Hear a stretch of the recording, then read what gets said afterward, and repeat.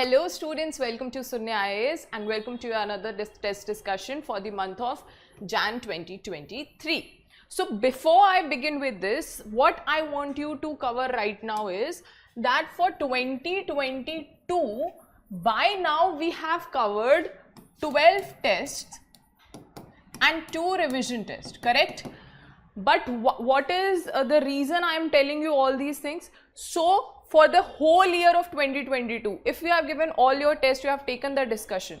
So you have now covered 2022 almost all the schemes, and we have done these schemes from PIB, correct? Our most authentic source. When it comes to, supposedly it comes to environment, in environment what we have done, we have covered the conventions. I have given you the trick that, you know, just cover one word with respect to that convention. That would be more easier for you to remember with respect to prelims.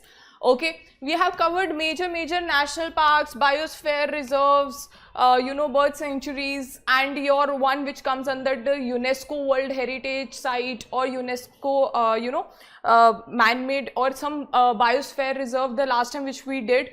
So in national parks, biosphere reserves, how we have covered, so I have given you the slides with respect to those national parks, and in those slides we have covered all the major things like river which flows through it. Okay, if there is some mountain range that is covering majorly, you know, Satpura range or Vidya range or some in Western Ghat, all those things we have covered. Okay, then flora and faunas we have covered of that specific national park.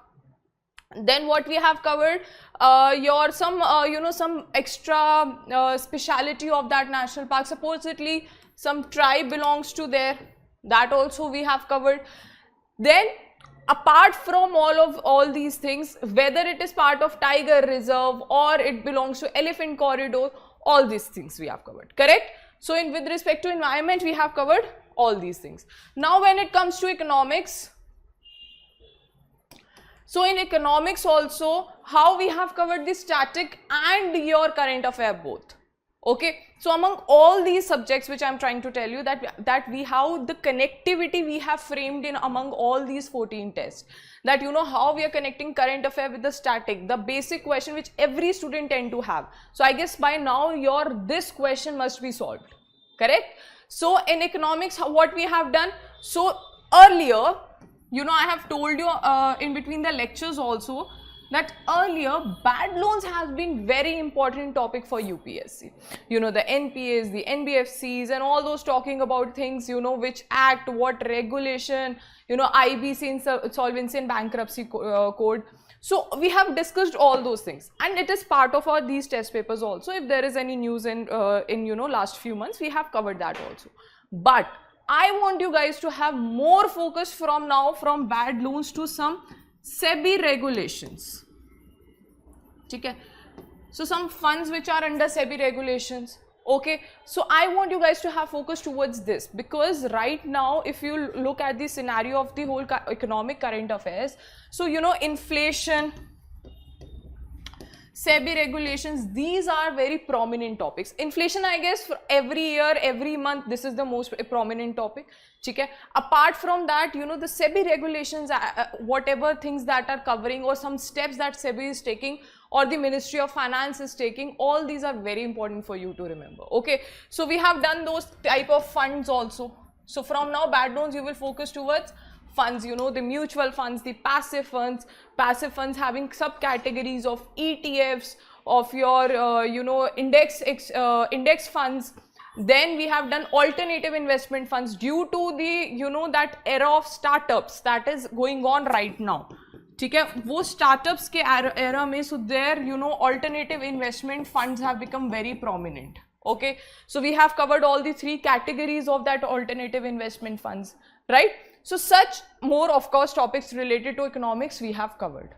From this, now I will talk about the recent scenario that we see is of species. Okay? They will have some scientific names of the species, and UPSC is asking it belongs to what. Okay? So such we have taken this question like sea grasses का हमने question किया था कि type of species we have given the names to you, and then it belongs to sea grass or reptile or birds and all, we have given that. ठीक है? Now their terms have been asked. So supposedly we recently did doxing, है ना?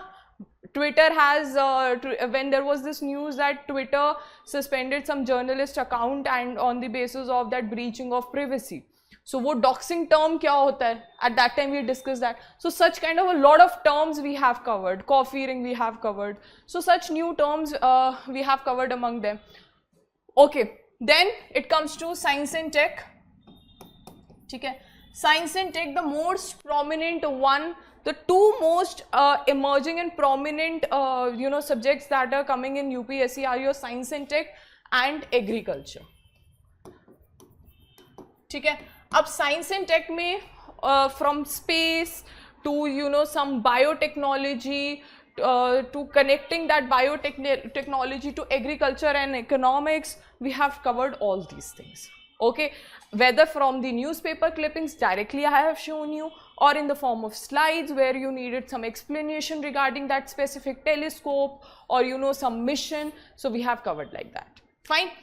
In with respect to agriculture, so like previously on T board in the same question paper of prelims, 2 questions have been asked with respect to tea. Okay?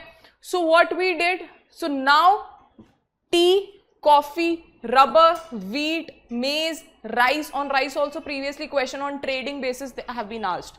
So all these things we have covered, that which board it belongs to, or from which the headquarters is in which state, or what is the scenario right now in our country, whether our country is part of the largest producer or not. Consumer sugar we have covered, that how from Brazil now India has become the largest producer of the sugar. So all these things we have covered under the agriculture sector, or if it is connected with biotechnology, such questions also we have covered. Now your mapping, we have done that also. With respect to mapping, the Middle East part, your European part is very important right now. All these Sea of Azores, Dardanelles Straits, Bosphorus Straits, all these things, whether Russia, which borders the Black Sea, Caspian Sea. So Black Sea and Caspian Sea has been very prominent previous year topics of UPSC, correct? And now due to Ukraine-Russia war, again it has come into news again and again. So recently also there was what unmanned aerial, something bombing has taken place by US in the area of Black Sea. So such kind of things for mapping, all these things becomes very important. We have done that. From cyclone perspective, the Pacific Ocean side, the Arabian side, the Bay of Bengal side becomes very important. We have covered all that also. So somehow we have covered the mapping with respect to geography also and IR also. So when it comes to IR, your international organizations, your indices and reports, we have covered all that also. How we have covered this organizations? So for the organizations, I have always told you, supposedly there is this NATO. Okay? So what is its historical background? Then what all happening present with respect to the world, a global level and our country. Okay?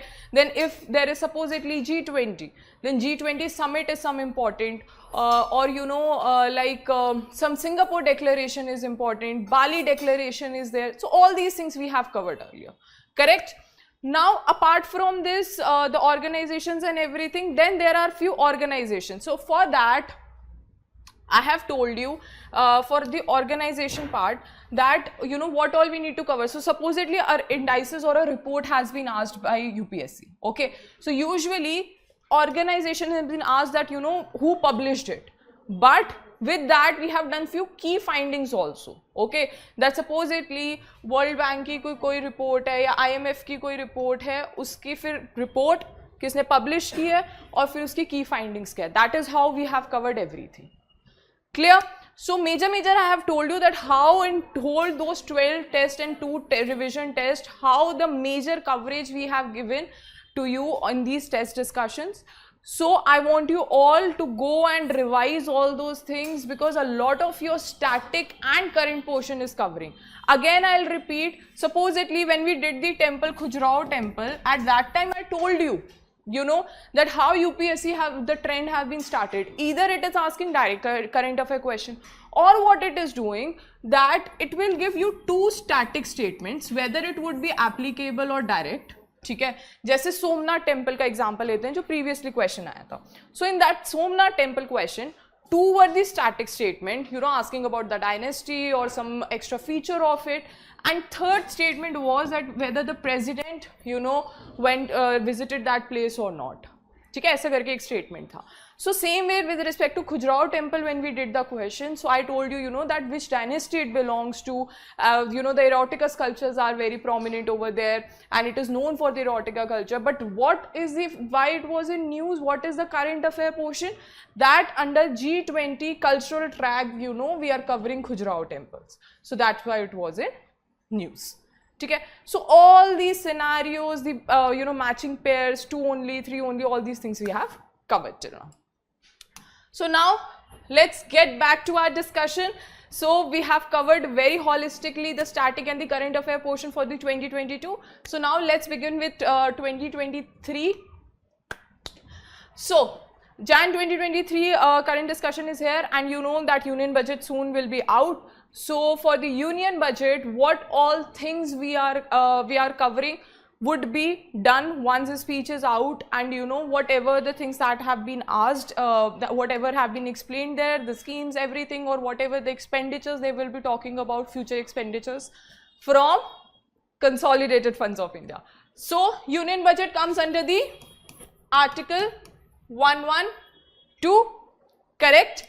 Now in your M. Lakshmikant also, you know, there is directly what you, when you are reading it, there is this trend among the students that they directly look at the 6 steps, or you know, 6 stages, and one portion they tend to skip. So we have created question from there itself, so that you can have attention on that static portion of union budget.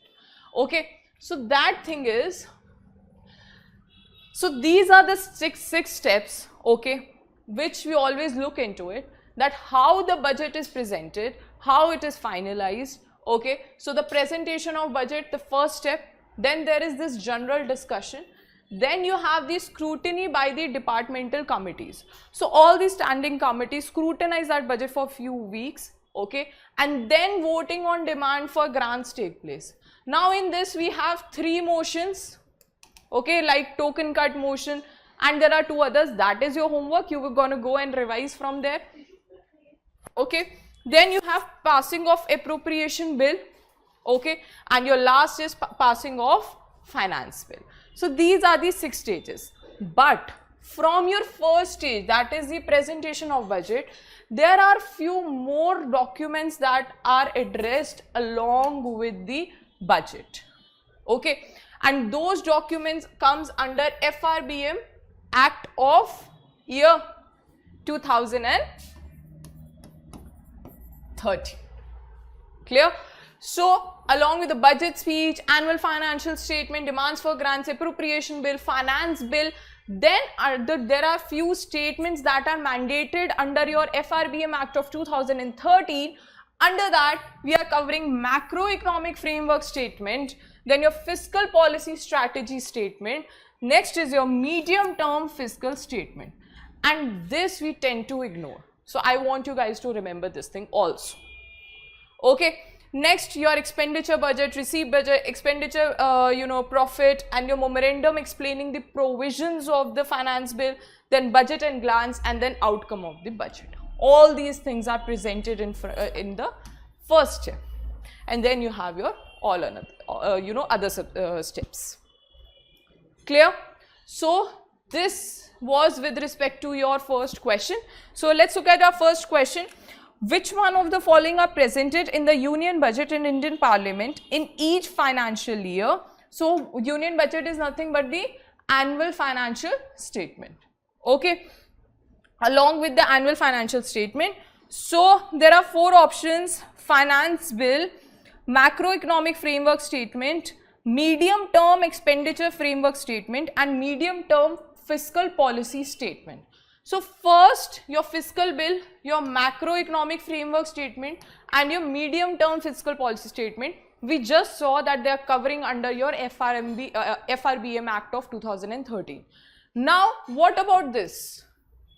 Medium term expenditure framework statement. What is this? So, this also comes under FRBM Act of 2013 only, but the difference is that it covers 3 years of expenditure. ठीक है? So, budget आपका 1 year का है. What we are telling, it is for 1 year.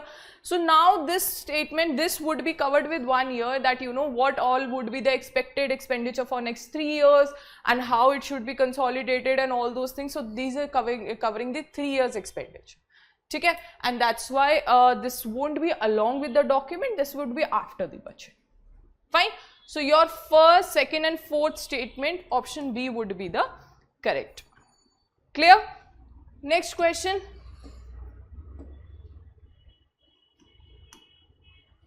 Okay, next question is on deep fake. What is deep fake? It has always been in news. So you know, deep fake is using one technology, deep synthesis technology. Okay, now what is the role of deep synthesis technology?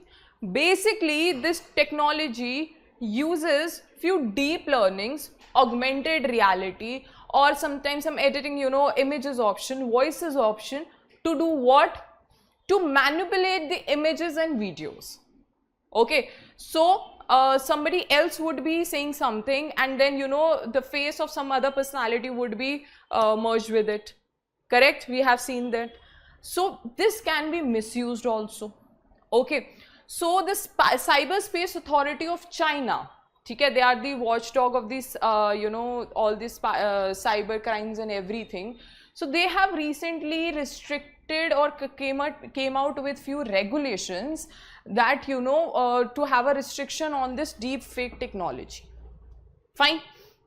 So therefore this was in news. You should know the meaning of the term, because not only you know China has brought some restricted regulation with respect to this thing. Even earlier European Union have come out with practice of code where it has restricted this deepfake technology. Then US have come up with one thing, but when it comes to India, we have some, you know, defamations, you know, some copyrights violations, something like these things we have, but we don't have any direct strict rule or regulation with respect to deepfake technology. Clear? So which option would be the correct one? Look at the option C. A digital media,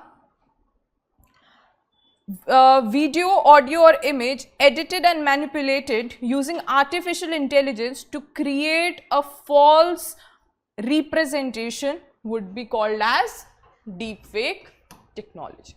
So option C is your correct one. Easy? Okay, next is your Vibrant Villages program. So as you know, we will be covering this scheme or some Niti Aayog reports or some ministry report from PIB.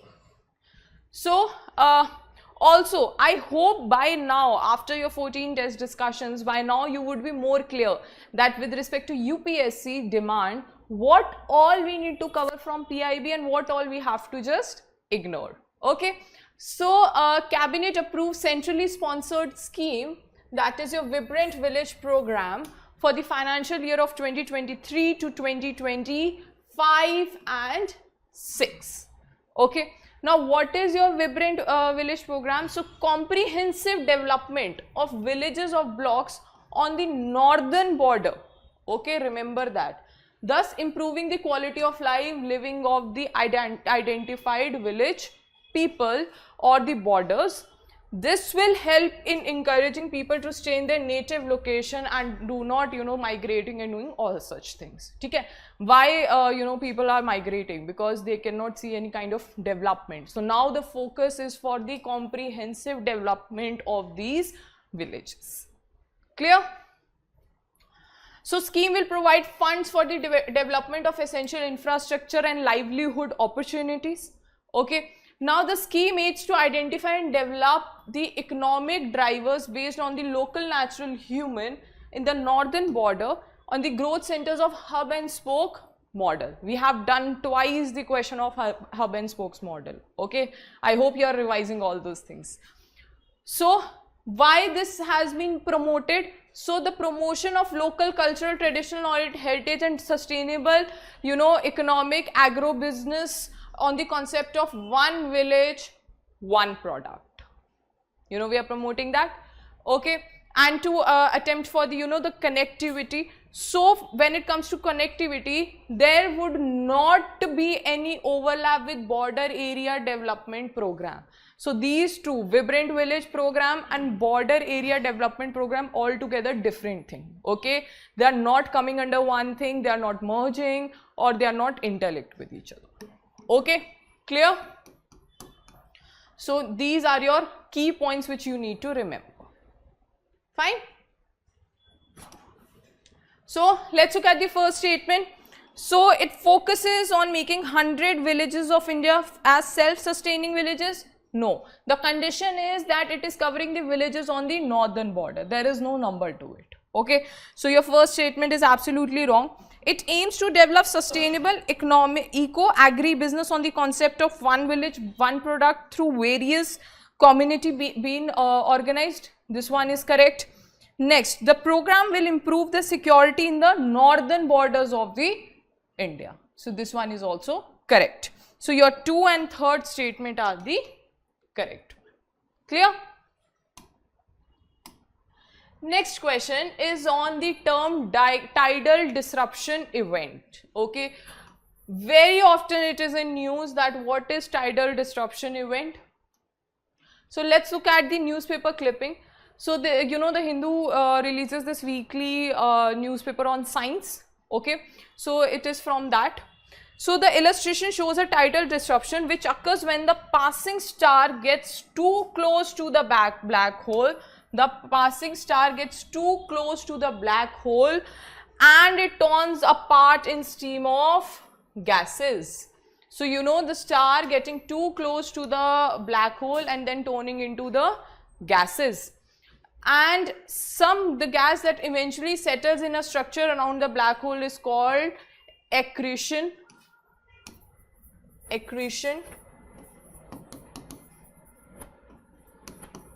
disk. So this yellow one which you can see, so once this star has gotten too close to the black hole, then it turns apart into the gases, and these gases somehow accumulate in a ring form around it, like shown like a disk around this black hole, and it is called accretion disk.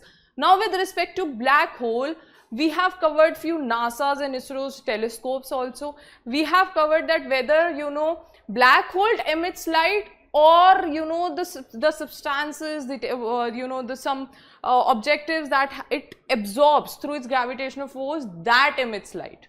Okay, such scenarios also we have covered.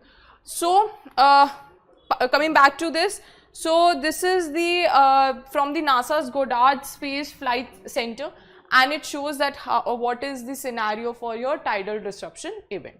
So this whole process is called tidal disruption event. And one more term you can understand, that is your accretion disk. Clear?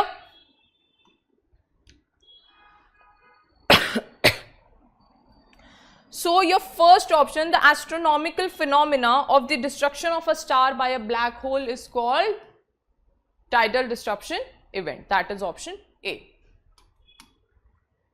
Okay, now we come to IMF. So IMF, that during the urge for the need of the balance of payments, IMF gets active and it provides credit facilities. There are few reports of IMF also that we have covered earlier, but now today we will be talking about the credit facility in emergency by the IMF.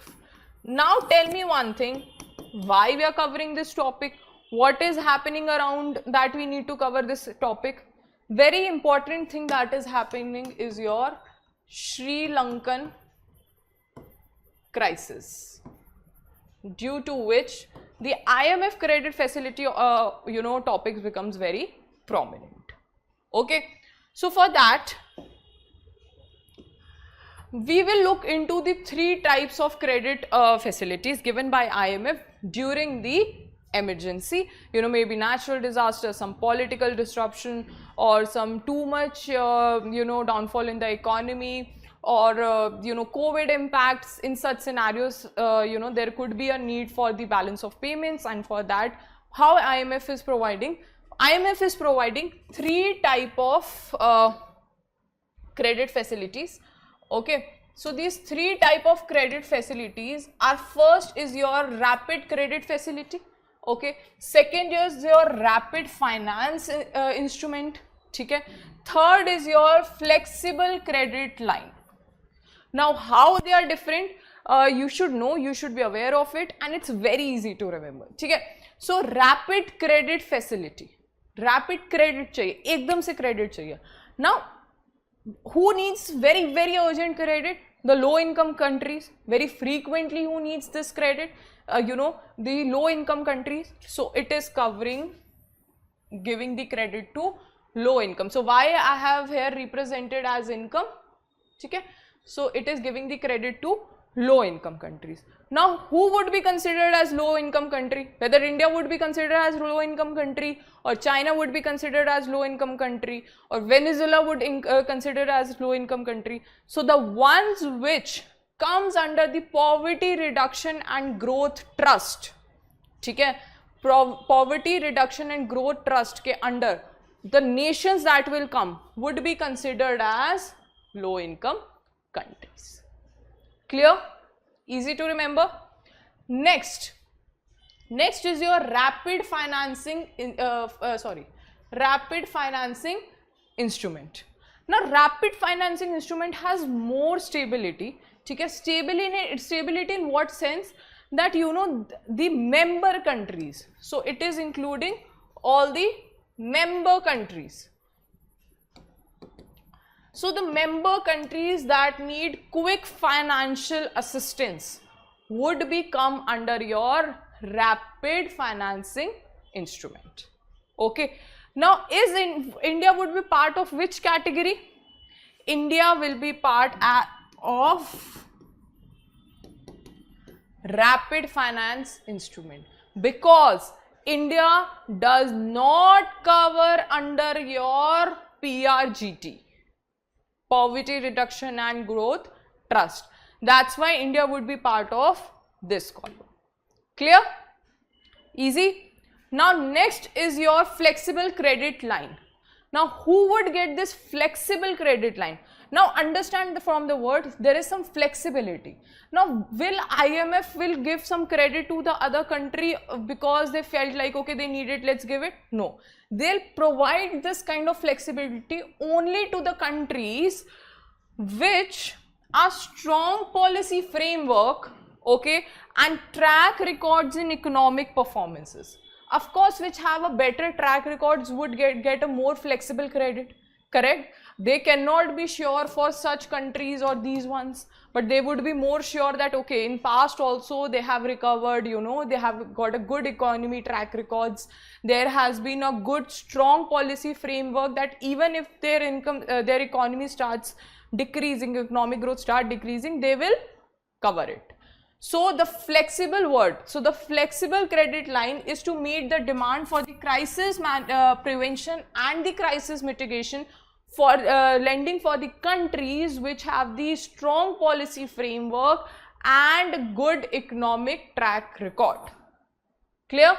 So these are your 3 different type of IMF credit facilities that are available, okay, for the nations. So now let's get back to our question. So in our question, we have rapid credit facility given over here, flexible credit line given over here. Okay, so we just read rapid credit facility किसको मिल रही है? The nations which do not belongs to PGRT, ठीक है? So it is a financial assistance to qualified countries facing an urgent need of balance of payment without ex post conditionality. So this one is correct. अब BOP क्या होता है? I have given you earlier this homework also, you know, the components of BOP. ठीक है, and what is BOP. But today we'll cover in a different question. We have, I guess, consecutive 2-3 questions on BOP. So there I will giving you the holistic coverage about this topic of BOP. Clear? So first is correct. Second, IMF provides assistance under flexible credit line only to the countries with strong policy framework and track records and economic framework. So second statement is also correct.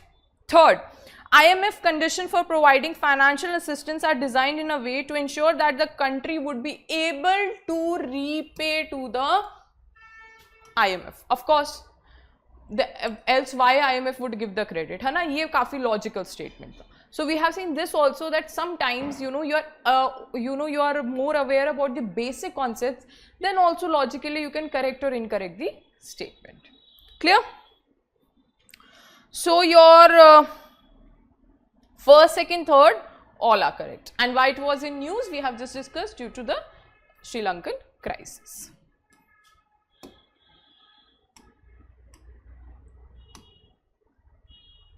Okay, yeah. So next question we will see directly. Okay, this is with respect to currency, the banknotes and everything. So both the statements in themselves speak about everything, whatever topic we need to cover.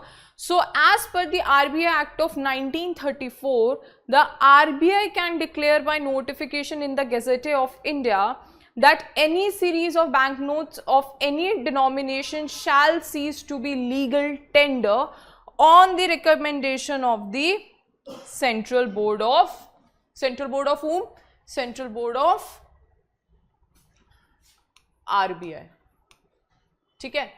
अब so as per the RBI Act of 1934, the not RBI but the central government can declare by the notification. So अगर आपको demonetization वाला time याद होगा, then also you could have corrected or incorrected the statement. Who gave the notification? Central government. But after what? After the recommendation of the Central Board of RBI. And that's why Raghunath Rajan was very much in news at that time. Correct? So whatever the scenarios he gave, and then later on he resigned from his post also because he was not much in favor of it. So all this happened due to this rule under this act. Clear? So next question. Every bank note, okay, like your 2 rupees, 5 rupees, 10 rupees, 20, 200, 500, and next is your 2000. Okay. By RBI, that is in circulation, is legal tender at any place in India in payment and is guaranteed by the central government. So in the same way, this has been reframed, okay, or you could have considered that as a second statement, okay, and again on the recommendation of RBI, okay. So your first statement is wrong, second is correct. So which statement given above are correct? 2 only. Okay. Okay. Next is question is on your match the following. ठीक है. अब match the following में we have few platforms. युक्त धारा, ठीक है. अमृत सरोवर, जलदूत. This is the app. Okay. And next is your Damini. So you know these 3 would belong to Ministry of Rural Development. ठीक है. So ये Ministry of Rural Development से belong करते हैं. Now let's look into it that what exactly all these things are. So somewhere where PIBs are important, I've given you I will be providing you that, and somewhere the newspaper clipping clears out more regarding that particular platform. Okay, so the Rural Development Panchayati Raj Department will begin training MG Narega's officials under the new GIS based planning Yukt Dhara portal launched by the center. Yukt Dhara portal क्या है? The new portal under Yukt Dhara will facilitate the planning of new MG Narega assets using the remote sensing and GIS based information. ठीक है. So दो चीजें क्या use कर रहे हैं for the assets? Remote sensing and your GIS based information. Okay. Next, this platform will serve as a repository of the assets created under various national rural development programs like MG Narega itself. Okay? So apart from this, other rural development programs would also be there. So now this portal belongs to whom? Ministry of Rural Development. Remember that. Okay. So as a part of this scheme, the annual plan of MG Narega will be uploaded at the Yugdhara portal, and the government officials and employees will be able to check the location of various projects online itself. Clear? Easy to remember. कुछ नहीं है, बस इतना सा याद रख लो. Yugdhara portal. Online, it will be providing you all through the new GIS planning, it will provide you the information on the new projects and everything, and it will come under the Ministry of Rural Development. बस इतना information Yugdhara related आप याद रख लो, ठीक है? So this shows the women working under MG Narega. Now next is your Amrit Sarovar. Amrit Sarovar we have covered earlier also. So it is the construction of ponds started with 53,050 sites. Now these values are not that important for you. What is important for you, that the construction of ponds is taking place to rejuvenate the water bodies. Okay, this statement is important for you, which you can use in your mains also and your prelims also. Okay, no separate financial allocation for Mission Amrit Sarovar. So this is very important for you guys to remember, that though Mission Amrit Sarovar is a different mission altogether, but the financial allocation would not be any separate for these one. There would be taken from other schemes. ठीक है, अभी वो हम आएंगे उस point पे. ठीक है, so the Mission Amrit Sarovar is based on whole of the government approach participating from the Ministry of Rural Development. So you should also know which all ministries are covered under this mission to rejuvenate the water bodies. Okay, Ministry of Jal Shakti, then your Culture, Panchayati Raj, EFCC, that is your Environment, Forest and Climate Change, and some technical organization. Now under the mission, every district of the country will rejuvenate at least 75 Amrit Sarovars. ठीक है, तो कौन cover कर रहा है? हर district में. ठीक है, every district of the country is covering this. Okay, every Amrit Sarovar will have a pondage area of at least 1 acre with a water body holding, ये इतना important नहीं है, but 1 acre का pondage area at least होना चाहिए. That is important for you to remember. So now UPSC with respect to this scheme can ask whether, you know, name of few ministries, or 2 statements would be given from here that whether the scheme is covering this thing or not. Okay, so here the objective, the aim is very important for you. Earlier there would have been some scheme where all these, you know, the objectives, aims, or you know what all are covering is not that important, but in this scenario it is important for you to remember. Clear? Then Amrit Sarovar will be surrounded by trees like neem, peepal and banyan tree. Every Amrit Sarovar source of generation of livelihoods by using the water of different purposes, irrigation, fishing, duckery, cultivation of chestnuts and etc. Okay? Then it is visible manifestation of the action of Azadi Ka Amrit Mahotsav. So on all your PIVs here you will see the symbol of Azadi Ka Amrit Mahotsav. Okay? So this also comes under that. Now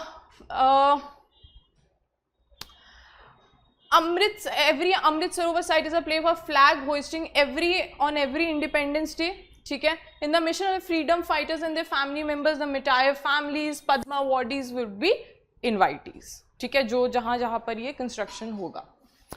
Then it works through the state and district with conversions of various schemes. So now we will look into the schemes, that what all it is covering, because there is no separate allocation for the finance. Okay, so it is covering MG Narega, ठीक है, scheme, 15th Finance Commission grants, PM कृषि सिंचाई योजना, ठीक है. Then उसकी जो PM कृषि सिंचाई योजना की जो सब स्कीम्स हैं, जैसे कि हर खेत को पानी, डेवलपमेंट कंपोनेंट्स हो गए, ठीक है, वाटरशेड डेवलपमेंट कंपोनेंट्स हो गए, these all would also we be covering. Fine. Then CSR would also be allowed for the work. ठीक है, कंपनी का some specific CR is there, that apart after this you have to pay certain percent of CSR, you have to contribute for social welfare. So as according to this, as a social responsibility. Okay, so that would also work under this. फिर वही कि water conservation पे focus करेगा. Then ministry of railways, road transport, infrastructure project developments would also be engage in this Amrit Sarovar mission. Clear? So this is one of the very important mission which you need to remember. Fine. Okay. Next is your Jaldoot app. Okay. What Jaldoot app is covering? So again, it is under the Ministry of Rural Development. As I told you, the first three, here Yuktadhara, Amrit Sarovar, and Jaldoot. All your first three from the table belongs to Ministry of Rural Development. So Jaldoot app launched to enable the monitoring of groundwater table. ठीक है. अब groundwater table report also we have discussed. Homework with whom it belongs to, which ministry it belongs to. ठीक है. So that is your homework. You will go and recall it. Okay. So data will enable the better planning of the grassroots level, addressing the depleting groundwater table as a priority, and state government should take measures to involving gram panchayats towards the systematically collecting the groundwater level data. So groundwater level data collect करने का सबसे best option है, you are involving the gram panchayats. Now with respect to this app, you don't need, you know, a lot of details and everything, so this much is sufficient. Whereas your previous for the mission, which was the notification given by PIB, in that scenario it was important for you to understand all the aims, so there we have covered. Clear? Okay. And so first Yugdhara, here it is written river interlinking project application. No, it is like a geospatial planning program. Okay, so this one is wrong, and it is like a geospatial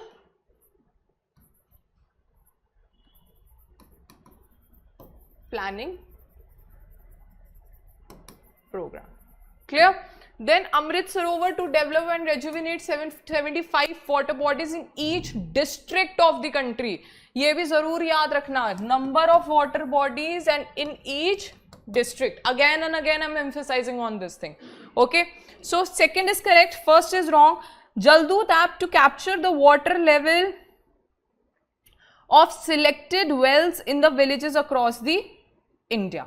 So this one is also correct, that to understand the ground level table, there would be some villages that would be selected to understand the groundwater level with the help of gram panchayats. Clear? So third is correct, second is correct. Fourth is the Damini. So basically this one is correct, that it is a lightning alert application during or pre-notification, like pre-notification sometimes 3 hours before the thunder storm. Okay, so that is Damini. So except for one, all three are correct. So it is asking which of the above are correctly matched. So it will be only 3 pairs are correctly matched. Clear? So Damini, I will repeat again. So basically this is giving you the lightning alert application. It is, and it is providing you 3 hours prior to the thunderstorm, that you know that where all the places that lightning would happen. Because there are a lot of major portion of in the country and also at the global level that died due to the lightning.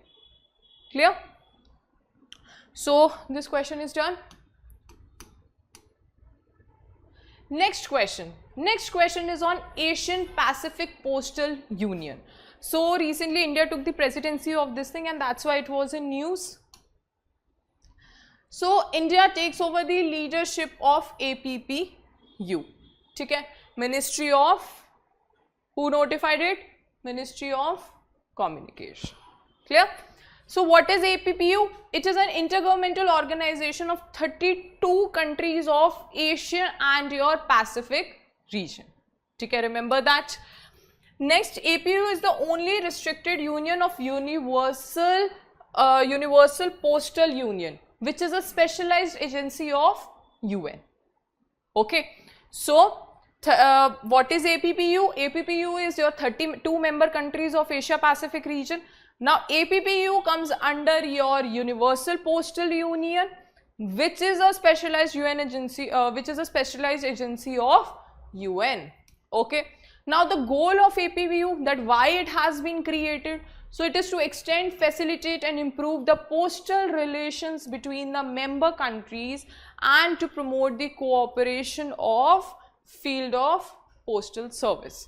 And this is one of the only one that is right now existing among the Asian Pacific region. Okay, and as the regional center for various APU, and it ensures all the technical operational projects of UPU are fulfilled in the region, and it is integrated to global postal network within the best possible way. ठीक है, अब ये इतना important नहीं है, ये वाले portions आपके लिए important है, याद रखें. Clear? Now let's look at the first statement. So the first statement says it is a part of a specialized agency of the UN, correct? And how many member countries? 32 member countries. From which region? Asia and Pacific region. For the first time, India is leading the international organization in the postal. Yes, Dr. VP Singh has been elected for that, and this is for your time period of 4 years. Okay? Now the headquarter of APPU is in Shanghai, China. So this is in Bangkok, Thailand, and it was created. Okay, I guess establishment I forget to give you. Okay, so Bangkok, Thailand में है ये. Okay, and it was established in 1982. Fine. So from Jan itself it will begin its leadership. So first, second are correct, third is wrong. So 1 and 2 only. Okay, so this is your Nisargruna technology. Okay, Bhabha Atomic Energy has created this technology, and the one technology we are talking about, multi-effect distillation. Okay, now your Nisargruna you can remember as zero garbage, zero effluent. Okay. So basically this is the process for the biodegradable waste. Okay, so first statement, let's see what it says and then we will see whether it is correct or not. So the Nisargruna technology has been developed indigenously in India by whom? By Bhabha Atomic Energy Research Center. Okay, to help in conservation efforts of vultures. No, this one is wrong. So as I have told you, this is basically to decentralize the process of biodegradable waste, okay, so that the transportation can be cost effective and in the purpose of health menace. Clear? So first is wrong. Second, the multi-effect distillation is a thermal desalination technology that produces distilled quantity water directed from the sea water. So this one is absolutely correct. So this is for irrigation, drinking water facilities. Such technology has come out. Okay? So it is asking which of the above is correct. So that would be 2 only. Okay. Next question is, consider the following statements, and we have one nano urea given over here also, that is your IFCO nano urea. Previously we have done the question on IFCO nano urea, okay, the nano urea fertilizer. Okay, now we have done this question on this one, but now let's talk little bit about what are the nano fertilizers. So with respect to each statement we will try to understand this.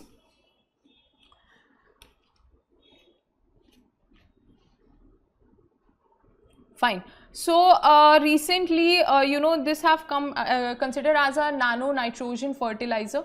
Okay, and this is the first time that this has been approved by India, government of India also, and that's why it was in news. But now what are nano fertilizers? Let's look into it. So the small size of nano fertilizers, small size means we have done this. What would be the nano size? Remember, 100 mm. Okay, so substantially increases its availability to the crops as compared to the conventional fertilizers. So this is of course correct. Okay, so if there are nano fertilizers, it will increase, it will also increase the yield of the crop. That's why we are using this. Okay, And here in this image itself, it is the world's first nano urea for the farmers, okay, and it reduces input cost, environmental friendly, improves the nutritional value, increase the farmer's income, because if there would be increase in crop yield, the enhancement of crop would be there, the quality would increase, then of course it will increase the farmer's income also. Okay? And then cheaper than the conventional urea. So all these advantages are in a way given over here. Clear? So second, nano fertilizers act as a smart delivery system of nutrients to the plants in two ways. Okay, so what are these two ways? So the two ways are that first, the absorbed nano fertilizer is distributed inside the plant as per the need, and second, the utilized fertilizers. So the first is the absorbed nano fertilizer, okay, according to the need they are transferred in the plant or distributed in the plant, and the unutilized fertilizer is stored and released slowly as per the need, and that's why it's a better option than your conventional fertilizers. Clear? Third, the function of the nano fertilizer is to increase the availability of the fertilizers to the plants. This is correct. But the second statement, it does not enhance the photosynthesis process. So tell me one thing logically also, if it won't increase the photosynthesis process, then how it will increase the crop yield? It is not possible, है ना? तो logically भी अगर आपने use किया होता तो आपने ये जो second statement है इसकी वो आपने incorrect कर दी होती, ठीक है? Because it will enhance the photosynthesis process also. Clear? Next, nano fertilizer is more environmental friendly than the conventional fertilizer, of course, and that's why we are bringing it out. So your 1, 2 and 4 are the correct one. So with respect to national parks, I just told you that how we are covering them. So Hemis National Park, your Western Ghats, then your Silent Valley National Park, and your Udhya Marathampapuram Bird Sanctuary we will be covering. Okay. So with respect to Hemis National Park, from the image itself you can understand the major fauna of it. Okay. So Hemis National Park is the high altitude national park in the Indian region of Ladakh.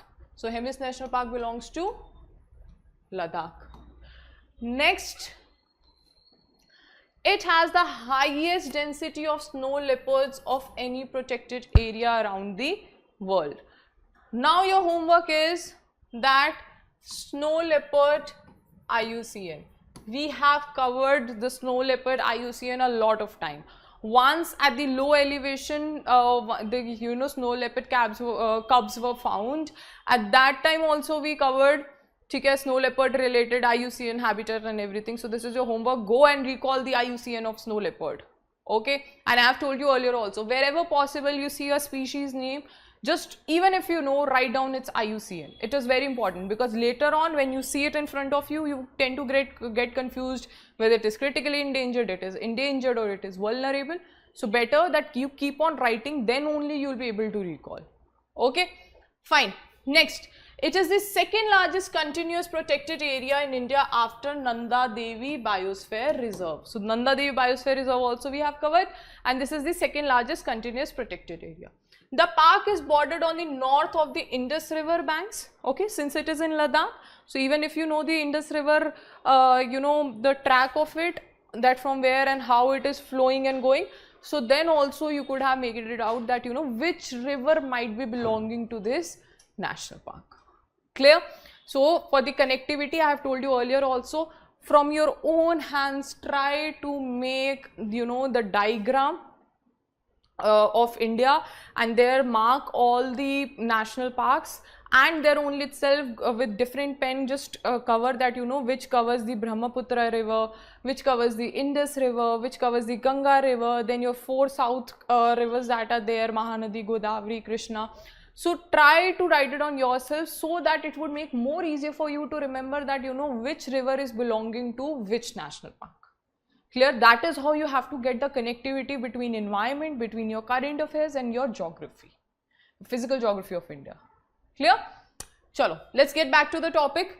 So it encompasses the catchment of Marakha, Sumdha and your Rumbak. Fine. Then India is the only national park in north of Himalayas, and so Hemis National Park is India's only national park that is in the north of Himalayas. And since it doesn't receive much rainfall, it is located in the rain shadow areas of Himalaya, and that's why there are dry forests with the fir being present in the lower latitude. So why there is dry vegetation? There is a reason behind it. Okay, so it is a shadow rain area of the Himalayas. So I mean rain shadow areas of the Himalayas, and that's why it has dry forest. So vegetation is also important for you to remember. So there are alpine and steppe, and with the lower areas dominated by plant species, so only at the low area. So what they are trying to say is that only at the low areas you can see few plants, else you will see the alpines and the steppes only. Clear? So moisture including juniper, fir and your dry birch. The park is also home to rare and endangered medicinal plants. So endangered medicinal plants also you will find here. Then from where this Hemis National Park name has been taken, so the name has been taken from Hemis Gompa. What is Hemis Gompa? Well known as a Buddhist monastery. Okay? So if this name has been taken from Hemis Gompa, that is the Buddhist monastery, so the local religion of this around this national park is Buddhism. So that's how you don't need to learn everything. When you are connecting it, you will tend to remember about it. Clear? So now the IUCN, when I was talking about snow leopard, that is vulnerable. Okay, and the project is directly preserving the Himalayan biosphere. So that is not important. 2004 it started, and okay, this is very important for you to remember that the Hemis National Park, the Karakoram West Tibetan Plateau, which includes dense pine forest alpine meadow, is home to Hemis National Park. ठीक है, तो ये आपके लिए बहुत important है that which plateau it is covering. It is covering your Karakoram West Tibetan Plateau. Now fauna. So flora we have discussed, the plateau, the importance, you know, which river banks they are covering, all these things we have covered. The most important fauna of it, the flora we have covered. So the other faunas, bharal, that is your blue sheep, and shapu, that is the Ladakhi urelia, then your Himalayan marmot, then your mouse hare, snow leopard, Eurasian brown bear, red fox, Tibetan wolf, all these etc. Then eagles, vultures, and your robin assenter, streaked rose finch, all these etc. birds and animals they are covering. For you, the important fauna of Hemis National Park is your bharal, your snow leopard, okay, and golden eagle and your Tibetan wolf. This is important. Okay. Clear? Okay. Now let's talk about Western Ghats. So here they are called Sahyadri. Okay. Then so all starting from here, it is these all are your covering your Western Ghats. At Kudremukh, okay, then आपका यहाँ नीलगिरी आ रहा है, then you have Anamalai, then Periyar, then Agastya Malai. So यहाँ पे जो national parks हैं, ठीक है, वो भी हम cover कर चुके हैं. We have covered all these also, correct? So all these, and there when we were covering the national parks, we said that okay, they belong to Western Ghats. So now what exactly is Western Ghats? I cannot recall better, but whether we covered Eastern Ghats previously or Western Ghats, but let's recall it again. Okay, so this is where you will find your Western Ghats parallel to the Arabian Sea coast. So the Western Ghats, also called as Sahyadri, north-south running range of mountain and hills and crest of western edge of the Deccan Plateau parallel to the Malabar coast of the Arabian Sea. The Western Ghats are the biodiversity hotspot. Now these are the things important for you to remember. Okay? First thing, second thing, third thing, biodiversity hotspot, also UNESCO World Heritage Site. Clear? They play a huge role in India's monsoon weather pattern. Of course, we know southwest monsoon coming here and impacting the whole India. Okay? So several major rivers, notably Krishna, Godavari, Kaveri have their headwaters in Western Ghat. The range trap of the moisture of the winds of the Arabian Sea creating a tropical monsoon. So I just told you the southwest monsoon that is happening over here. So creating a tropical monsoon climate along the narrow western littoral and Deccan of the significant precipitation. So creating rain. Okay? Now what you need to remember is that tropical wet evergreen forest to montane grassland, medicinal plants, fruits, grains and spices all are covered over here in this Western Ghat. Clear? Next, they contain more than 30% of all plants, fish, birds and mammal species found in India. Moreover, the Western Ghat are home to 17% of world tiger. Okay, tigers belongs to here, and 30% to Asian elephants over here. Okay, and after this Oscar winning of Elephant Whisper, then this elephant corridors and everything again becomes very important for you to remember. Plus tiger reserves, because the first time in forest report it was seen that we are covering the tiger reserves, lion reserves and all these things. Okay? So next the question is talking about lion-tailed macaque. Okay? But whether it belongs to Silent Valley National Park or not, let's see. Okay, so Silent Valley National Park belongs to the northeast corner of Palakkad. Okay, the Silent Valley named after 1984, and your Saraindri Vanam. Okay, please pardon my pronunciation if I am pronouncing it wrong. Okay, it was here as a Saraindri. Okay, the secret identity donned by Panchali. Who was Panchali? Look, you will understand. Is believed to have hidden along with the 5 husbands called Pandavas while escaping the cruel cousins who are Kauravas. Got it? Who is Panchali? Okay. And the Kuntipuza river, which feeds the entire forest with the Kunti as their mother of. So the river name got from the mother of Pandavas, that who was Kunti. Okay. So it is shielded by Nilgiri plateaus of north and Manarkad plains in south. Now it constitutes the centerpiece of the Nilgiri Biosphere Reserve. This also we have covered. Okay. Part of Western Ghats christened as the World Heritage Sites by UNESCO in 2012. Next, the major faunas. Okay.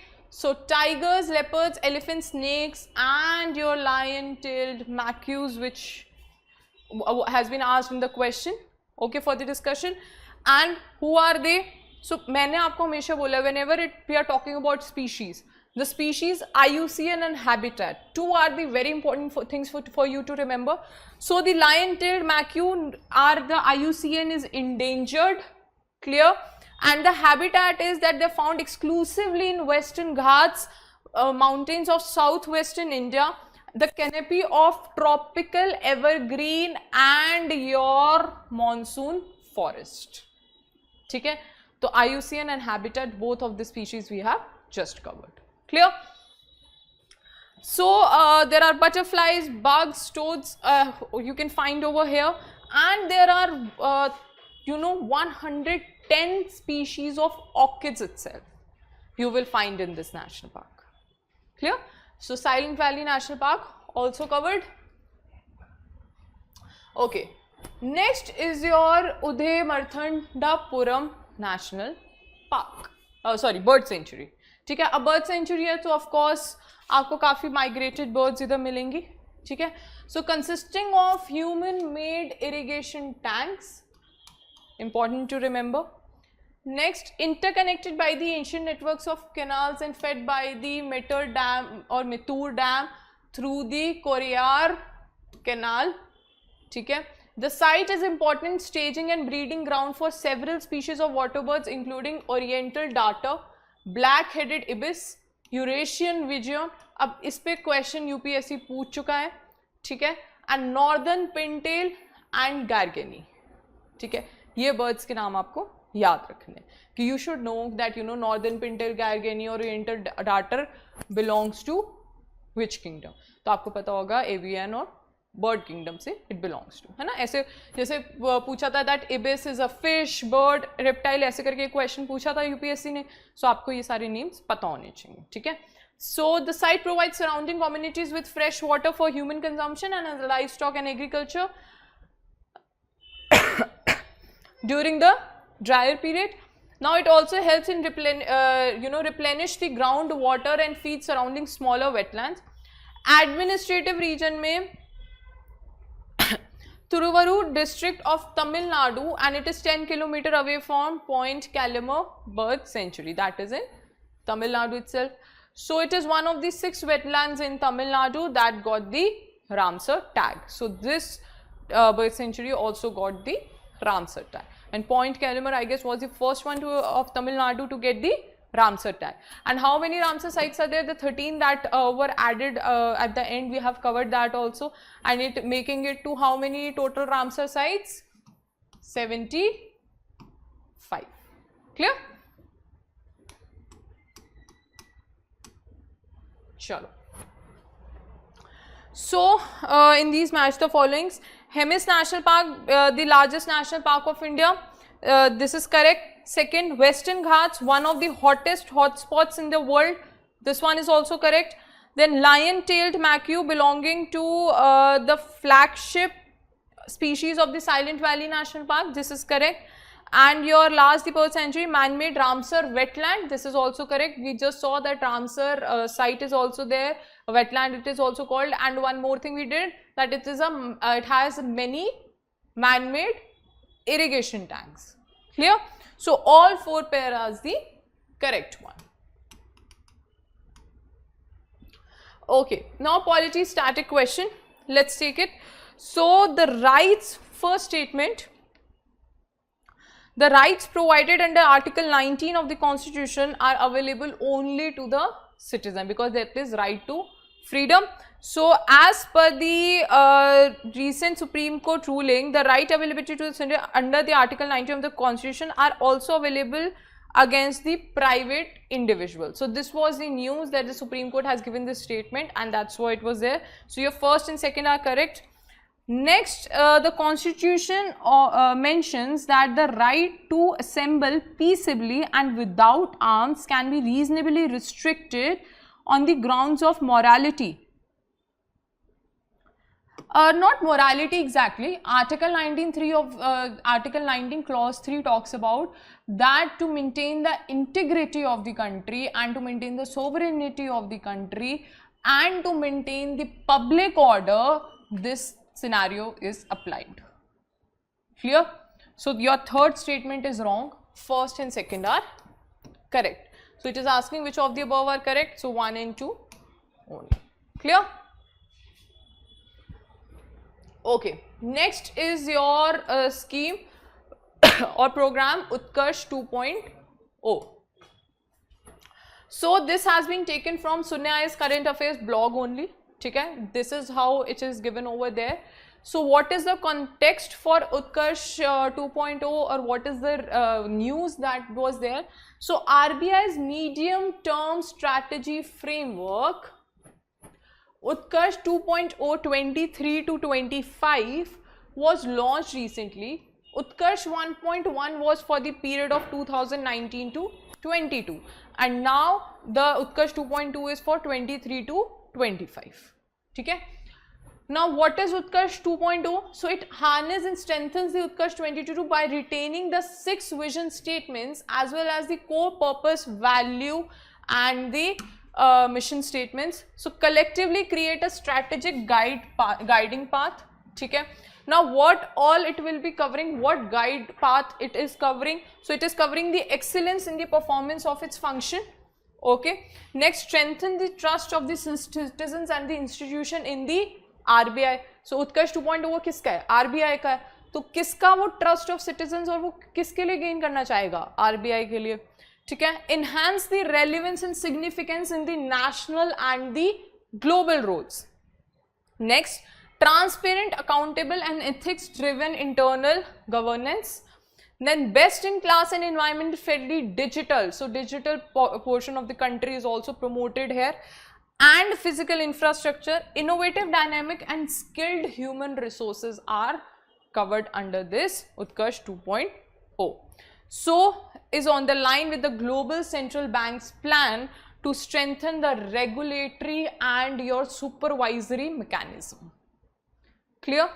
Utkarsh 2.0 belongs to RBI, remember that. Okay. Chalo, let's look at the first statement. It is the second version of the periodic set of instructions of public sector banks. No, the objective is altogether different for the supervision on the mechanism and for the transparency and all those things, for the promotion of digital and infrastructure of the RBI, plus what else was there? To gain the trust of the citizens, okay, in RBI. So first is absolutely wrong. Second, the core purpose in Utkarsh 2.2 is to foster the monetary and financial stability, keeping in mind the objective of the growth. So this one is also correct. Third, initiated in 2016, the Utkarsh 2.0 program addressed the period of 21 to 26 in alignment with 16 Finance Commission. So this is wrong, because first it was addressed for 2019 to 22. Now it is addressed for the period of 2023 to 25. Clear? So only second statement is the correct one. Okay. Now Parasnath Hills, very much in news and with newspaper clipping, I will try to explain you. So these images have been taken from newspaper clipping and even the information, but I have given you the stepwise information and the important ones. Okay, so the Parasnath Hills का पूरा scenario क्या है? So ये since ancient time two communities में divide हो रहा है, आदिवासीज में and जैन्स में. ठीक है, आदिवासीज में हो रहा है और जैन्स में हो रहा है. अब क्या fight है, क्या protest है? Let's look into it. So the Parasnath hill is considered as a sacred hill for the Adivasis. The reason is that it worshipped the hill as the Marang Buru, their supreme deity. Okay? And 26% around population of Jharkhand is covered with these Adivasis. Okay? Now for the Jain, the Samed Shikhar is the most important pilgrimage site located in the hills. Now why it is most important pilgrimage site? Because here look at it. The Jains claim that of their 24 Tirthankaras हमने पहले previously there has been one news related to Tirthankara in Jainism. So at that time we have covered your Jainism and Buddhism both, correct? So and even the Buddhism site question was there, the fourth site were excavated and all those at that time also we covered. Okay? So Jains claim that of their 24 Tirthankaras, 20 attained nirvana in these hills. So it becomes spiritually and religious wise very important pilgrimage hill, the Parasnath hill. Okay? Now what Adivasis claim? So the Parasnath hill is worshipped by Marang Buru by the Santhals of Hazaribagh and your Manbhum, Bankura and your Santhal Parganas. ठीक है, तो basically Adivasis में this Santhals community is very important for you to remember. ठीक है, each year Santhals assembles on the full moon in the month of Baisakh to celebrate the religious hunt for 3 days. Clear?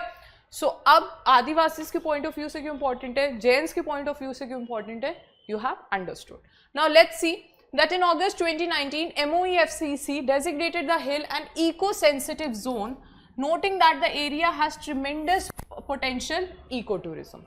So now here the Jain women are protesting, okay, Jain women are protesting, and here the Adivasi women are protesting. Okay, so ये पूरा fight चल रहा है. So MOEFCC issued a statement on Jan 5 referring to a meeting with representative of Jain community. It directed the state government to strictly enforce the relevant provisions for the management plan of the Parasnath Wildlife Sanctuary. ठीक है, आपके लिए ये information इतना important नहीं है, याद रखना. What is important for you to remember is that which two communities are fighting for the Parasnath Hills or how they are living there. Fine? Okay, let's look at the first statement. So the Parasnath Hills are important to Jain community and Santhal tribe for the cultural perspective. This one is correct, absolutely, we just saw. Next is your Palitana temple or Palitna temple site of Shatrunjaya Hills. That belongs to Gujarat and it is the one of the Jain temples. Okay, so there you will find Jain temples, okay, in Gujarat. Okay, so this Buddhism related is wrong. So your first is correct, second is wrong. So it is asking which of the above are correct, so it would be one only. Okay, next question is on ILO. I hope by now you have done your homework where I tell you that, you know, if supposedly there is WHO, then you will name all its reports. If it is supposedly IMF, then you will name all its reports, and in such scenario you have made on A4 size sheets and you have covered all your international organizations with respect to their important reports of 2022 or 23. ठीक है, अब ILO की Asia Pacific and social outlook report जो हम cover कर चुके हैं, ठीक है. Then you have your world wage report, global wage report, ठीक है. So sorry world work report. तो ILO का आई होप आपने ऐसे बनाया हुआ है, ठीक है. यहाँ पे आप Asia Pacific social outlook report आप लिख सकते हो, ठीक है. Then here you can have your world work report, not wage, world work report, ठीक है. Then here you can have your global wage report, ठीक है. So they show that, you know, wages are decreasing globally after the pandemic and everything. So ऐसे हमने ये different separately भी reports cover करी हुई हैं with some key findings. But I hope you have made such maps in as a homework. You have completed that. That would make more easy for you. So now let's look at that what exactly ILO is, when it was established and everything. So it was created in 1919 as a part of the Treaty of Versailles. So this one is correct. You know, during the end of World War I, Treaty of Versailles, this was signed. This was for, treaty was for social justice, and that's why it talks about labor laws, or it talks about, you know, how the labor should be protected and it should get the social justice. Next, the unique structure of ILO. A specialized agency of UN gives an equal representation to the workers, employers and the government. So this is absolutely correct. Next, the 17th Asia Pacific Regional Meeting of ILO concluded with the endorsement of Bali's declaration. We have done this as a question. It is Singapore Declaration, remember? It is Singapore Declaration, where we are talking about all the, you know, how we can protect the labor. ठीक है? So ILO played a key role in the program of UN Cares India, a program of HIV in India. So this one is correct. So except for third, first, second, fourth are correct. So 1, 2 and 4, option B, which is asking which of the above are correct, is the correct one. Okay. So next question is talking about, consider the following statements. When the rate of natural increase is 0, then the population is said to have reached the replacement level. Rate of natural का मतलब क्या है? Rate of natural का मतलब है growth rate of population, ठीक है. यहां पे रेट ऑफ नेचुरल का क्या मतलब है? Growth rate of population. अब ग्रोथ रेट ऑफ पॉपुलेशन क्या होती है? Birth rate minus death rate. So it is saying that when it is increases and your growth of population reaches 0, मतलब birth rate minus death rate reaches 0, That means it has reached to the level of stability.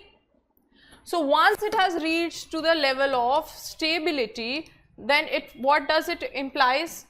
It implies that now we need a new replacement. That means we need more births, so that they can be a working category in the future. ठीक है, और use at our working. ठीक है, तभी ये वाला जो है ये increase होगा ना, and that's why it is saying that it is replacing it. So your first statement is correct. Now let's look at the second statement. Office of Registrar General and Census Commissioner comes under Ministry of Home Affairs. So Office of Registrar General comes under Ministry of Home Affairs. Okay, remember that. Responsible for conducting the decadal census in India. So this one is correct. Now third, the benefit arising from the falling dependency ratio may be temporary. So what this statement, the word specifically temporary means over here, that the benefits arising from the falling dependency ratio. Falling dependency ratio means that the youth who is working right now, they may be higher ones, and right now it is giving you the good results, it is giving to the country a good results, but this working youth in future will become the old non-working people, correct? So that's why it says it is temporary, because after a decade or so that would become a non-working old group, correct? So therefore this statement is correct. I hope you are understanding. Okay, so I'll repeat again that the benefit arising from the falling dependency ratio. Falling dependency ratio मतलब कि जो आपका youth working group है,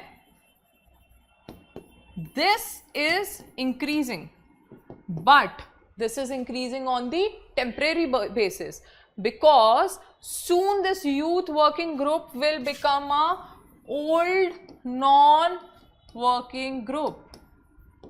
Okay, and that's why this temporary word is used here. Clear? So next is your next statement. After 1900, India witnessed a negative rate of growth in population in time between 1941 to 50 due to Bengal famine. So this one is wrong. This is in 1911 and 21 also took place, and that was due to influenza. Okay, and it is in your static this economics book. It is given over there. So if you have read it thoroughly, your NCRTs, and by now I guess you might have done your one revisions of NCRTs also. So the fourth one is incorrect. The first, second and third are the correct ones. So option D is the correct one. Okay, now we will talk about fold mountains. The geography is static, and one of the example is the Andes, and in India it is young fold mountains are your Himalayas. Okay, so we can see over here, from here they are starting, and this your whole Andes mountain range is happening. Now how it happens, how the fold mountains happen? So the conversion boundary platelets subdizing over the another and creating the fold mountains, correct? दो conversion boundaries हो रही हैं, and then one is subdividing over the other, creating a fold mountain. So Andes is one of the example of Andes mountain range is one of the examples. So it belongs to South America, covering all your these between Chile and Argentina, then Bolivia, Peru, Ecuador and your Colombia, all these they are covering. Okay. So fold mountains are created through a process called orogeny.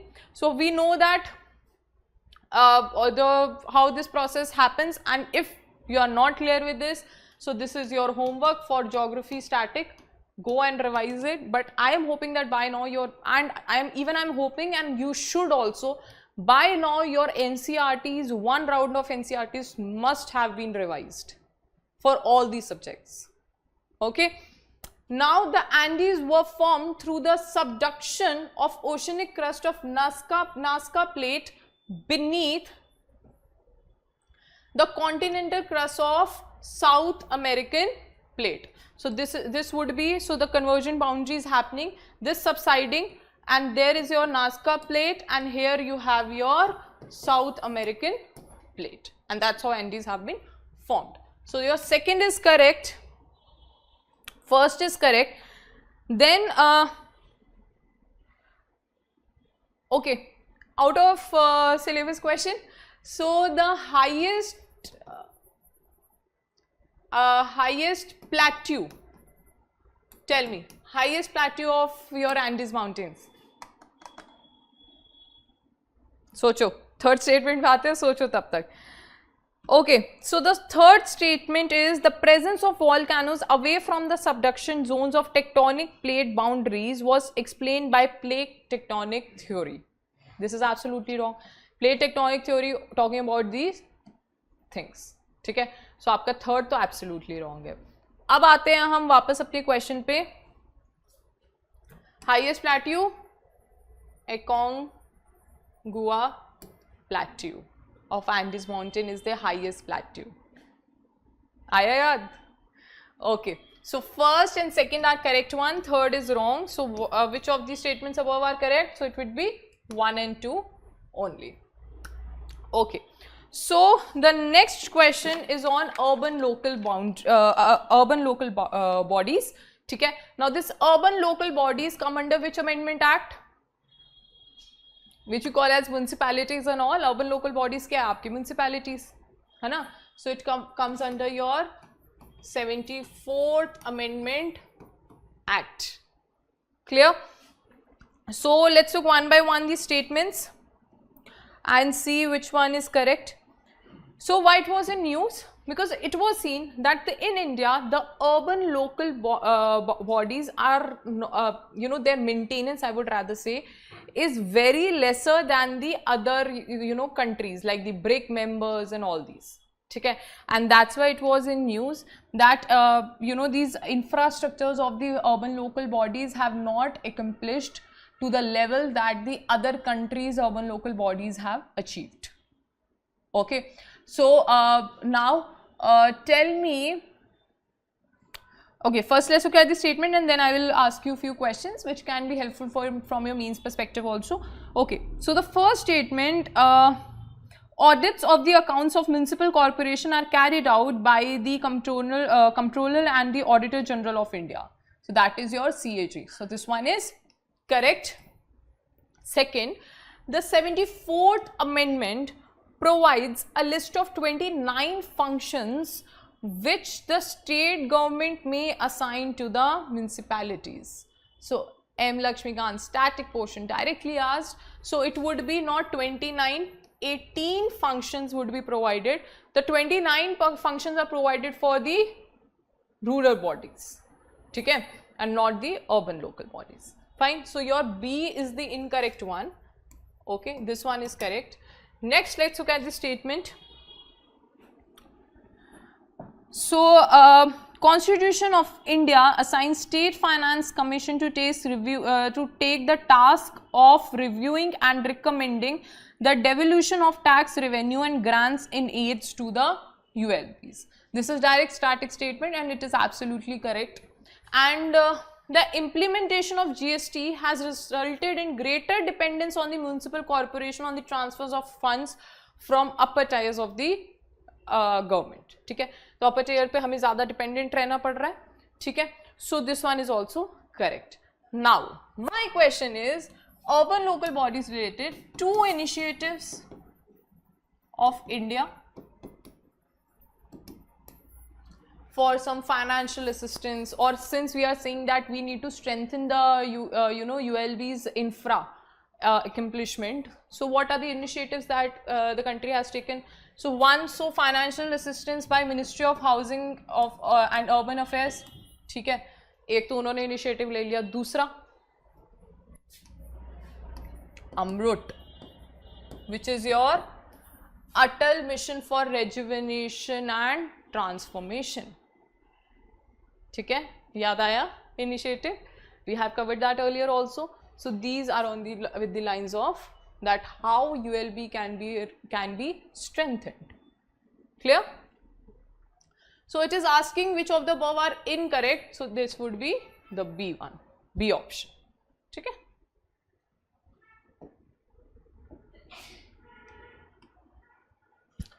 Okay. Next is your Sangam age. Okay. So Sangam literature belonging to Tamil Nadu, or Tamil literature I would rather say. So let's read about Sangam literature. Okay. What all important things you need to remember. So the earliest writings in Tamil language has been produced by the three Chankams, that is your literary academies or the literary in Madurai. So this is by the Pandyas, remember that, okay, in Madurai from the 1st to 4th century. Okay, remember this. Now initially only, please pardon me for the pronunciation of all these names, I might pronounce it wrong, but that's why I have given you here the slide and the spellings so that you can understand what I am trying to say. Okay, so the Tolkappiyam, a book of grammar and rhetoric, 8 anthologies of the poetry were compiled. All these names are given over here, and the 9th anthology, the Pattu Pattu, okay, consists of 10 idols that present the picture of early Tamil life. So Sangam literature is covering through poetries the early life of the early Tamil life. ठीक है, उससे पहले आपका Tamil language में है in Madurai by the Pandyas from 1st to 4th century. That is also very important for you to remember. The 8 poetries and the 9th one is given over here. The poems are concerned with 2 main topics, so you should know that on what topics it is covering. The first 5 collection are on love and the next 2 are on heroism, ठीक है, the praise of the kings and the deeds, ठीक है, तो love पे भी बात हो रही है और heroism पे भी बात हो रही है. Then your Paripatal, the 8th collection of the poem of both the types, ठीक है, so Paripatal आपका दोनों cover कर रही है, ठीक है, and one book of grammar is also there. I guess that is what the question has also been asked, ठीक है. Now many of the poems, especially on heroism, display the freshness and the vigor and the singularity of the literary conceits much of the early or the medieval literature of the India. So we can take the nuances of the medieval literature of India from these poems also. Clear? Since they mostly deal with the non-religious subjects, these poems are also free from the complex mythical allusions, and you know, the mostly if you look at these around these centuries art forms, even in when we are talking about Buddhism, Jainism, you know, 1st to 4th century and all those. So we will see a lot of cultural religious talks were regarding the art forms also. But this one is non-religious because it is talking about kings, it is talking about, you know, the early Tamil life of the that people that were living there, and it is talking about the love. So you know, it is very far away from that this any art form belonging to any religion, sorry. Okay. And there are nonetheless some instances of religious works in Sangam poetry, like Paripatal, for example, contains the poem of Vishnu, Shiva, Durga and Murugan. So mostly in this Sangam literature you will see that they are far away from all these things. Only there is one poem called poems, you know, the Paripatal, okay, which contains both, talking about heroism also and love also. And that poem, that 8, you know, the 8 collection is talking about Vishnu, Shiva, Durga and Murugan, the god that is believed there. So this all you need to remember with respect to Sangam literature, and question has been asked by UPSC earlier also. So let's look at the first statement. The first statement says that the Tamil Sangam assemblies were organized in the patronage of the kingdom of Cheras, Cholas and Pandyas. So it is only in the patronage period of the Pandyas of Madurai. Okay, so first is absolutely wrong. Next, only one literature of second Sangam assembly survives, that is your Tolkappiyam, which is the most ancient extant of the Tamil grammar. So this one is correct, we just read. The third, the Sangam literature is divided into 2. One is the narrative text and the other one is your didactic text. So this one is correct. So both 2 and 3 are your correct options. Okay. So next question, in next question we have with reference to India, which of the following statements is incorrect? So here now let's revise our economic static portion. So let's look at the statement one by one. So the reason behind explicit provision of the revenue budget and the capital budget in union budget arises out of a condition provided in the Indian Constitution. So we just discussed that it is under Article 112, your annual financial statement, which is talking about the budget. So first is correct. Second, the government's fiscal policy plays a big role in stabilizing the economy during the business cycle. So when we discussed inflation, at that time we talked about monetary policy also. We also talked about the fiscal policy. Fiscal policy, how the government is controlling through fiscal policy. Supposedly they are doing the government expenditure, okay, increasing or decreasing, whatever. Subsidies are there. Okay. Next is your taxes. Okay. Increasing, decreasing the tax slab according to the boom in the economy or downfall in the economy. So this is how the government fiscal policy plays a big role in stabilizing the business cycle. Next is your deficit financing. So deficit financing means what? That government's expenditure is greater than the revenue that is generated. So the one option is that it will print notes, it will print additional notes, okay, currency. So why deficit? Now here the scenario is that yes, printing of additional notes would create inflation, and of course that creates a inherently inflation. But how it is often necessary in a country like India? Because how the expenditure of the government is increasing, how this side is increasing, because government is doing this, supposedly, let's take the example that government is doing expenditure on infrastructure. So creating infrastructure for the citizens of the country, that means there is development in the country, correct? So for the developing nations, if their expenditure is increasing to a certain amount is important, because it is working towards the development of the country. So that's why deficit financing is necessary for the countries like India. Clear? So all are correct. Let's look at the D statement, the fiscal deficit. So fiscal deficit we did in details during the time when we talked about twin deficit, right? I guess twice or thrice we have discussed about the twin deficit, where we talked about fiscal deficit.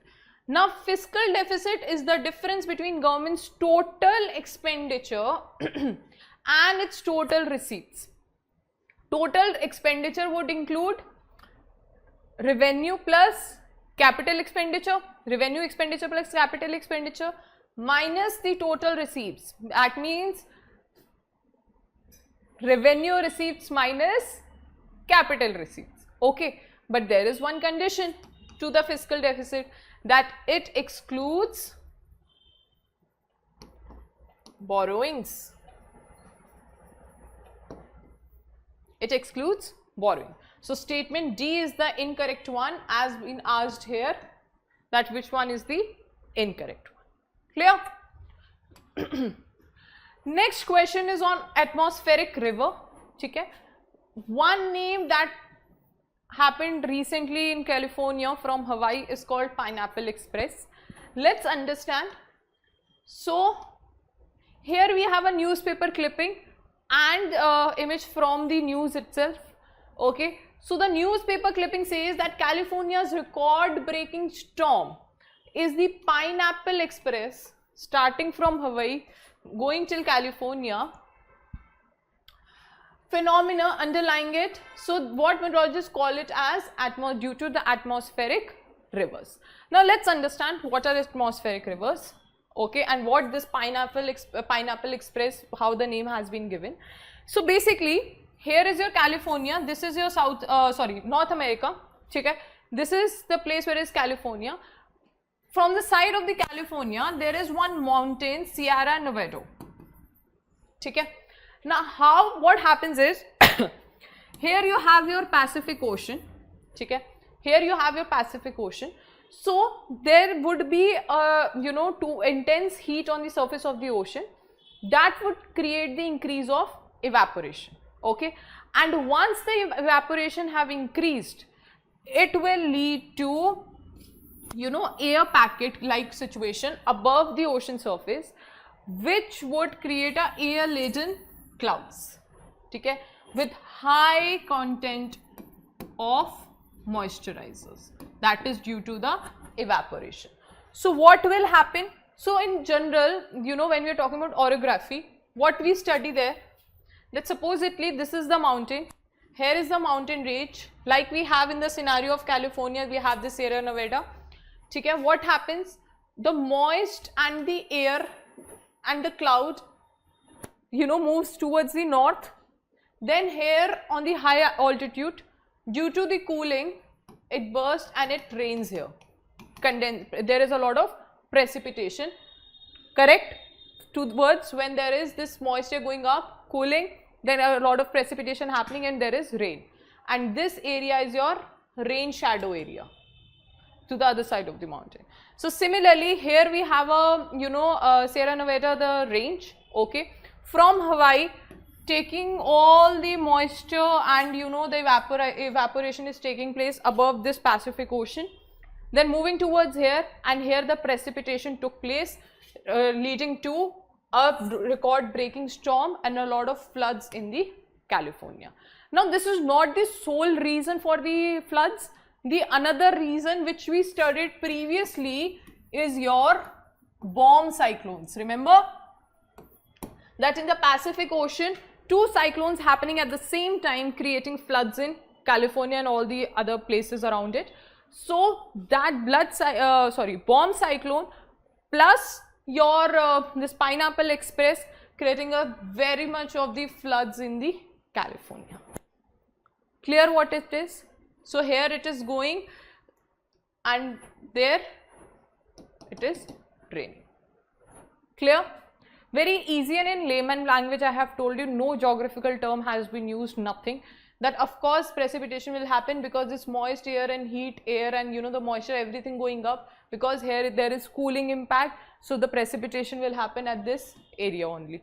In very basic language I have told you, I have not given you any geographical name because everybody, everybody's strong subject is not geography. So I want you to just have an overview that how you have to connect your static to your current affairs.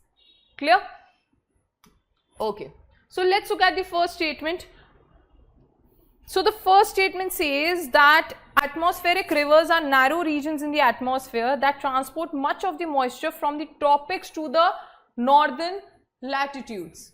अब आप ये देखो कैसे tropics से northern latitude की तरफ जा रहा है. So basically all these storms and everything we have seen that if this is equator, this is 30° south, 30° north. Okay, so this tropical area and your subtropical area, here these scenarios majorly take place. Okay, so in this tropical area, that is your Pacific Ocean, then it moving towards the northern latitude where the precipitation happened and there is this floods and storms and everything. Clear? And so yeah, this much you need to remember. So first is correct. Second, the atmospheric rivers are a part of Earth's ocean water cycle. Of course, the same process is happening which we have studied in our ocean chapter of static ocean also. So second is correct. Third, the Pineapple Express is a well-known example for the atmospheric river that we just saw. So all your 3 are the 1, 2 and 3 are the correct ones. Okay. Next is your Juna Khatia. Okay. What is Juna Khatia? Let's see.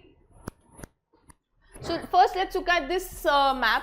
So the Harappan era site in Kutch, this Juna Khatia is over here near the Kutch in Gujarat.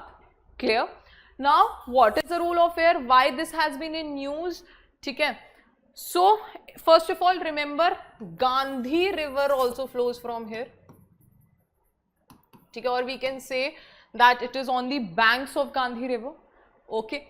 Now next, that this site has from this site Junakhatia, we have excavated few cemeteries which resembles to your early Harappan early Harappan era. Okay.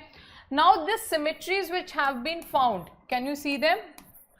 They are very much evident with and matching the evidence with the whatever excavation we have done over here, whatever kind of excavation happened. It is very similar to the early Harappan era, the whatever kind of burial system they had. Okay, the cemeteries, the having the terracotta or the ceramic potteries, having bangles, beads, all these things have been found here. Clear? And even these pots, terracotta pots, have been found here. Okay, and that's why it was in news. So now for you, again, in this civilization topic, very important because it is often in current affair. One time it was previously in 2022 also it was in news because Dholavira was registered under as a part of the list of UNESCO World Heritage Site. So at that time also it became important, the Indus civilization as a current affair topic connecting to static. Now again due to Junakhatia, again this topic becomes very important. Clear? So let's look at the first statement. Junakhatia is a Harappan citadel site with diverse ritual practices and distinctive symbolic potteries. So distinctive symbolic potteries nahi hai. These potteries are matching towards those same ceramic and your terracotta potteries that were of the early Harappan civilization. So first is wrong. Second, the ceramics found at the Junakhatia are older than the Dholavira and the style similar those excavated from the early Harappan sites. So that the basalt cover was used and all those things are very similar, the potteries, the bangles, the beads that have been found. So first is wrong, second is correct. So it is asking which of the above are correct. So it would be 2 only. Okay. So on Western Ghats, previously we have discussed in the previous question, we have discussed in details at what Western Ghat is and everything. So let's look at the first statement. So the first statement says that the Western Ghats originated in the rupture of ancient Gondwana land in the Jurassic period. So this one is absolutely correct. Okay. Next question, the influence of the mountains of the Western Ghats leads to one of the best examples of tropical monsoon systems. So southwest monsoon winds, flowing towards, and then the rain in the whole country, and what is the scenario? We have discussed that earlier. So yes, this one is also correct, leading to tropical monsoons. Next, Karnataka has the highest number of protected sites in the Western Ghats listed under UNESCO World Heritage Site. So I guess previous discussion we have discussed this, that the Kerala has the highest one, okay, and not Karnataka. So your 1 and 2 would be the correct one.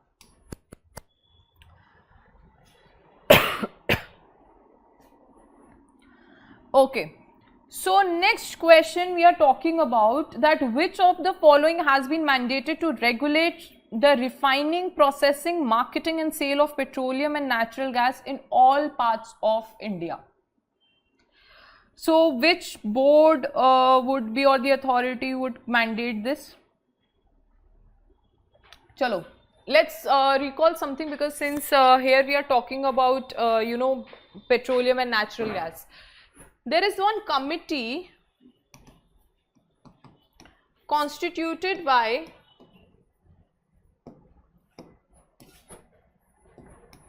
Ministry of Petroleum. Twice we have discussed this in revision test also, we have discussed this, and during your August-September current affairs we have discussed this. So the committee that constituted by Ministry of Petroleum is called Kirit Parekh Committee. Kirit Parekh Committee, who was the energy expert. Remember? Able to recall? And energy expert, and what was his role? To look at the natural gas pricing for the whole year, okay? To analyze that and everything, to review the natural gas pricing. Okay, this was the role of the committee. Okay, keep revising everyone. So let's talk about this one now. So the mandate to regulate the refining, processing, marketing and sale of petroleum and natural gas, which board? So it would be Petroleum and Natural Gas Regulatory Board. So they came under the Petroleum and Natural Gas Regulatory Board Act of 2006, and their role is to process, marketing, sale and all the related to regulate everything related to natural gas, plus also to protect the consumer rights. Clear? This much information is sufficient for you. Okay, so B option is the correct one. Now let's look at the statements with respect to UNESCO World Heritage Site. So consider the following statement: if a site represents a masterpiece of human creative genius, it can be declared as UNESCO World Heritage Site. So this is the correct definition. Next, cultural landscape represent the combined work of nature and of men and are illustrative of the evolution of human society and statement over time. So this one is also absolutely correct. So combined work of nature and man. Even if you took the example of Indus civilization, then also you could have corrected this statement, right? And as I told you, Dholavira has been the most recent site in India to be added in UNESCO World Heritage Site, and that's why it was in news. And again, Indus civilization becomes the important static chapter for you from ancient and art and culture, both perspective. Okay, so your first, second, third all are correct, so option D. Fine. Next we will talking about pan-transcriptome. What exactly it is, okay, and then we look at the option. Fine. First of all, let's understand that pan-transcriptome is the combination of your transcriptome and pangenome. Okay. Now transcriptome question we have discussed like in the beginning of our lectures, I guess, where we talked about that the role of RNA, how it is the molecules of RNA are produced from the genetic material of the individual. Okay, so the transcriptome is a complete set of RNA molecules, ठीक है, in a cell or tissue, जिसमें आपका mRNA, rRNA, tRNA and your other non-coding RNAs would be part of it and would be produced by the genetic material of an organism. Now what I need you to remember is of an organism. Okay, so this is produced from the genetic material of one organism. Now let's understand first pangenome, then we'll move towards the other one. So the pan-transcriptome concept builds the emerging concept of pangenomics. Okay, pangenomics क्या है? Typically when evaluating an individual's genomic data, for variation, scientists compare the individual genomic data with a reference made up of a single linear strand of DNA basis. ठीक है, अब ये तो role हो गया पैनजीनोम का. पैनजीनोम के आइडिया से now we have shifted to pan transcriptome. Pan transcriptome is a reference that contains genetic material from a cohort of diverse individuals rather than just one, strand of what you call as linear strand, single linear strand. So in pangenome we are comparing it with a single linear strand, है ना? Pan transcriptome में earlier when we were talking about transcriptome, तो हम जो complete set of RNA molecules थे वो one organism से ले रहे थे. But now in pan transcriptome there would be diverse of the individuals, so not only one, there would be a lot of individuals, so a lot of organism data would be compared. Clear? So ये difference जरूर याद रखना. अब ये news में क्यों था? Because the researchers of the University of California has proposed a pan transcriptome under their published as a journal or something. ठीक है, आपको बस इतना याद रखना है यूपीएससी पॉइंट ऑफ व्यू से, ज़्यादा डिटेल्स में मत जाओ that you know how they are formed, what happens, all those things are not important for you. For you, important is that what it is about, what combination it belongs to, and separately what are transcriptome and pangenome, that they are combined together and creating, establishing pan transcriptome. Clear? So look at the third statement. Comparison of an individual genome to that of a genetically diverse cohort of the reference sequences of all. Okay, at once. So this one is your pan transcriptome. So option C is the correct one. Okay. So once in the previous question we were talking about BOP, I told you that further we have 2-3 questions related to BOP. So there I will try to explain you that what exactly BOP is. ठीक है. First of all, इतना समझ लो, BOP, the balance of payments between India and the rest of the, between India and rest of the world, ठीक है, are your BOPs. ठीक है. अब थोड़ा स्टैटिक रिवाइज करते हैं. ठीक है. अब स्टैटिक में आपके लिए क्या क्या इंपॉर्टेंट है, लेट्स लुक इनटू इट.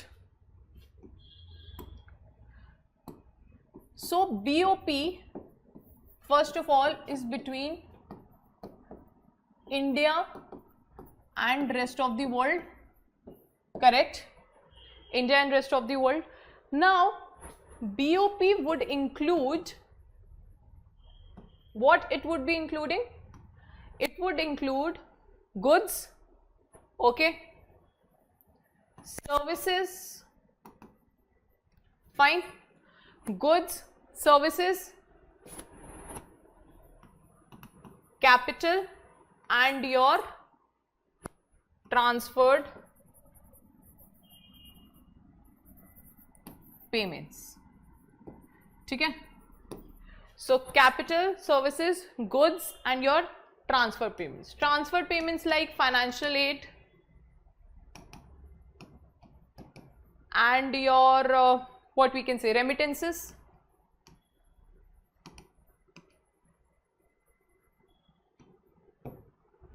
ठीक है. Clear what all includes? Goods, services, capitals and transfer payments. Transfer payments like financial aids and remittances. Like supposedly Indian parents, son is working in Canada, he has become NRI and he is sending money to the to his parents. Okay, so that money would be, amount would be part of your remittances. Clear? Now we'll see what are the components of BOP. ठीक है. Now we will see the components of BOP's components. ठीक है. So first of all, BOP is between India and the rest of the world. So that means it is including your imports and exports. ठीक है. Imports, exports of goods, services, transfer payments and capital. इतना हमने समझ लिया. Now BOP के components क्या होंगे? वो actually they would be part of all these only, all these things. So that's why I have written over here. So BOP components first would be your current account. ठीक है. Second would be your capital account and third would be your financial account. ठीक है. So what current account will include? It would include import and exports of goods and services between India and rest of the world. Now the import and export of goods and services would not impact the assets and liabilities of the country. Clear? What is current account? So current account is import and export of goods and services, and it won't impact the assets and liabilities. These two things you need to remember with respect to current account. Now let's look at the capital account. Capital account, what it would include? It would include investments, loans, borrowings, and very important, foreign exchange reserves. Okay, very important to remember. So it will include investment, loans, borrowings, and foreign investment reserves. Now, these are such things which would impact your assets and liabilities. Okay? So capital account would include investments, loans, your borrowings, foreign exchange reserves. That would impact the country's assets and liabilities. Now, what is financial account? So the financial account would include investments in business, like real estates or FDIs, foreign direct investment, FDIs. Okay, so this is very important to remember, because right now in news it's often there. This is very important to remember then, because again it is often in news, and here you have your normal trading always in news. So now you know the balance of payment, so what current account means, what capital account means, and what financial account means, the differentiation, how you can categorize them. I hope it has become easy for you. Now, if you have completed this whole concept, you have understood this concept, then in whatever applicable questions you apply to it, you would be able to answer it. Okay? So, let's look at the first statement. BOP of India will record all the transactions which happen between Indian resident and non-residents, foreigners or foreign entities. This is absolutely correct. Now, SDR are reflected in BOP. Is it correct? Of course, because we saw that foreign exchange reserves would be part of capital account. So therefore, this one is absolutely, so this one is correct, and this one would also be absolutely correct. Next, in India, Ministry of Statistics and Programs Implementing is responsible for preparing the BOP. So that would be RBI, our central bank, and not ministry, not in Ministry of Statistics and Program. Okay? So only 1 and 2 would be the correct one. Okay. Now again BOP question, let's see. Internationally, BOP of an economy is made in consistency with the manual of which one of the following? So to reflect a very good high quality data, it is to balance with the IMF. Clear? So here you have option B as the correct one. Okay. So next is the question on yellow band disease. Okay. So here I have given you the image. Can you see that on these corals there are these yellow bands you can see? So this disease happens before the corals die. Okay.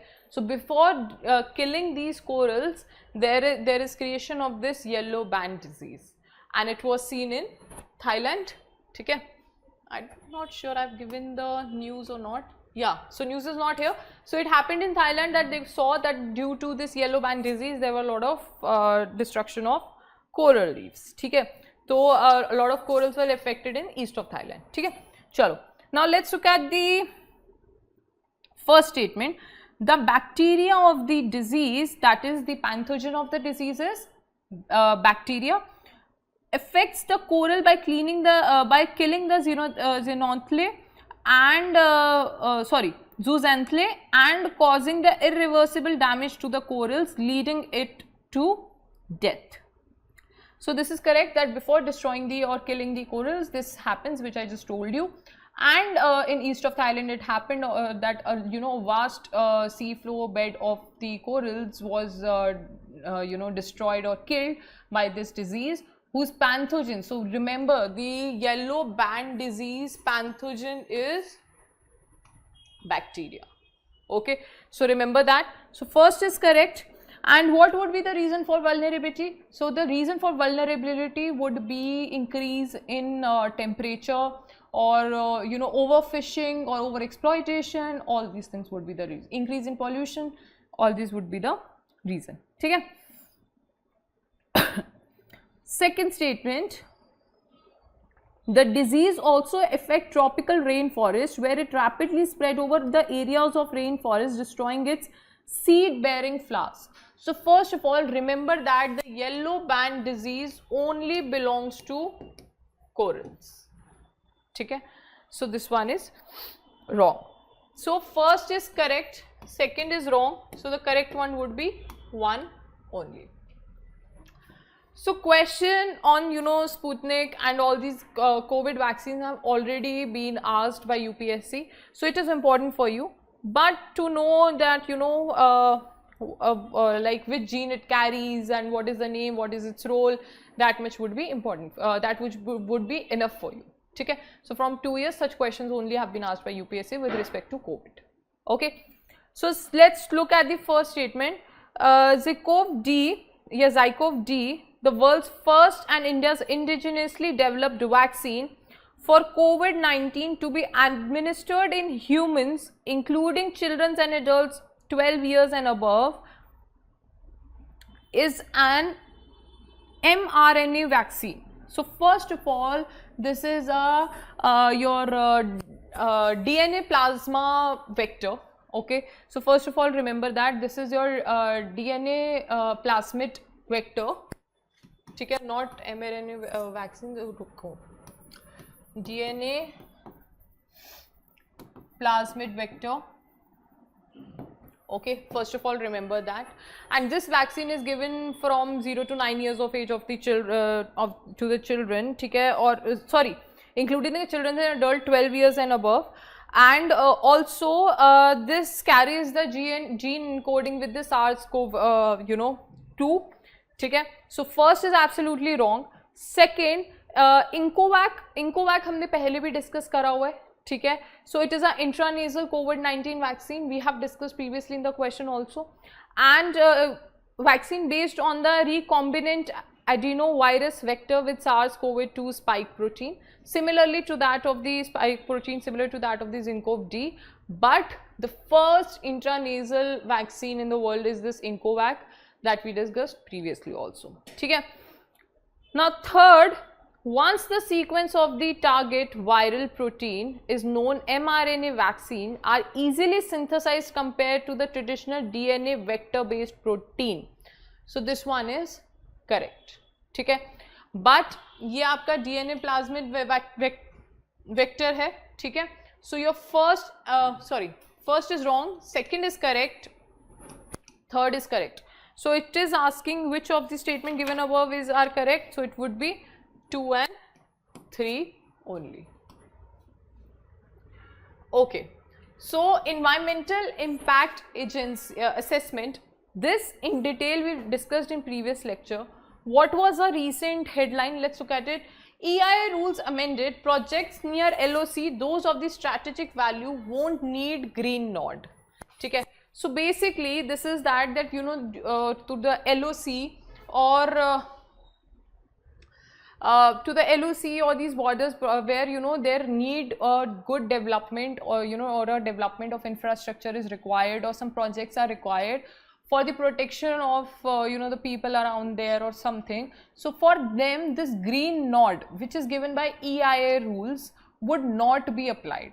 This was decided recently. Okay, and that's why it was in news. So the first statement, the screening process can declare that the particular project proposal does not require environmental clearance, that what environment impact it would be, you know, giving on around that project would be giving around on the environment, that would not be included, because that is important from development perspective or for the security perspective of that border. Okay. Second, in India, public consultation is done when the draft EIA report is already prepared and is ready for the final submission to the expert committee. So this one is also correct. So this is the process. So which of the above are correct? So 1 and 2 both are correct. Okay. Next question is on marginal standing facility. So when we did liquidity adjustment facility, there we talked about marginal standing facility. Okay. And the other component, you will tell me. Liquidity adjustment facilities when there is urgent need of liquidity, ticket or for the banks to increase the liquidity or है ना ऐसा कुछ होता है, and these are the there is no requirement of collaterals, ठीक है, by the banks to the RBI. So one is MSF. You will tell me the another name. Okay, आया याद? SDF. ठीक है, SDF. चलो, let's look at the first statement. So the rate at which Reserve Bank accepts the uncollateralized deposits on any overnight basis from all the liquidity adjustment facility participant is called, is it called your marginal standing facility, MSF or SDF? SDF, okay? It would be SDF and not MSF. That's why I was recalling the name. So next statement, the rate at which Reserve Bank is ready to buy or rediscount the bill of exchange of the commercial papers. So when the Reserve Bank is ready to buy the commercial papers, okay, that would be called as bank rate. And this bank rate impacts your repo rate, reverse repo rate and all those. That could be the tools for your liquidity adjustment facility also. Okay. Next, the penal rate at which the banks can borrow on an overnight basis from the Reserve Bank by dipping to their SLR up to the predefined limit. So this is the overnight, if they need overnight liquidity. So for them from the Reserve Bank, this would be called as your marginal standing facility. Okay? So C option is the correct one. Last we देख लेते हैं. Outright purchase sale of the government securities by Reserve Bank for injection and absorption of the durable liquidity in the banking system. So when we purchase or sell the government securities, it is called OMO. What is it? Open market operation. When we covered open market operation, remember? When we talked about government securities, we need for the short period of time. So at that time, it would not consider your, inflation and all. But if we are talking about open market operation, they considers inflation and then decides to inject or absorb the liquidity. ठीक है? तो तब हमने वो पढ़ा था. So your C option is the correct one. Okay. So next question is again on BOP. ठीक है, BOP पे question है. But here now the second portion of BOP where I explained you, that it is creating assets or liabilities, it is not creating asset or liability. That's how we will cover that, whether it would be part of financial account, capital account or current account. ठीक है. So let's look at the first statement. When a person is purchasing shares abroad, it comes under the capital account. Person is purchasing the share abroad. मतलब एक तो investment कर रहा है ना, और assets भी create कर रहा है. So it is affecting the assets also and it is purchasing the share also. So it will be come under the capital account. ठीक है. Next, when a person will receive dividend from the share purchased abroad, so once he has purchased a share, now he will earn the dividend on it. It will come under the capital account. When you are getting the dividend, will it impact any assets or liabilities of the country? No. So it will come under your current account. Okay, it will come under your current account. Now, paying interest on loans from an international agency comes under the current account. So, you know, when you take loan from any international agency, so this paying interest rate on the loan, so this loan would impact your, अब अभी हम यहाँ पे keywords याद रखो, ये बात कर रहा है paying interest of loans की, this is talking about paying interest of loans. First let's talk about if loans of loans would have been taken from international agency, then it would be considered as, so this taking of loan would have created liability, so it would have been part of your capital account. Okay, so this would have created liability and it would have been part of your capital account. But right now in this question, the key word is your paying interest. So now we are paying the interest on the loan, so that would not impact the asset or the liability, and that's why it would be part of your current account. Clear? Next question. Receiving the remittance of grants will come under the financial account. So we are not investing in business, real estate or FDI. It is just that we are gaining the remittances. So that would be part of your current. Okay? Clear? So your fourth is wrong. Your second is wrong. First and third are correct. So it is asking which of the above are correct. So it would be first and your third one. 1 and 3 only.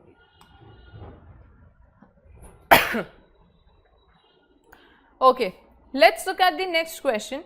So now we are talking about foreign exchange reserves, ठीक है, forex reserves.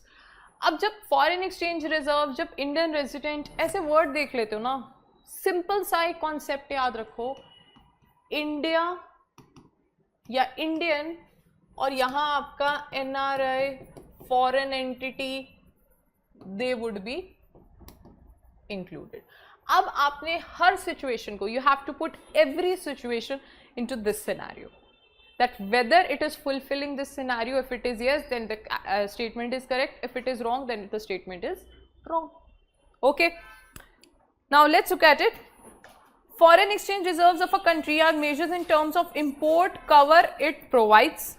This one is correct, okay, that the import covers that it provides.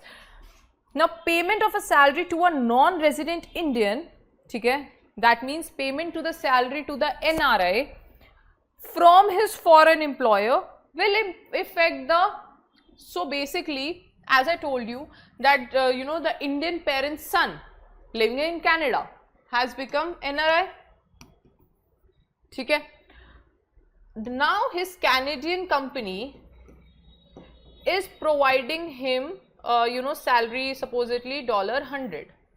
Okay, now this transaction is happening between Canadian company and the NRI.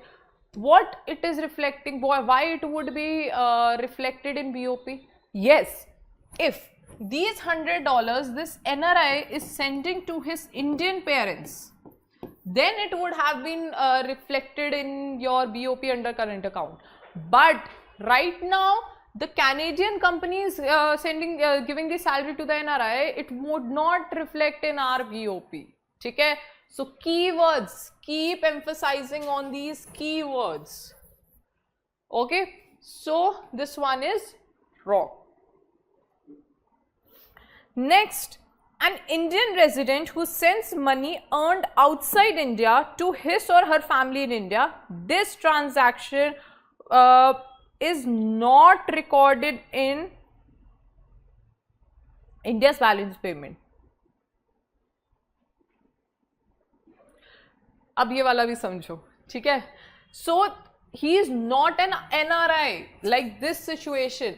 He is the Indian, he or she is the Indian resident who went outside, worked and sending the money to his family in India. So Indian sending money to the Indian. So it is not justifying this scenario again. So of course it would not be recorded. So this one is correct. Okay. So which of the above are correct? 1 and 3 only. Clear? Chalo. Next question. So next question, let's look at the first statement. If someone wants to import commodities $1 billion in India, okay? If someone wants to import commodities of $1 billion, okay? Then RBI allows full convertibility of rupees without any restriction. So this in 2019 or 20, I guess, RBI has allowed this thing, and this would be part of your current account. Okay? So first statement is correct.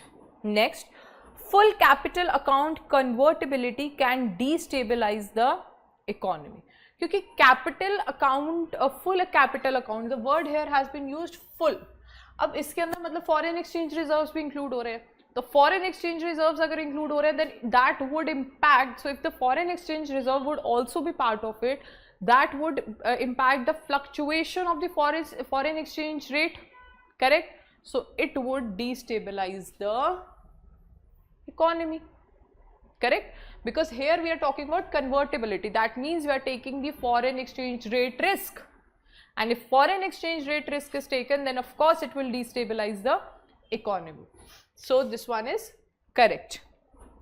Next, there is a limit on the amount of foreign investor can invest in government securities of India. So again by RBI they have allowed the full accessibility. So this one is incorrect. So it is asking which of the above are correct. So it would be 1 and 2 only. Okay. Now related to BOP, I guess a lot of questions we have done. We have somehow covered the whole chapter of BOP only. Okay. So let's look at the next question. Which of the following statement is incorrect? So one by one, let's look at the statement. Until and unless the bank offers higher deposit rates than inflation rate, nobody keep money in the bank.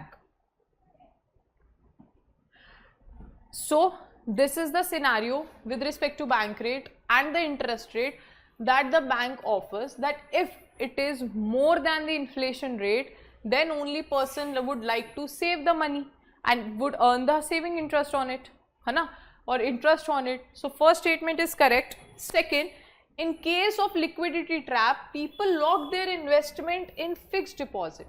Liquidity trap का एक basic concept, please try to remember it, that in liquidity trap is more like a psychological trap. ठीक है? That people, whether you know the interest rate are even low, then also or even high, the people do not invest. ठीक है? They do not use their money for the investment purposes or the spending. Even the spending decreases. ठीक है? Even if the interest rate is low. So why this happens? Because psychologically they have thought that okay, you know, after 1 or 2 weeks or months, you know, we might require more of our money in hand rather than keeping in a bank or investing somewhere or gaining interest in all those things. Okay? Like after the first wave of COVID, people realized that how important it is to have money with themselves, because you know, if they have supposedly there is one person who has invested in a property. Okay? So before COVID, 3 months back, supposedly he bought a property. Now he's not so he took the property that he will put on, you know, rent, and he will earn the rent like 1 year or 2 years back. Okay? But after first wave of COVID, this gave a psychological impact on people that, you know, even in the second wave or the third wave, same scenario would happen, that, you know, our work would not, you know, like the working conditions would not be that good, or we need more to, you know, sit at home and, you know, exhaust our savings. So that psychological impact on people relate to, that people were not going to invest more. and they were more trying to keep the money with themselves. Now, just because thinking that in future the economy would weak the economy in the present scenario also. Okay, so the second statement which says that investment in the fixed deposit, that is not at all possible, because these two things are not happening in liquidity trap. So remember this thing. If you remember this thing, then you apply anywhere, you will be able to correct or incorrect the statement. Okay.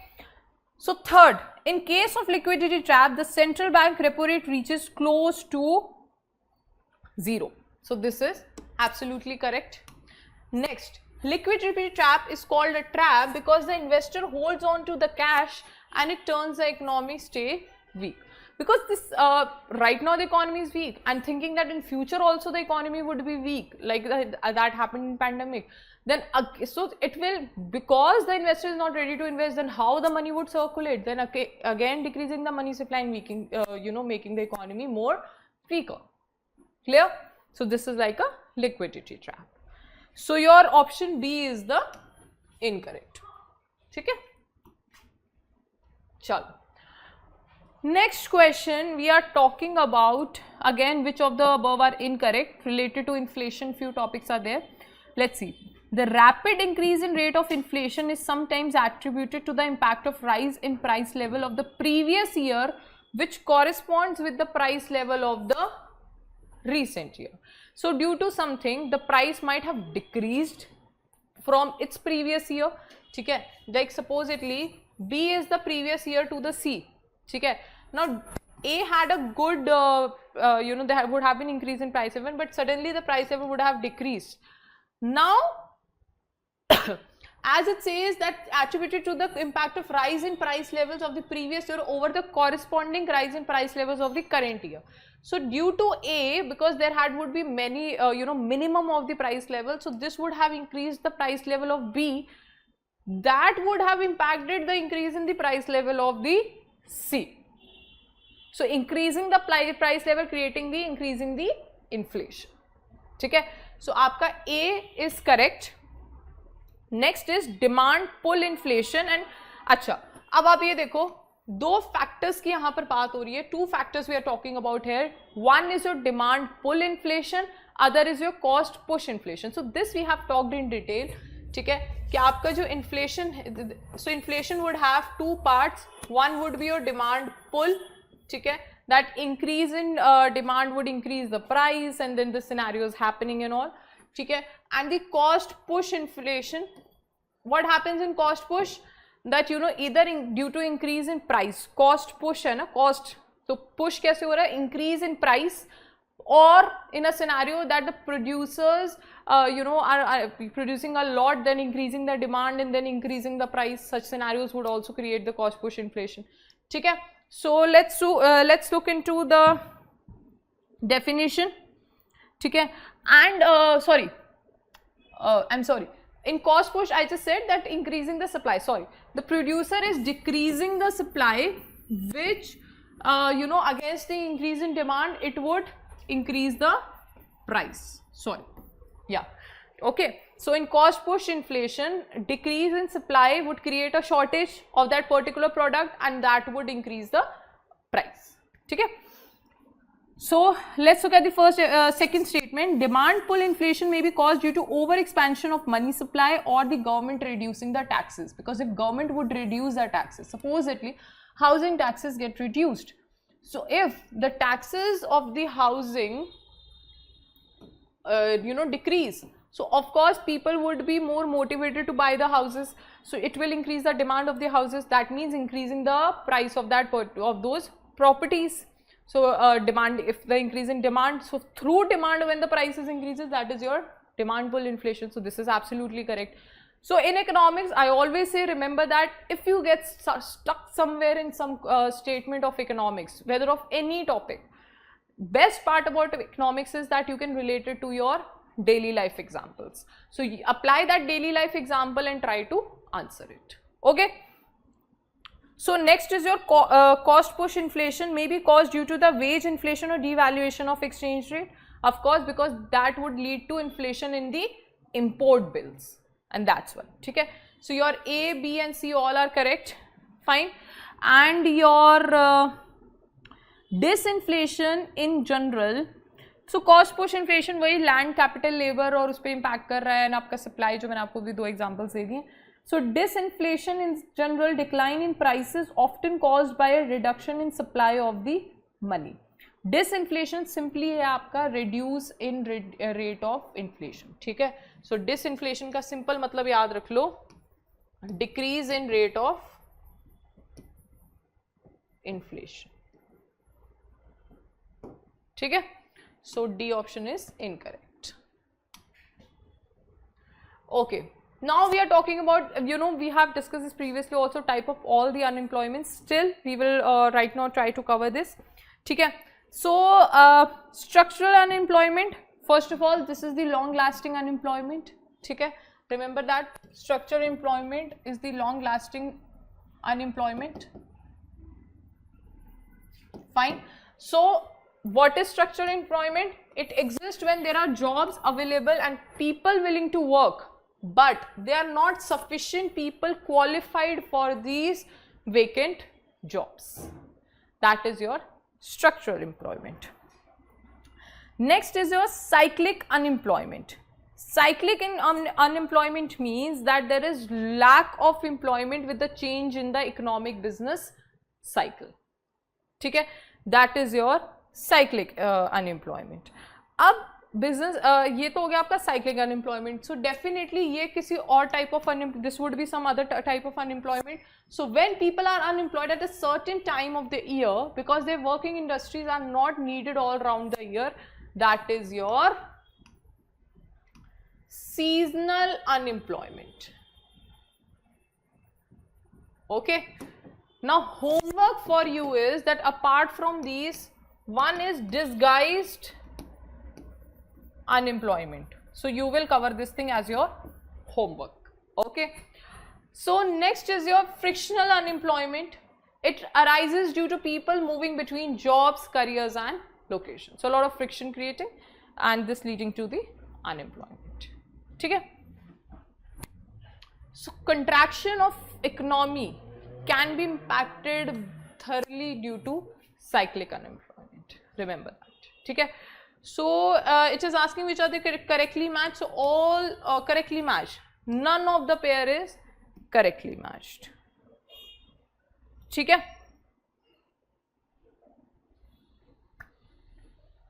Chalo. Next question. So in next question,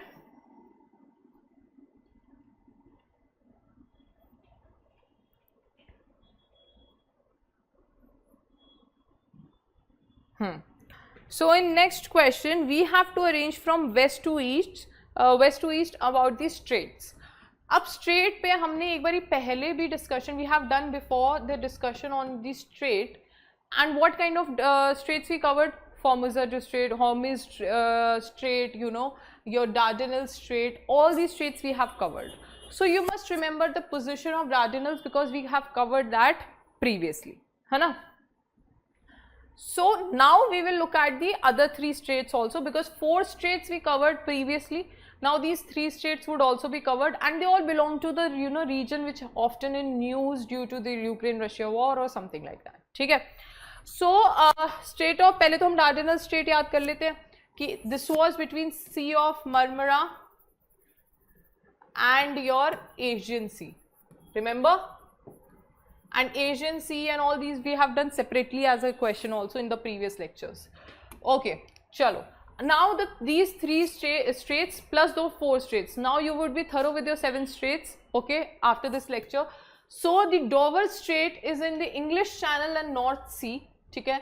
So the location is between your France and your England, okay. So the strait is between North Sea and English Channel, and it is between the countries England and France.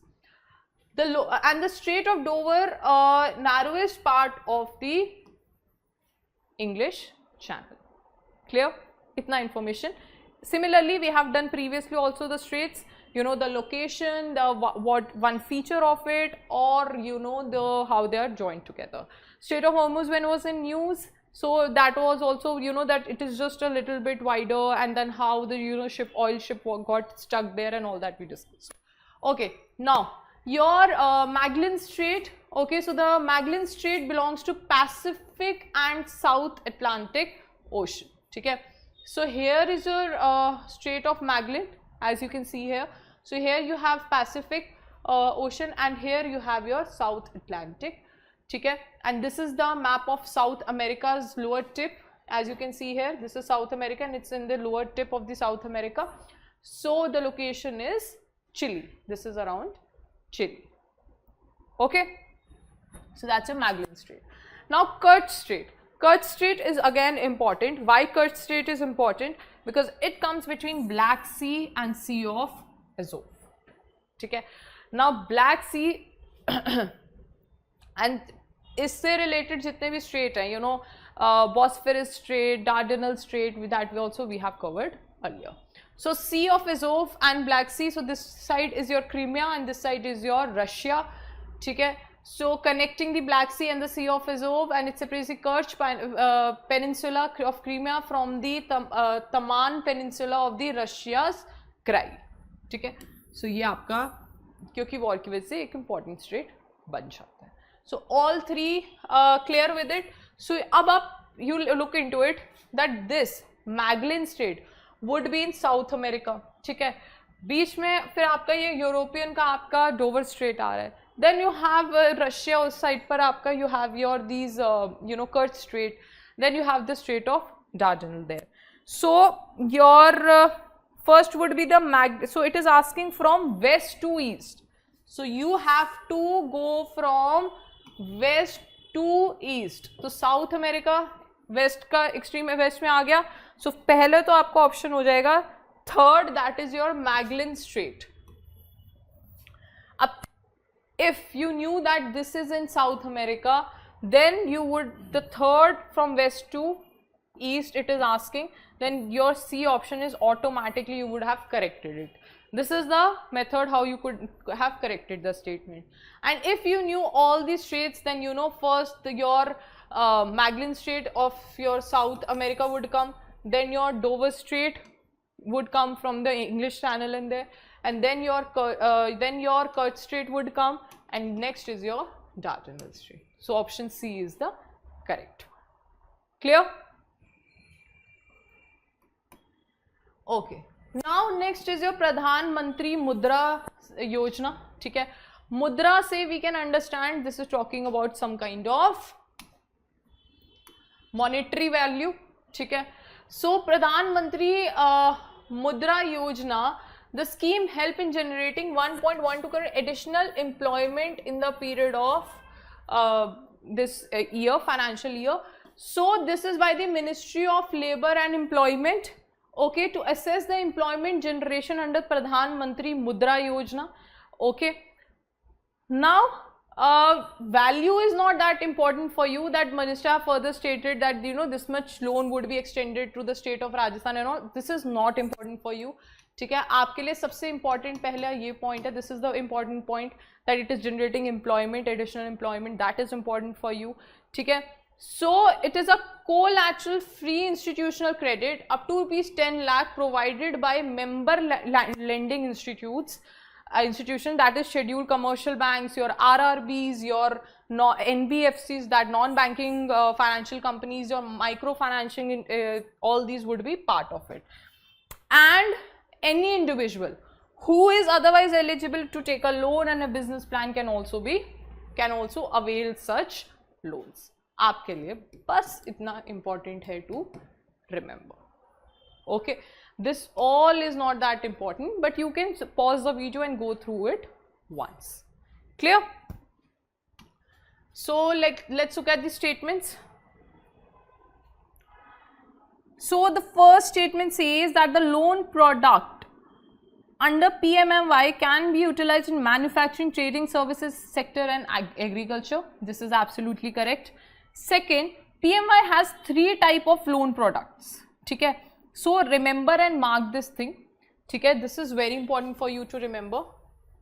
3 type of loan products, that is your Shishu, Kishore and Tarun. अब इन सब का monetary value different है, ठीक है, for in all these 3 type of loans. So Shishu is Shishu, so it's like a child, है ना. So for such small businesses, the funding requirement is of only rupees 50,000. ठीक है, so it is up to 50,000. So Shishu means child, so say minimum value जो 50,000 that is for Shishu. Next is your Kishore, ठीक है, so this would be Kishore.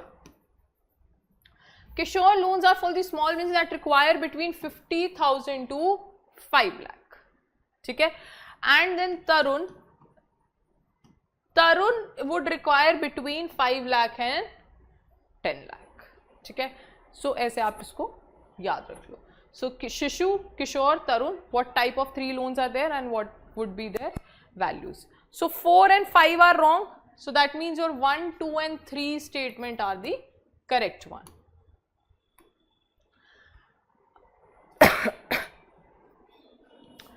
So next question, we are talking about green energy corridors.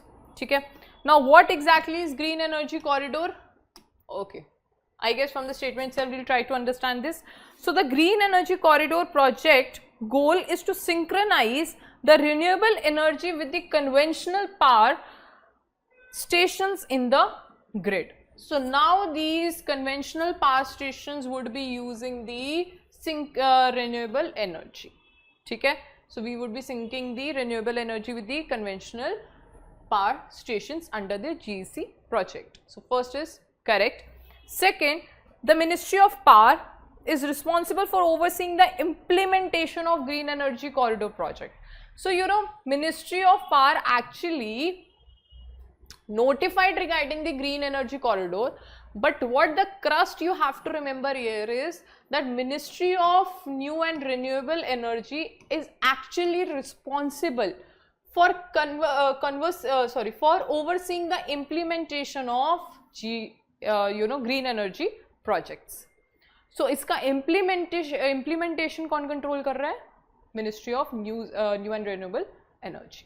Remember this. Okay, so I've always told you the scheme which would be or might be confusing for you. ठीक है, we have discussed that earlier also, that the Shakti might belong to women, but actually it is of Ministry of Coal. So ऐसा कुछ भी होता है, ठीक है, कोई social justice की scheme है जो it might be that it would belong to some other ministry. So this confusing kind of the places, you have to write it down and remember it. ठीक है, जैसे यहाँ पर under this green energy corridor project, you might get confused between Ministry of Power and Renewable Energy. So you should know their respective roles with respect to this project. Okay.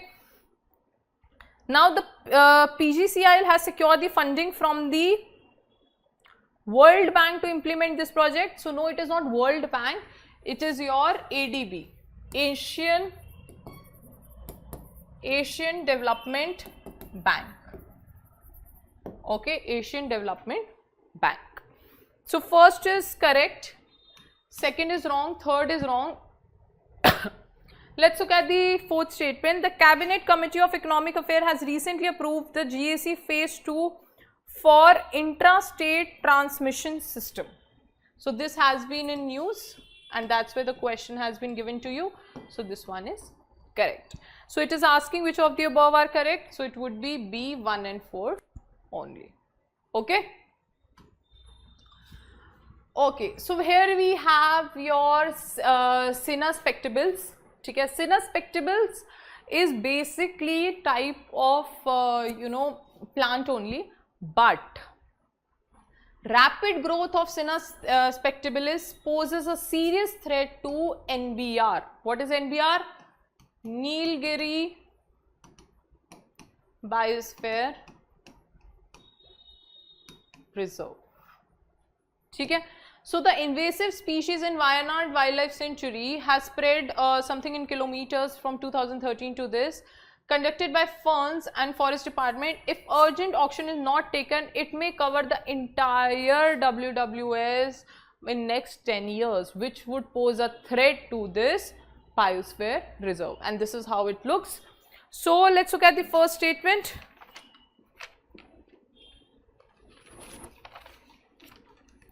So the first statement says that it is the fast growing deciduous tree, originates from Africa. So this is absolutely wrong, okay? And it's actually, so these are like your, you know, yellow flowers kind of a thing and a plant, and its origin is in tropics of America, and that's why they're able to exist in such conditions in the around the Nilgiri Biosphere Reserve, okay? So first is wrong. Second, it is classified as vulnerable. So no, they are, since they are growing, they are increasing, so they are least concerned, you know, like the IUCN. So both are wrong. So it is asking which of the above is are correct. So neither 1 nor 2. Clear? Okay. Now let's look at the question related to IPR.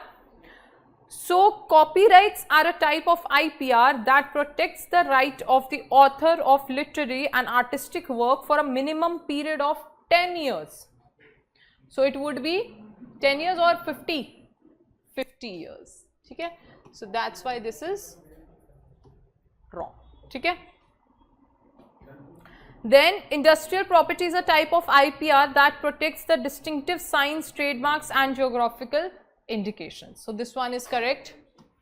Now trademarks are a type of industrial property that protect the brand names and the logos. Of course this one is correct. So your correct option would be 2 and 3 only. Okay. So what is kelp? This is underwater of the ocean. Okay? It's like a brown, it's a large brown algae as you can see in the image. Okay? These are underwater, these are the brown algae. Okay? So these kelp forests are under threat.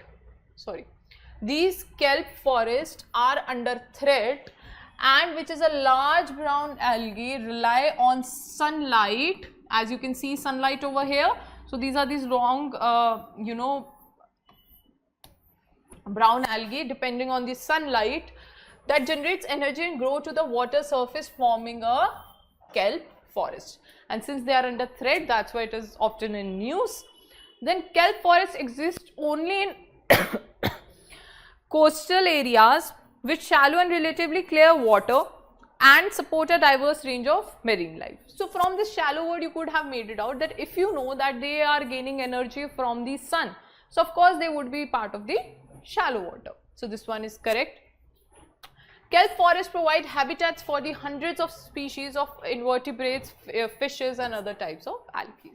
So all 3, 1, 2 and 3 are the correct one, and this is how they look. Okay. Okay, next question is regarding sand. Okay. The Coal India Limited has taken an initiative, you know, to crush the rocks and form some kind of sand, because right now the sands, we can see a shortage of sand in our country. So what you call to you know, solve the issue of shortage of sand, we have come up with MSANT. Okay, Coal of India Limited have come with a solution, which is your manufactured sand. Okay, so they are through the different process like crushing of the stones, or some waste is left over and that is all are there. So this is called as manufactured sand. Okay, M sand. And you know, even the way what you call as you know, while this coal mining and everything happens, so there has to remove the soil and everything. So that waste is also recycled and created as a M sand. Then those crushed stones are created as a M sand. So this is like a recycling process also. It would be having a solution to that also, the waste also, recycling the waste also, and to clear the issue that the country is facing regarding the shortage of sand. So the first statement, sand is considered minor, so it is not major, it will be a minor mineral and falls under the jurisdiction of the state government according to Mines and Minerals Act of 1957. So when we did the gold reserves of Bihar, when we discussed that topic, at that time we talked about the Mines and Minerals Act. And I told you that, you know, the minor minerals or major minerals and what would come under the jurisdiction of which government. Remember? So the administrative control is on with the state government. Okay? Now the rivers and the coastal areas are the primary source of land, sand. So this one is correct. And now due to increase in infrastructure, there is the shortage of sand and XYZ reasons. So which of the above are correct? So first is wrong, second is correct, so the correct one would be 2 only. Okay, now let's talk about measles and rubella. Okay, so this is a viral infection, the measles, and they have almost the similar symptoms, the rashes, the fever and everything. So measles is basically a virus that is impacting your respiratory system. Okay, and of course it is a contagious disease and it can spread through mucus or saliva. Okay, so first statement. Okay, now since I have told you that the measles and rubella are almost similar, but rubella is more harmful. Okay, so remember that. And you know, around 1 lakh children have been killed previous year due to this measles and rubella. Clear? So first statement, India has set a target to eliminate measles and rubella by 2025. So basically these deadlines were 2015, then they shifted to 2020, and now they have shifted to 2023, and that's why it is important for you to understand what is measles and rubella. Okay? Both measles and rubella are viral disease, yes, and there is this measles, mumps, rubella, measles, mumps, rubella vaccine for them. Okay, measles, mumps, rubella vaccine. Okay, and the role of these vaccines is like, you know, playing a good helping us out to work towards the eradication of them. Okay, and rubella ka remember, for rubella, remember this thing that it targets majorly the children or the pregnant women. Okay, majorly their targets are children and pregnant women. So for there is this so government initiative Mission Indradhanush, okay, and for 0 to 9 months the children are getting vaccinated with this for this, okay, to fight against this virus. So second is correct, first is wrong. Third, Sri Lanka has eliminated the measles since 2021, so this one is correct. Now question related to disease and, you know, the measles and everything has been asked to eradication of disease by 2014. Okay, so this is important for you to remember.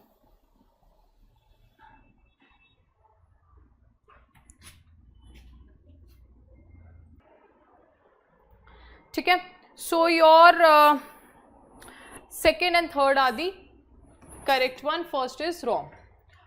So the correct option would be second and 3 only. Okay, so next question we are talking about National Commission for Women. Okay, so recently on 31st of Jan there was 30th Foundation Day for the you know, this National Commission of Women. So that's why it was in news. What I want you to do here is that let's list out you know, top like around 10 approximately schemes or initiatives that have been taken by the government for women. Okay, so please write down. So you know, Atmanirbhar Bharat, okay, PM Mudra Yojana, where 70% women would be covered. Okay, so Atmanirbhar Bharat, PM Mudra Yojana, that the 70% beneficiaries would be women. Then you can write down increase in numbers of self-help groups in women has also taken place. Then 60, so out of the 45%, you know, there has been total increase in 60,000 startups, out of which 45% of these startups are women directors. Fine. Next, Beti Bachao, Beti Padhao. Next is your Swadhar Ghar. Swadhar, SWADHAR, Swadhar Ghar. Next is your Ujwala.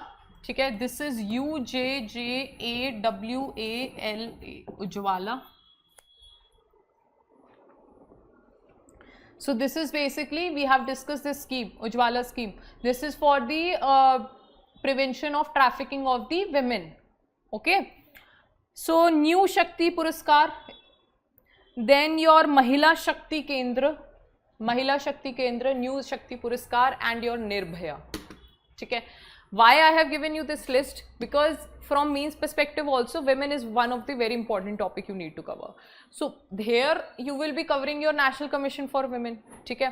And plus, if you write down all these initiatives, give little detail of that, that would be a very enhancement to your answers. Okay, that yes, the candidate is aware about what is happening around. Okay. So first statement, it is a statutory body is correct, and this commission held in 1992. Okay. And it consists of total 5 persons, including 1 chairperson, member secretary, and 3 members. So it includes 7 persons, including your 1 chairperson, member secretary, and 5 your members. Okay. So it makes it to total 7. So this one is correct, this is right. Next, the chairperson is nominated by a committee consisting of the Chief Justice of India, Prime Minister, and leader of opposition party. I mean in Lok Sabha. So this is wrong. The chairperson is nominated by the central government of India. Okay? So this one is also wrong. It is by the central government of India. Okay? So only it is asking correct one, so it would be only 1. Okay, so delimitation commission, let's see static again. So what is the role of delimitation commission? That it is setting the boundaries for the territorial constituencies.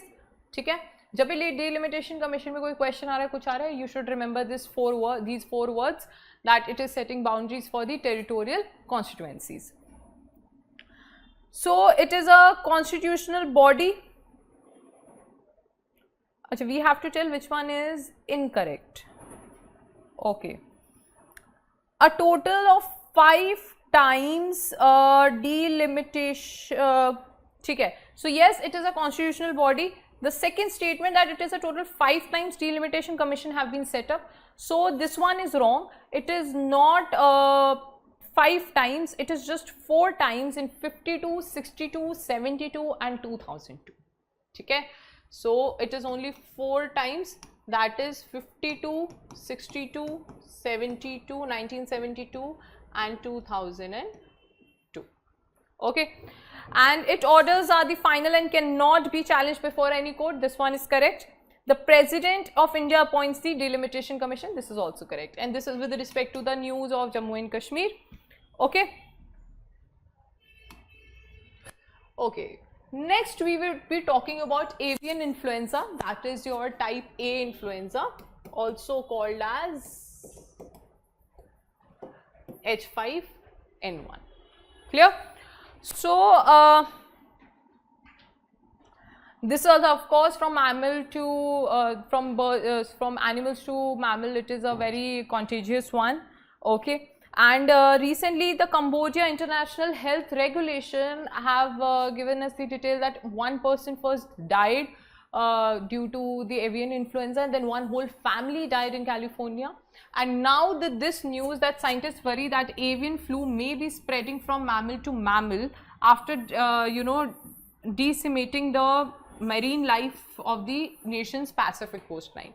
So the National Office of Protected Area by the state of Peru reports that thousands of sea lions have perished the country due to an endemic of the avian flu. So this has been in news. So again, H5N1 is important topic. Earlier also it has been few news regarding this, so it has become one of the important topic. Okay. So first, H5N1 avian influenza is a subtype of avian influenza that has potential to infect mammal through contact with the infected reptiles. This was a very logical question, that no, because avian word is here, so it means that it is through the birds. So first option is absolutely wrong. Second, avian influenza of bird flu is a disease caused by the infection with avian influenza type A virus that can also infect mammals through spillovers. What does this spillover means? That when the mammal is, you know, infected with virus from birds. Okay, so your type A virus, okay, so first is correct. Sorry, second statement is correct, first is wrong. Third, H5N1 avian influenza can cause mild to severe influenza like illness in humans, including fever, cough, sore throat and your muscle aches. Okay, so third is also correct. So it is asking correct one, so it will be 2 and 3 only. Okay, so next question is on passive euthanasia. Okay. Now the passive euthanasia, so one is your active one is your passive one. So passive is withholding or withdrawing medical treatment to allow the person to die. So basically they are on the ventilators and all, okay, and they know that okay, now further nothing can happen. So this is like withdrawing the medical treatment so that let the person to die. So this one is correct. Second, active involves an intervention to end the person's life. So when we know that, you know, sometimes there are few diseases which could be harmful for others also, and you know it had a severe impact. There are a lot of process that happens for this reason, but it can be happen this also. And in few countries it is legal and in few countries it is illegal. Okay. The third one, passive euthanasia, is yet to be legalized in India. So this is wrong. The passive one has already been legalized in 2018. So this one is absolutely wrong. Next, the right to dignity in the process of dying is part of the right to life under Article 21. So this one is absolutely correct. Okay. So 1, 2 and 4. Option D is your correct one. Okay. So Monument Mitra scheme, what it is? Basically under Monument Mitra scheme, and in why it was in news, that the private companies will be now partnered with ASI to maintain the 1,000 monuments on the heritage sites. So it will be maintaining 1,000 monuments. So this which it says that it will develop e-vehicle charging system and all, this one is absolutely wrong. Okay. Now the next it says that the project invites the corporate entities, public sector companies or individual to adopt the monument. So this one is absolutely correct. Okay, that it is inviting the corporate or the private firms and all. So the third statement, the Monument Mitra refers to the entities that the partner with the government under this scheme. This one is also correct. Okay, Monument Mitra, Mitra word is here. Okay, so there would be a partnership between the private firms and the ASIs for the maintenance of these 1,000 monuments. Okay. Next, fourth, the scheme was initially launched under the Ministry of Commerce. So just look at the word initially. So basically there would be some transfer of the scheme, you know, under which that ministry it belongs to. So initially in 2017, the ministry was launched by Ministry of Culture. Okay. In 2017, the ministry was launched by Ministry of Culture. Then in 2018, this ministry, this scheme was transferred to Ministry of Tourism. Okay, so from Ministry of Culture, it was transferred to Ministry of Tourism. And here they are asking that initially it belonged to which ministry? Keywords important for prelims. So initially it is for the Ministry of Culture and not Commerce. Clear? So your first and fourth are wrong, second and third are correct. So your 2 and 3 would be the correct one. Okay, next is your regarding Ken and Betwa rivers. Okay, so they are the tributary of Yamuna river. Okay, so Ken and Betwa, tributaries of Yamuna river. Okay, now what you need to understand that, you know, Betwa move towards north, okay, from MP. So both Ken and Betwa rises from MP and meet to Yamuna. Betwa meets Yamuna towards north, whereas cane flows towards Panna. Now, what this project of interlinking of cane and Betwa is that when cane river would flow through Panna, at that time there is this Dhaudhan dam, okay, or Dhaudhan dam. Now this Dhaudhan dam will divert cane and link it with Betwa. Clear?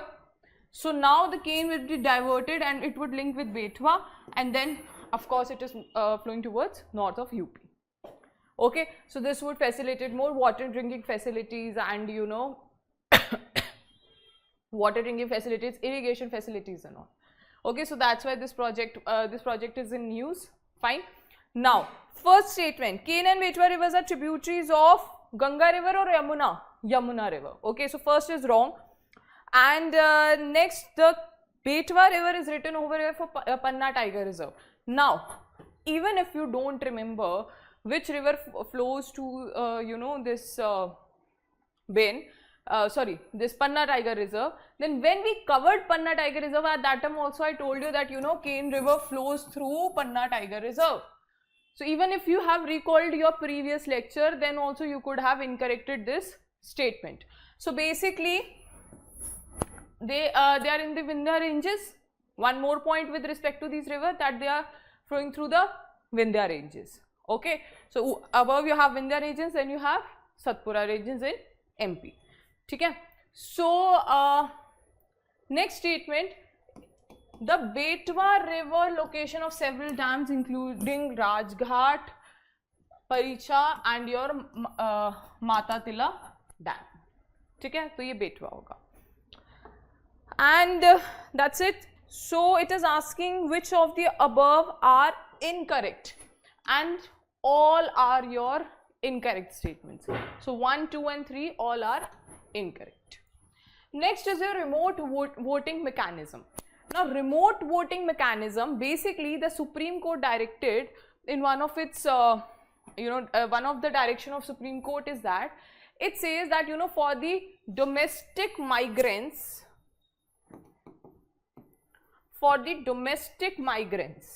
okay, so in 2015 Supreme Court gave the direction to the Election Commission of India that find some solution so that even the domestic migrants can get involved in the voting at the national, so voting at the national and regional level.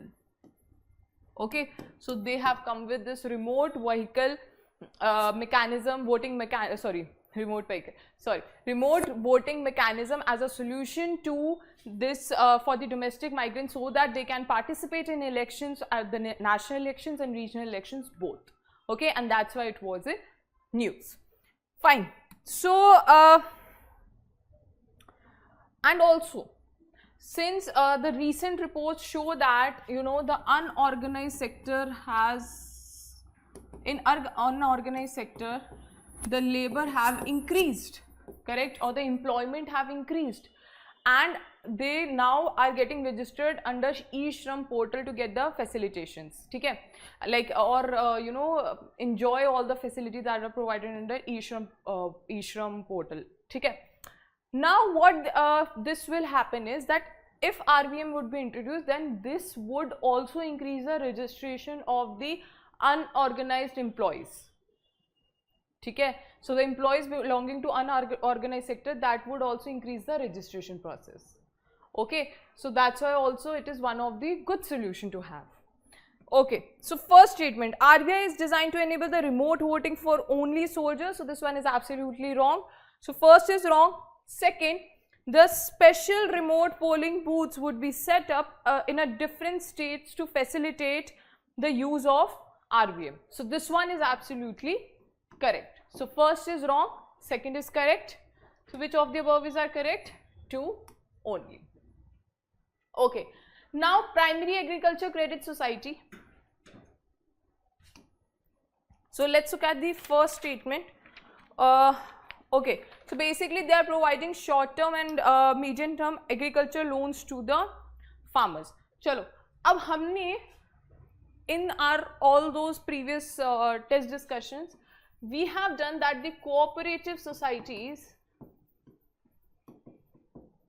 okay, would have urban cooperative banks and rural cooperative banks.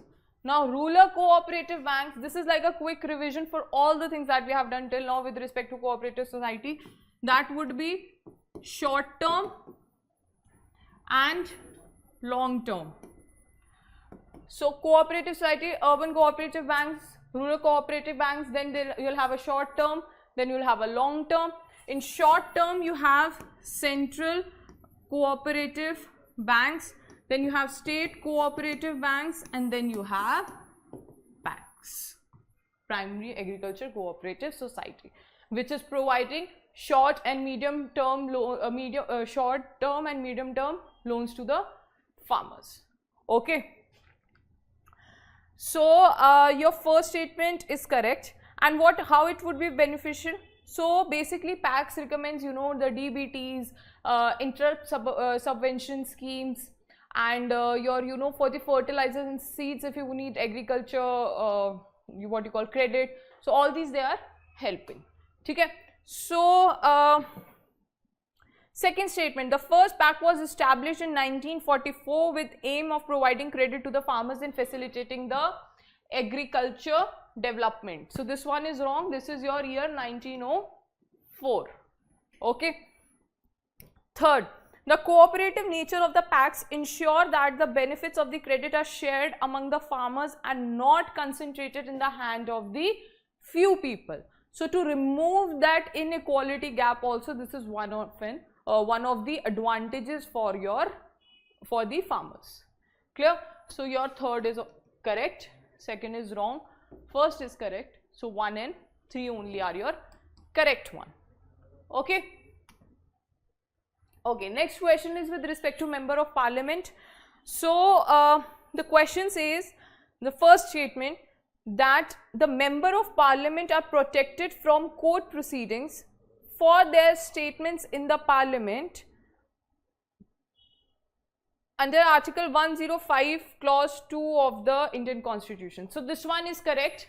Okay. So under 105 Clause 2, it says that the Member of Parliament enjoy that protection, that any statement that they give during the proceedings would not be accountable. Clear? So first one is absolutely correct. Second, the rule of Parliament, the good sense of its member and the control of proceedings by the Speaker are responsible for disciplining the speeches of the Member of the Parliament. So this one is correct. So this is basically so that, you know, the Member of Parliament can be more vocal towards their opinion, can be more expressive. So that's why this is like a privilege to the Member of the Parliament. So both 1 and 2 are your correct one. Okay. Next we are talking about your India's nuclear energy. Okay. So total there are 7 nuclear energy power plants. Here, everybody aware, and I guess we have discussed that also once. Okay. I've shown you this map in previous lecture where I have told you that, you know, Narora Atomic Power Station, okay, then you have Rajasthan Atomic Power Station, then Kakrapar Atomic Power Station, then your Tarapur Atomic Power Station, Kaiga Generating Station, Madras Atomic Power Station, and next is your Kudankulam Nuclear Power Plant. So you have these 7 nuclear power plants in India. Okay, I have shown you the location. Better if you pause this video, and I have told you earlier also that please pick up a map and point them out, because, you know, there are only like 7. So you should know their names. It might be asked as a mapping or some question, you know, the statements that we will be using here with respect to the statements and the mapping, you should be aware of that, you know, even which all states are actually covering your power stations. ठीक है, तो आपको थोड़ा पता होना चाहिए. And Tamil Nadu, remember, has the maximum power station, that is 2, that is Madras Atomic Power Station and Kudankulam Nuclear Power Station. Fine. चलो first statement देखते हैं. So the nuclear energy accounts for 3% of India's total electricity generation, making it the 5th largest source of electricity. So this is correct, that nuclear power energy making it 5th largest source of electricity. First largest source of electricity, we have discussed that just recently in, I guess, previous to previous paper, test discussion. Thermal power plant, power station, ठीक है? Thermal power plant is your largest source of electricity. Okay. Next, India has 26 nuclear reactors spread across the 5 power plants. So there are 22 nuclear reactors. Even if you don't remember that, you know, there are 22 nuclear reactors, that would be a more factual one, which you might not be remembering that. But for you, you should remember that there are 7 power plants. That you need to remember, and it belongs to which state? That also you need to remember. Okay. And India has 18 pressurized heavy water reactors and 4 light reactors in the operation.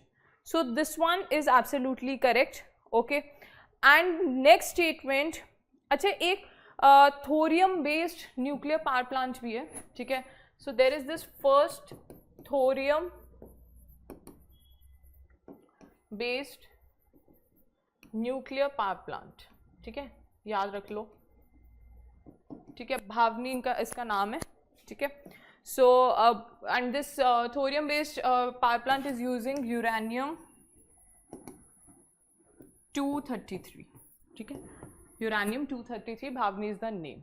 Okay. एक experimental basis पे there is one more thorium plant, that is Kamini, ठीक है? But that is the experimental one. But this will be the real one, the first thorium based nuclear power plant, that would be using uranium 233. Okay. And the name would be Bhavni, ठीक है? And this would be at Kalpakkam in Tamil Nadu, ठीक है? Location भी लिख लो, पूछ सकते हैं. Very minimum chances, but you should know. Kalpakkam, Tamil Nadu. Clear? Chalo. So your Kakrapar atomic power project, that is your KAPP3, is India's first 700 megawatt unit, and it is the largest indigenously developed variant of PHWR. So this one is correct. Okay. And that's it. So your first, third and fourth statement are the correct one. First, third and fourth statement are the correct one. Okay. Now we will be talking about heat dome. ठीक है? अब heat dome को समझने के लिए दो चीजें समझ लो, ठीक है? To understand this heat dome, you need to understand two things. That first of all, why this heat air is coming here, ठीक है? Then how it is creating a lid, and then it is sinking back to on the ground. So here you can see, this is again your Pacific Ocean, ठीक है? Here you have Canada. Okay. Now what happens is, the jet stream, here are your jet streams. So again they are taking up the intense heat air. Okay. And jet streams are in your upper troposphere. Okay. So these jet streams are taking your hot air. Here you have, think like that this high pressure conditions are making it like a lid. ठीक है? तो lid है कि this will, you know, trap the heat. Okay, so this is trapping the heat. So jet stream from Pacific Ocean are taking the hot air towards north. There is this kind of a lid here, creating high pressure conditions. High pressure conditions such as convection. ठीक है? Now what is happening? These conditions, then it is sinking the air back to the ground, where this warm air is getting compressed. Okay, and once this warm air getting compressed, that means again this dome like structure is happening. ठीक है? यहाँ पर with example we will try to see this. Here is a jet stream. It is from the Pacific Ocean. It is taking so you know there is a lot of heat here. Heat air is here. So it is taking the heat air towards north, the jet stream going towards north, then again this prevailed high pressure conditions, so the air is sinking back. Okay, the high pressure se again it is sinking back, all this air. So here it is sinking back. Here imagine it is like a lid. Okay, so this I would change the color. Okay, so this so there is your Pacific Ocean, the jet stream taking it, there is your this lid, and this is your Canada. Okay, so it is creating this dome like shape around Canada. Then again this air is getting synced on the surface, creating these kind of heat waves. What it is creating? Kind of the heat waves. So somehow it is forming like a dome. Okay, where inside this dome the whole air is, heat air is trapped. Okay, so high pressure conditions pushes the warm air down. Okay, due to jet streams this heat air is moving upward. So can you see this omega like structure? So this jet stream going from Pacific Ocean, then here you have your Canada, and then moving down. So it is creating either a omega block, sometimes it is said. So on the Canada surface it is creating heat waves, and that's why in Canada you will see there would be increase in temperature, like if the normal whatever the normal temperature is, it would be above 6 to 7 degrees Celsius. Why? Because of this heat dome or omega block. Okay, so it is again coming back and creating a, now what would be the condition it would be prevailing? So first is your, it is creating heat waves. Okay, second, now since this dome of high pressure diverts, even diverting the clouds around them, so it is diverting the clouds around them. So therefore this would make this area more drier and would decrease the moist and would increase the temperature. Clear? So this would be the impact of if the heat dome or omega block kind of a thing is created. Okay? Clear? So nothing, I will repeat again, the hot air mass expands in the atmosphere taken by the jet streams towards the northern latitudes or the upper atmosphere, and once it is taken to the upper atmosphere, this high pressure pushes the warm air back on the ground. Okay, the air sinks and comprises on the ground, and on the ground it creates heat waves. And now because this high pressure is diverting the clouds outside this dome, so therefore it is decreasing moisturizer and creating increasing the temperature, creating more heat. And this is one example is your Canada over here, where it has been trapped in a heat dome and increasing its increasing the temperature above the normal temperature, that is around sometimes 3 to 4 degrees, 6 to 7 degrees around. Okay? So this is the whole scenario of your heat dome. So basically you should know what is heat dome. Okay, that is the important term you need to understand, and which type of winds are involved. So the jet streams, okay, yaad rakhna, jet streams are involved, very very important. Clear? Okay, so first statement, a heat dome occurs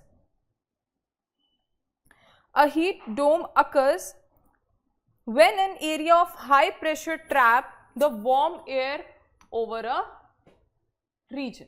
Okay, this is trapped, and why it is sinking, a convection word bhi yaad rakhna. Okay, what kind of high pressure condition it is creating that the air is getting sink, that is your convection. Fine. So first is correct. Second, the high pressure forces the air to lift up and expand. This one is wrong, because actually in the convection, it is due to the high pressure condition, it is sinking back, okay, on the ground. So with every passing day, the trapped air cools down to normal temperature. So this one is also wrong. This one is also wrong. Why this one is wrong? Because it won't cool down the temperature, because the clouds are diverted due to the high pressure condition. So it would actually decrease the moisture, moisture and increase the temperature. Fine. So your second and third both are wrong, and your first is correct. So one only option B is the correct one. Clear? Next question.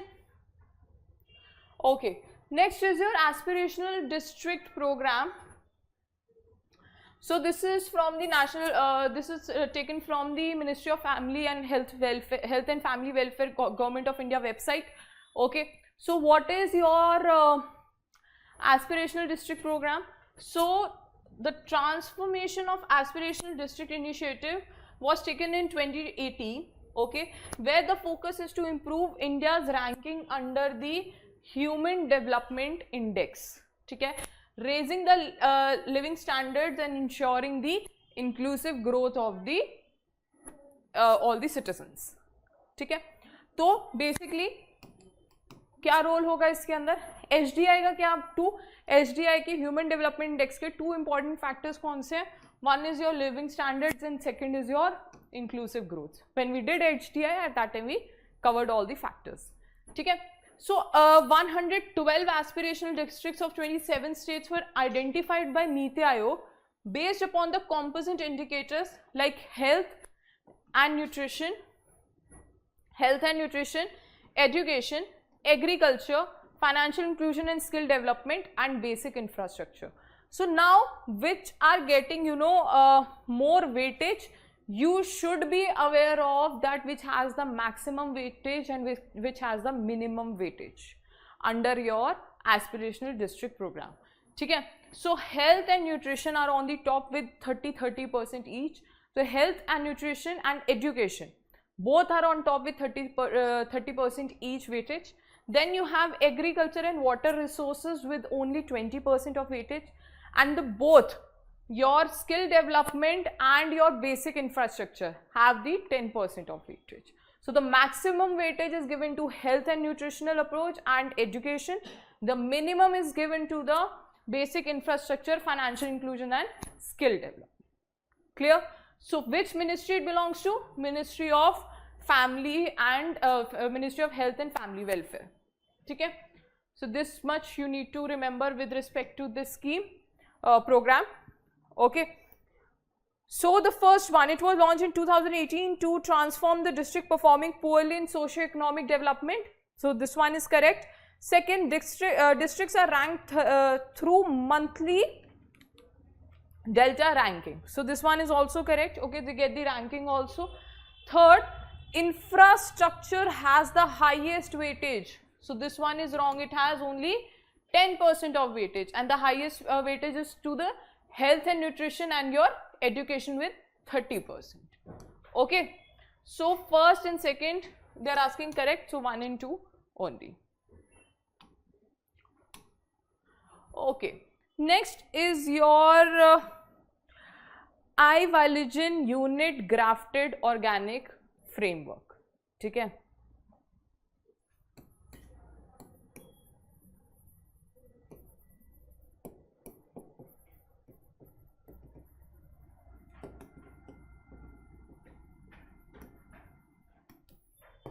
Okay. So now what is your Vilogen unit grafted, organic framework? What is this? So IVOFM is basically nothing. It looks like, it's like a sponge. Okay, it's like a sponge which, so here the material is like a sponge which cleans the contaminated water and purifies it. Okay. So IVOFM this is your Vilogen unit graphic organic framework. It is nothing but like a sponge which cleans the contaminated water and purify it. बस इतना इस term को याद रख लो और समझ लो. Clear? So and yes, the advantage to it that it can be used multiple times.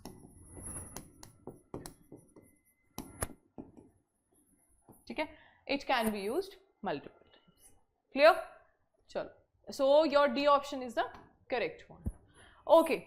Next we will be talking about green steel. Okay. So what is the green steel? So this is an innovative and sustainable approach for the steel production. Okay. So green steel is like your green word itself is saying that it is a sustainable approach for the steel production.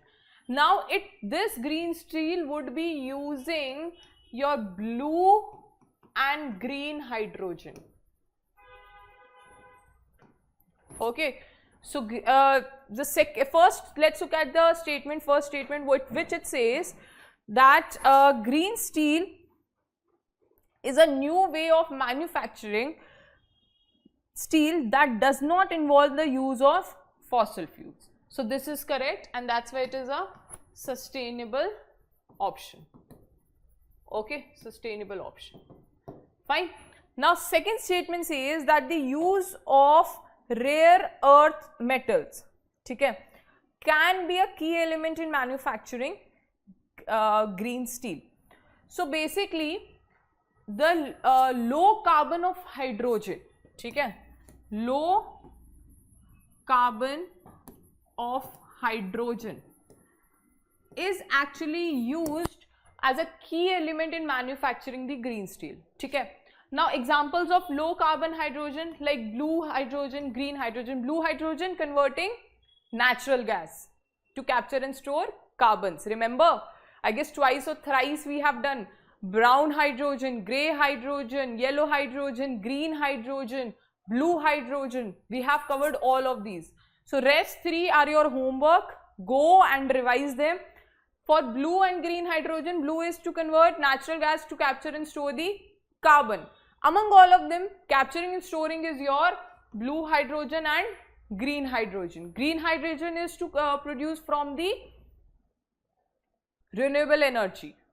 Okay?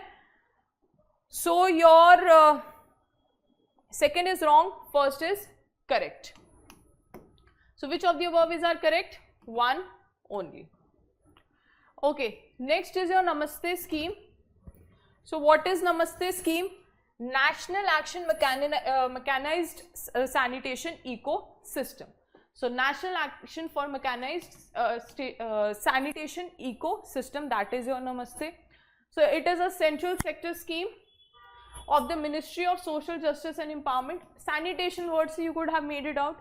Ki, somewhere it would be, because in previous lectures also we have seen that the maximum manual scavenging related schemes, or all these sanitation related schemes mostly belongs to, mostly not all, mostly belongs to Ministry of Social Justice and Empowerment. Is a joint initiative of Ministry of Social Justice and Empowerment and Ministry of Housing and Urban Affairs. So they would be working together. Okay? So it's safety and dignity of the sanitation workers in the urban India and enabling the ecosystem that recognize the sanitation worker. So what two important major safety and for the what major steps under this scheme would be taken for the safety and dignity? Very important right now for the sanitation workers is the dignity and safety. So what major two steps they would be taking? It would aim at providing access to alternative livelihood to support and entitlement that reduce the vulnerabilities of the sanitation workers and to access the self-employment and skilled wage employment opportunities. So very, very important to remember. This is for the dignity and safety of the sanitation workers of urban area. That's why Ministry of Housing and Urban Affairs is working in with this Ministry of Social Justice and Empowerment. Okay. Next, in addition, Namaste would bring about a behavior change among the citizens towards the sanitation workers. So changing the behavior towards the sanitation worker is so that they can feel dignified. Okay. So this is all about the scheme you need to remember. Let's look at the first statement.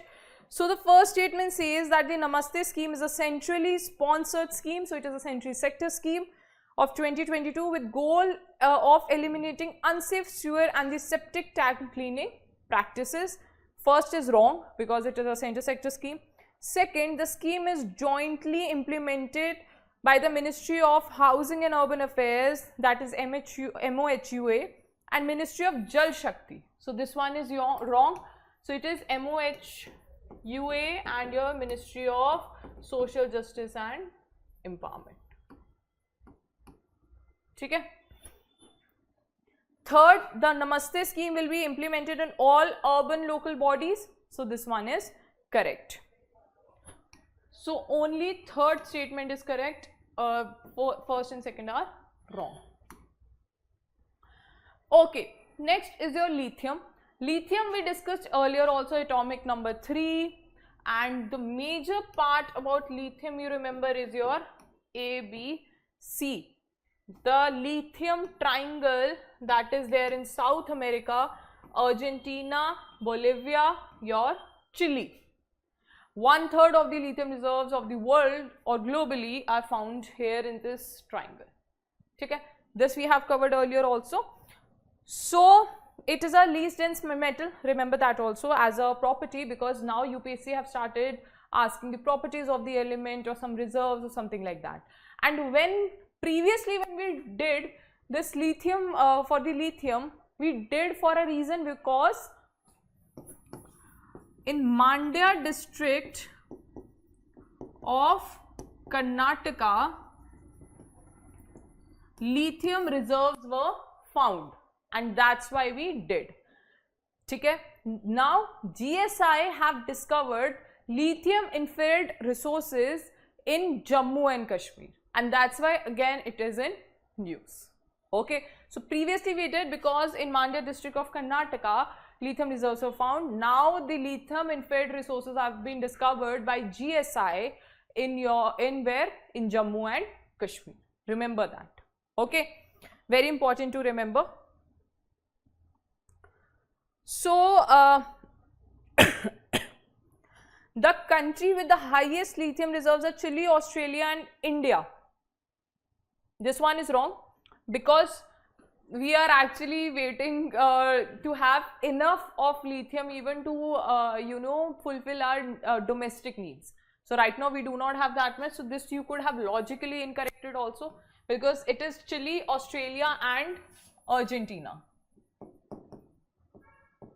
Okay, and बाकी of course at least एक तो अपने lithium triangle से होना चाहिए state इसके अंदर, है ना? So Chile, Australia, Argentina. Lithium triangle consists of Argentina, Bolivia and Chile. So ABC triangle. Okay. Now next, lithium is used for thermonuclear reactions. So this one is correct. Next, so lithium 6 and 7 are used for that. Okay, lithium 6 and lithium 7. So fourth statement, lithium is used to create alloys with the aluminium and magnesium, which improve their strength and make them lighter. So this one is correct, and this are used for your aerospace industries also. Okay, aerospace industries also. Okay, so your 2, 3 and 4 are correct. Sorry, first and second are incorrect, 3 and 4 are correct, right? Kyunki aapka, yeah. So first and second are incorrect, third and fourth are correct. So it is asking correct, so it would be 3 and 4 only. Okay. Next is your glacial lake outburst flood. So around 15 million people are at risk of this glacial lake outburst flood. Okay, and that's why it was in news. So let's through the statement itself, let's see that how this is a threat to millions of people globally. Okay, so the first statement says, पहले हम second statement समझते हैं, ठीक है, that how these glacial lake outburst floods are formed. So they occur when the water pressure in the lake exceeds the strength of the dam holding on it. So with the melting of the glacier, it is increasing the water pressure in the lake. As it exceeds the strengthening, or the pressure in the lake is more than the strength of the dams to control it. So that is how it is formed. Now What is the major concern? GLOFs are a major concern in the mountain regions around the world, particularly in area with the rapidly melting of the glacier. Now, what these type of floods are triggered by the melting of glaciers or an increase in water levels due to heavy rainfall or the inflow of the melt of the water, which we understood here. So, all three statements are your correct. Clear? Okay. Now, small satellite vehicles, so SSLVs, GSLVs, PSLVs, we have discussed thoroughly earlier also. So, let's look at this statement. SSLV is a two-stage launch vehicle with solid and liquid propulsion stages. No, it is a three-stage. Okay? So, first is wrong. SSLV can launch a 10 to 500 kilograms of satellite in a 500 kilometer of planar orbit. So, this one is correct.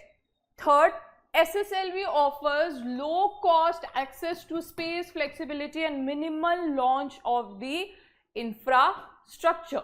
So, this one is also correct. So, first is wrong because it's a three-stage launch vehicle, and second and third are correct. Okay. Next question. Here we are talking about human-animal conflict. Okay? Human-animal conflict. Now, it is talking about the causes. Remember that. Now, among all these fives, you have the causes to human-animal conflict and the solutions to human-animal conflict. Okay? So, causes क्या होंगे? Agriculture expansion. Of course, you are taking their land. They will have a conflict with you. Okay.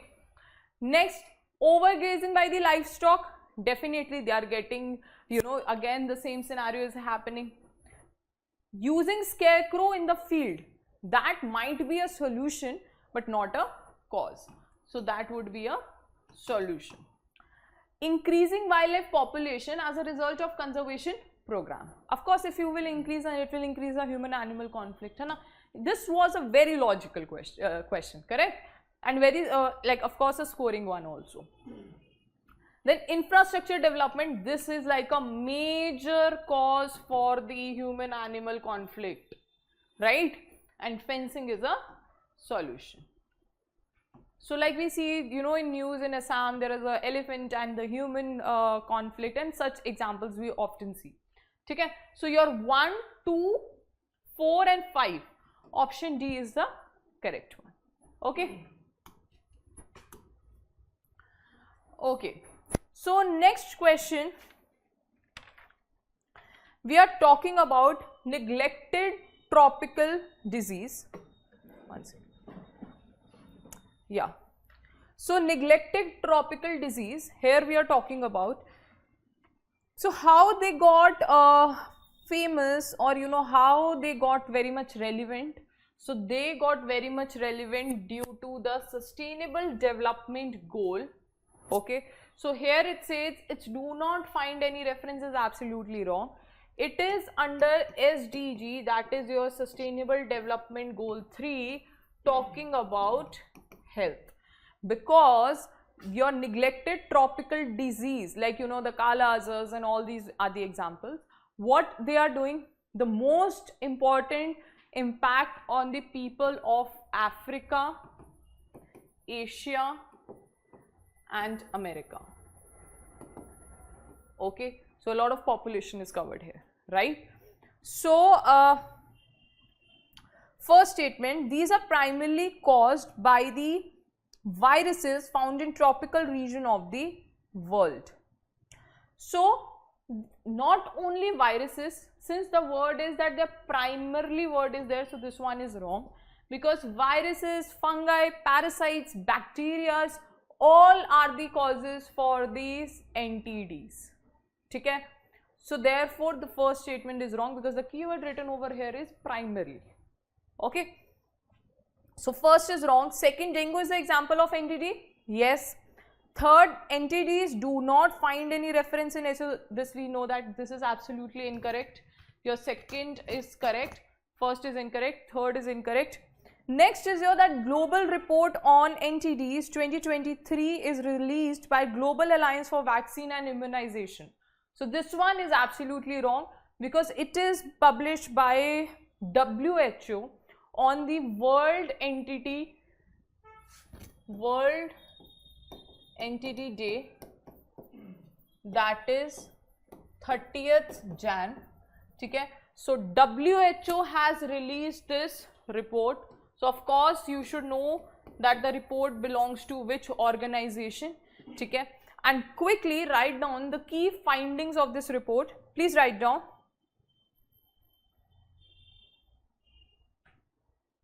That NTDs continue to disproportionately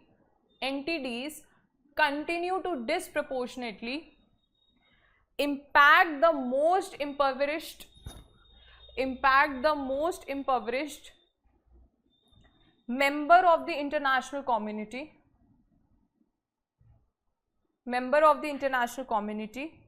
living in these areas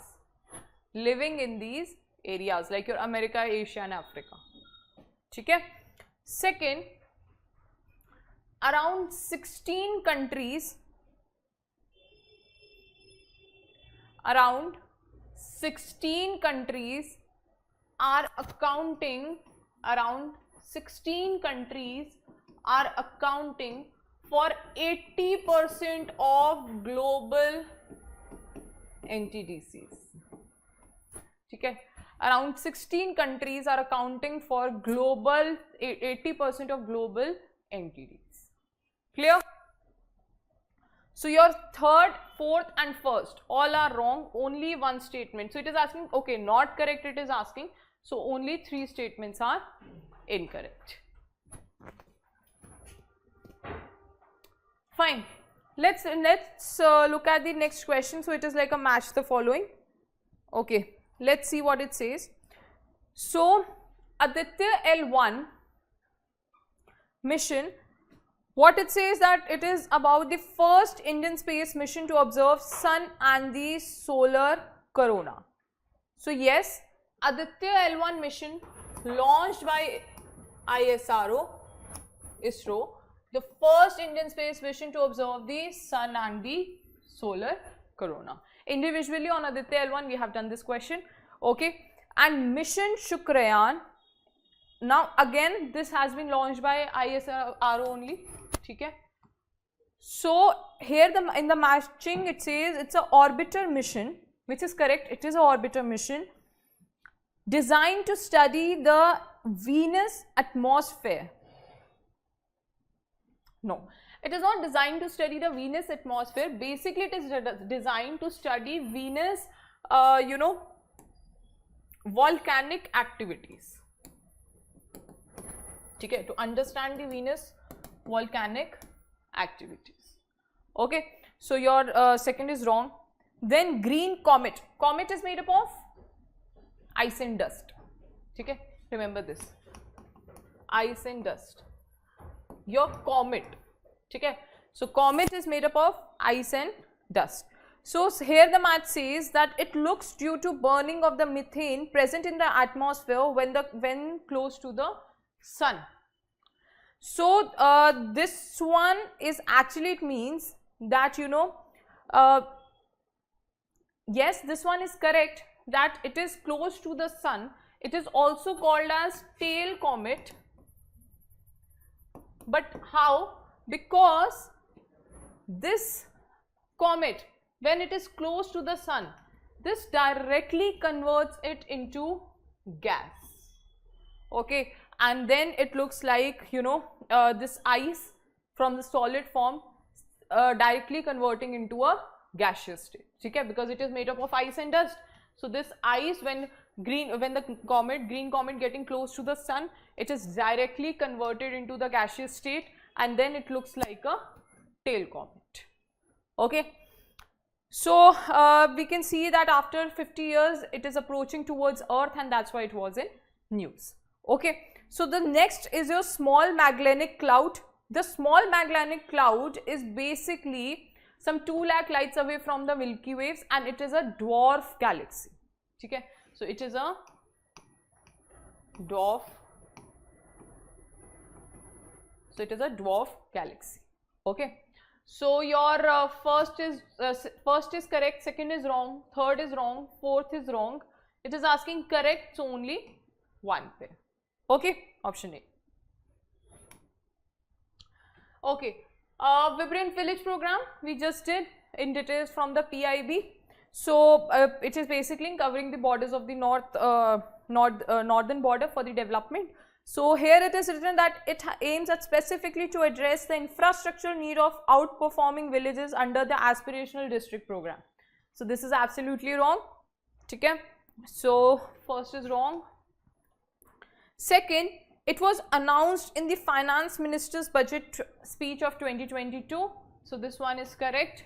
Next, Grameen Udyami scheme is implemented under your Vibrant Village program to augment the skill training in the tribal communities. So this one is correct. This one is incorrect because Grameen Udyami scheme is actually of Sansodya Santar Pariyojan. ठीक है? तो आपका third गलत है, second correct है, so it will be 2 only. Okay, fine. WTO related. We have very important related to WTO is your GATT. ठीक है, then WTO related हमने amber box, blue box, all these things we have covered. ठीक है, very important to remember, understand the difference. So now WTO से I guess और हमने इसके related जो tariff related या recent जो sugar की वजह से WTO इंडिया के against issue भी हुआ था नोटिस, तो वो सब हमने अब डिस्कस कर लिया. अब WTO रिलेटेड आई गेस सिर्फ ये एक टॉपिक बचा, दैट इज योर फिशरीज और that is your on fisheries subsidies. So let's discuss this and in the 12th ministerial conference of this WTO this has been the hot topic. Okay, so it is the first WTO agreement to focus on environment and ocean sustainability. So yes, this one is correct. Next, also remember that this agreement that happened on the 12th conference of WTO, this is the first time binding agreement. This is the first time binding agreement on ocean sustainability. Clear? Remember this. So अगर mains में भी कुछ question ocean sustainability है, international level पे initiative taken, there you can give this example that this is the first time binding agreement on the ocean sustainability. So agreement was adopted in the 12th ministerial conference of WTO in Geneva. That one is correct. It prohibits the WTO members from giving subsidy to the fishing vessels or the fishing operators. No, it doesn't prohibit. ठीक है, only it prohibits the subsidies to the illegal or the unreported fishing and not this. ठीक है, बल्कि it is here to recognize the LDCs and help them for all these for the fishing sector. ठीक है, with respect to the ocean sustainability. Fine. So your third is wrong. First and second are correct. First and second are correct. Third is wrong. Next question. So in next question we are talking about fly ash. ठीक है, fly ash basically क्या है? The unburnt unresidues of the coal combustion. ठीक है, so they are your unwanted. कभी भी पूछे fly ash important topic, तो you should know its definition. Unwanted unburnt residues of coal combustion. ठीक है,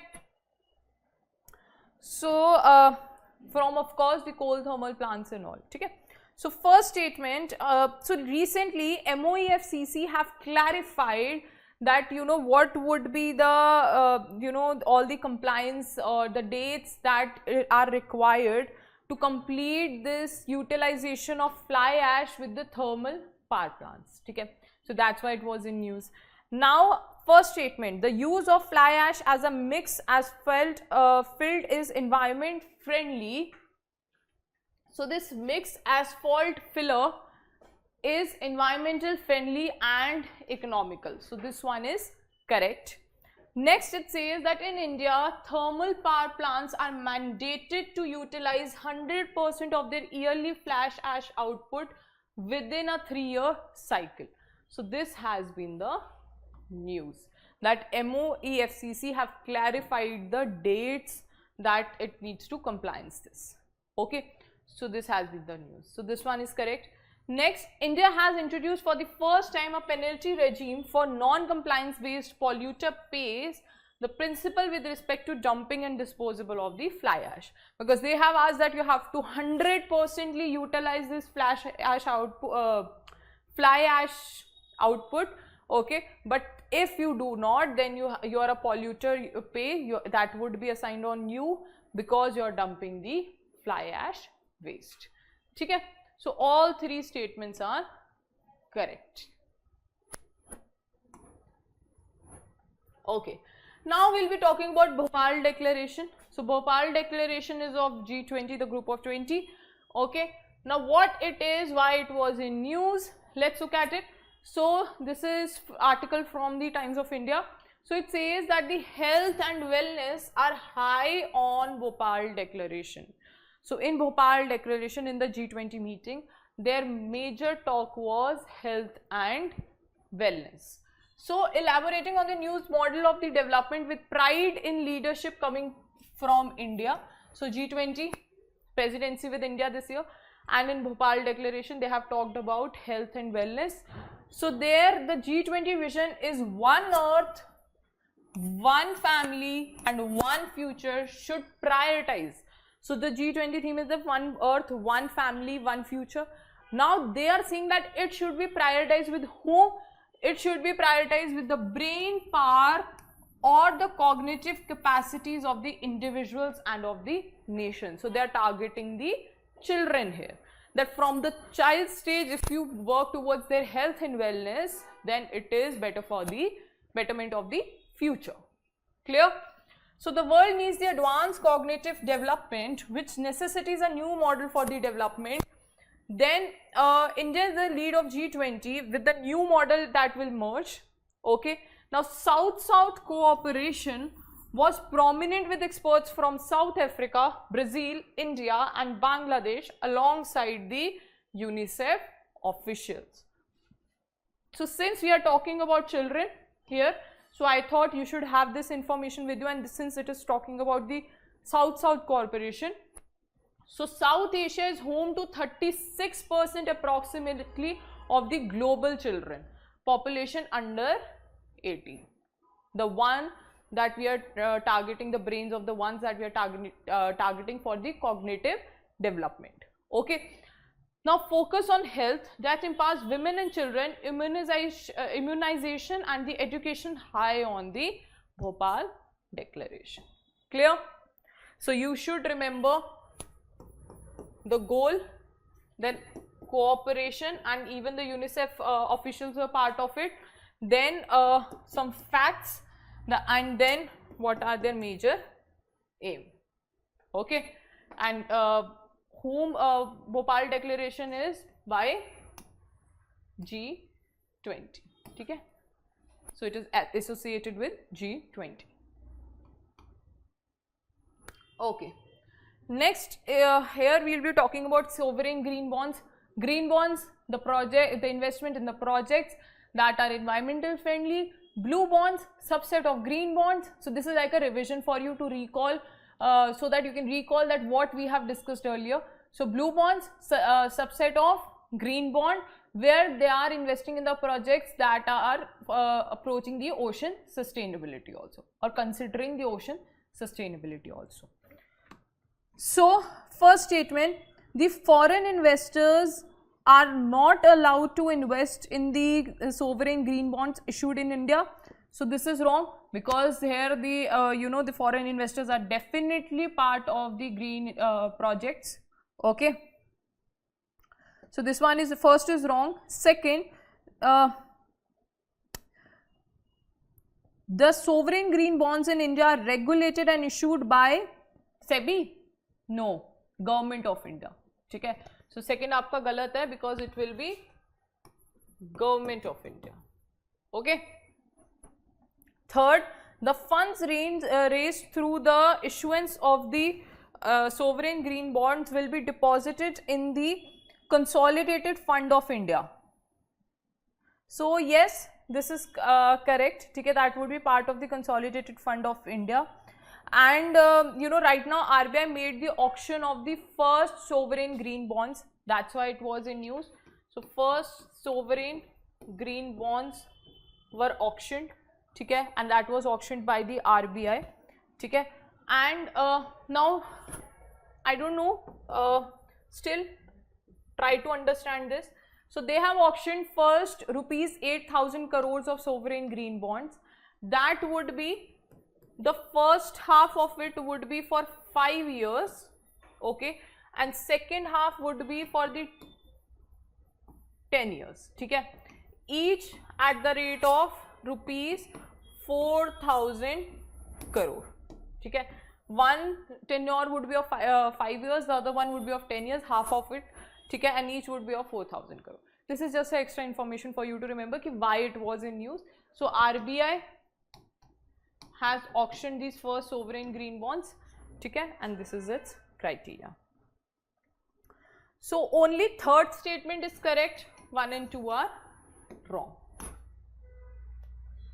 Fine. Now India-Nepal relationship, very important to understand, because again and again Nepal and India, something or the other way we are connected, okay, and we are in news together. So a lot of information you are getting. For PSIR students, it is like a ready-made answer for your paper 2, and for mains, from mains perspective, IR perspective also, you have all the information here, and among them any question prelims based can be asked by UPSC. Okay, so let's cover this. India-Nepal shares a unique ties of friendship and cooperation characterized by an open border and deep-rooted people to people.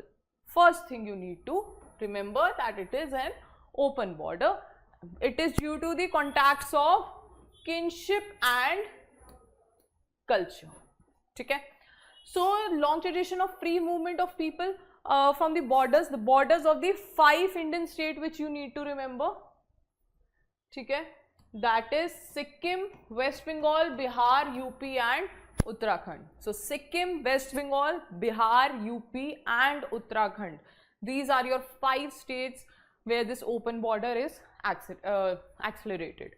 So India-Nepal Treaty of Peace and Friendship of 1950. Okay, important to remember.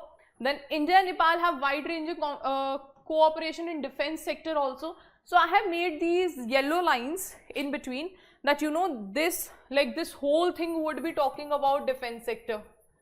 ठीक है, ये आपका intro हो गया. Fine. Then here we are talking about development of infrastructure, infra development. ठीक है. Next we are talking about agriculture.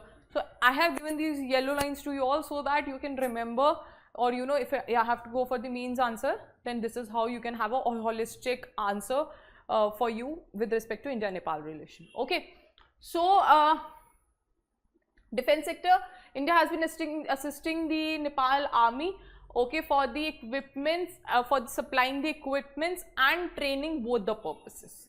Clear? Next, Indo-Nepal battalion level joint military exercise Surya Kiran. So it can be asked in match the pairing, that Surya Kiran belongs to which, Surya Kiran exercise belongs to which country? So it is between India and Nepal. Okay, and I guess such kind of a question we have also done once. So the Gorkha regiment of Indian Army are raised partly recruiting the hill districts of Nepal. 32,000 Gorkha soldiers from Nepal are serving the Indian Army. Okay? So 32,000 Gorkha soldiers are from Nepal serving the Indian Army. And earthquake that struck in 2015 is a powerful aftershock of 7.5 magnitude earthquake. And for that, India swiftly dispatched the National Disaster Response Force team and special aircrafts to rescue and give, you know, the food material and whatever the requirements are there.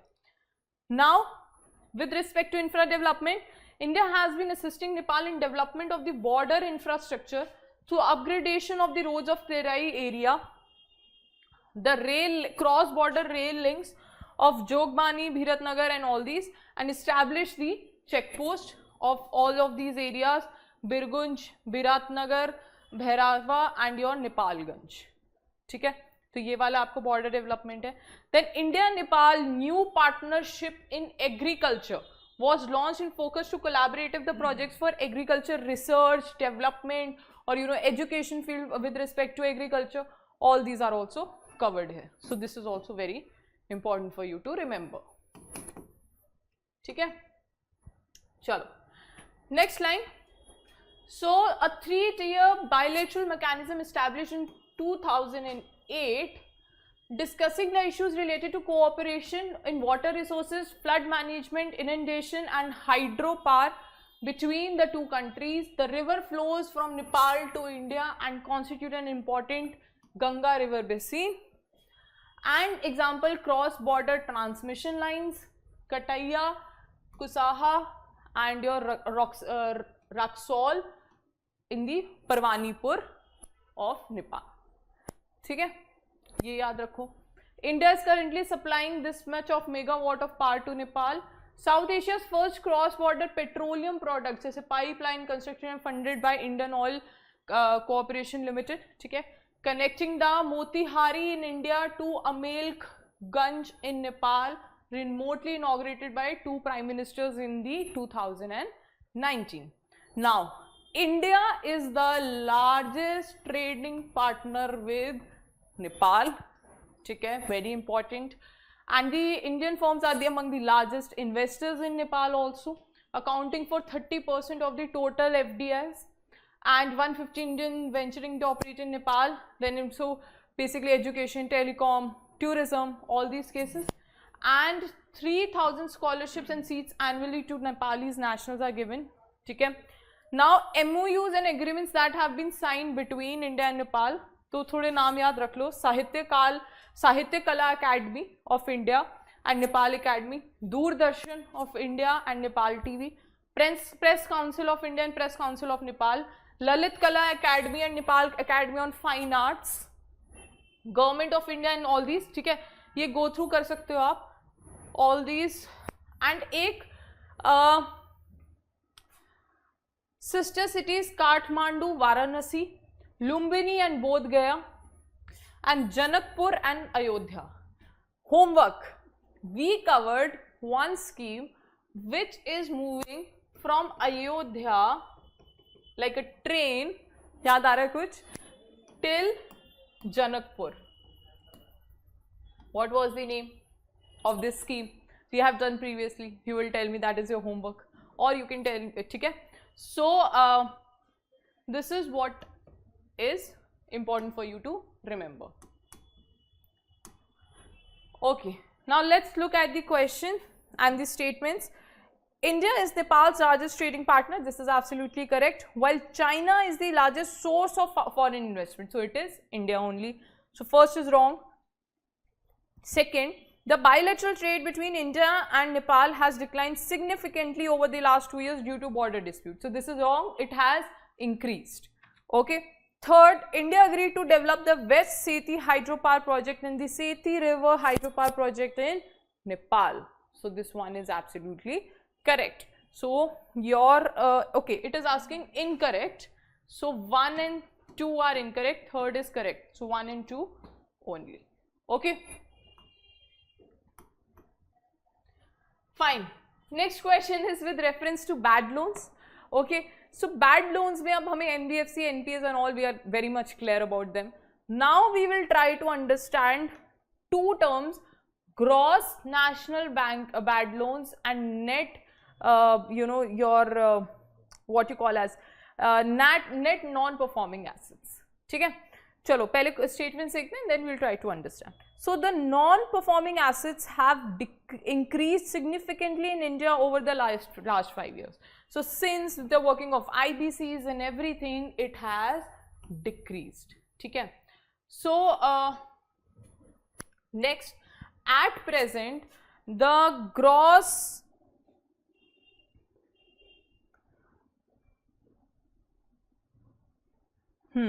At present, the gross non-performing asset ratio of all scheduled commercial banks is the highest in last 10 years. So they have been very low in from last 7 years. So this one is wrong. ठीक है?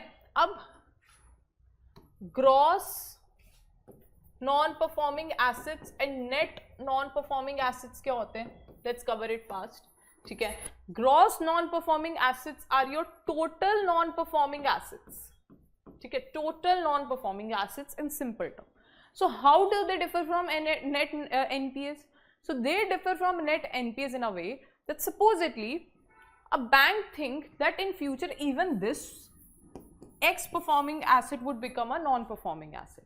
But they will keep it with themselves. Why? So that in future if they find any other bad loan, that could be used as an coverage on it. ठीक है? So excluding such from the gross gross non-performing assets makes up your net non-performing asset. You just need to understand this concept, ठीक है? Basic layman language में. You don't need to go into a technical terms or you know the question directly between the difference or something can be asked. So that would not be asked. Here I told you so that you can be more clear that here we are talking about total non-performing assets, okay, of the commercial banks, and they have decreased from last 7 years. Clear? Third statement. A growth in non-performing assets lowers a bank's capital reserve, which limits its ability to make new loans. So this is actually your net non-performing asset. That you know the growth in the non-performing assets would actually lower the bank capital reserves, because there would be some capital reserves that would be required to cover these non-performing assets, and to cover them, so that means that they're lending for new loans amount that they have to, the capital that they have to lend for the new loans, that would of course decrease. Correct? So this statement is absolutely correct. So first and second are wrong, third is correct. So it is asking correct one, so that will be only 3 only. Okay. Okay. So next question is talking about the committees and related and association with it. So Lokur committee, revision of the list of the SCs and ST. So this one is correct. For the committees, just like your conventions, I always tell you that for committees or convention, try to remember it with just one word for your prelims. Okay? Pura story, what happened, then later what happened, that is not important for you from prelims perspective. Okay? What important for you? Acha, local committee hai, that means something related to the revision of list of SC/ST. Okay? Then you have Suresh Prabhu committee, something talking about national cooperation policy. Now it is a new framework of national cooperation policy, some reforms, that is also important. What you need to remember is that Suresh Prabhu committee is talking about national cooperation policy. Same VK Paul committee, okay, it is to regulate the marketing practices of pharma companies. So VK Paul committee talking something related to pharma companies. One word, try to remember it. You will be able to, you know, eliminate the statements and all. Same applies for the conventions also. That's how I tell you that in environment, for covering all the conventions, try to this thing. You know, Montreal Protocol या आपका Vienna Convention है, Geneva Convention है, उसको एक word से try to remember it. Fine. So here all of the above are your correct. ठीक है? Fine. Next is your central sector scheme and central sponsored scheme. Let's look at it. What the question says. So question is talking about that central sponsored schemes are fully funded by central government but implemented by the state government. So जो fully funded होगी, that is your central sector scheme, fully funded. And where the burden is shared between the central and the state government, that would be your centrally sponsored scheme. So both are wrong, so neither one nor two. Okay. Okay. So we have PM Kisan and Kisan Credit card we are talking about. What major word I can see over here is this word, this keyword in all the sentences. So from the keyword itself, you could have made out that the whole, all these statements are wrong, because this scheme we did in our previous test discussion, okay, for your revision test 2. There we discussed that PM Kisan Samman Sammelan 2022 happened, okay. There we discussed that, you know, it is covering all these schemes, Jan Urvarak Yojana. Then we discussed that it is covering Pradhan Mantri Kisan Samman Nidhi, that is your PM Kisan through DBT and all. We also discussed that it has released these funds for worth rupees this, and it is also covering your Kisan credit. Okay? So both of them comes under one Sammelan, but they have never merged, never. So this what we discussed last time, and here, so if there has been no merger, then how all these statements can be incorrected? So whatever it says, this whole is wrong, because there has been no merge. Okay? Ab Kisan credit kya hai? That the credit requirement that are required for the farmers, it gives that, and your PM Kisan is direct benefit transfer. ठीक है, कि आपका मतलब direct transfer हो रहा है money, that is your ₹6,000 per year for the PM Kisan. ये दो scheme जो है वो इससे related है. अब मतलब I just give you the overall view because we have discussed that in details earlier. So there has been no merger, so all the statements will be wrong. So it is asking incorrect. So 1, 2 and 3 all will be incorrect. Okay. Next is your telecom technology development scheme.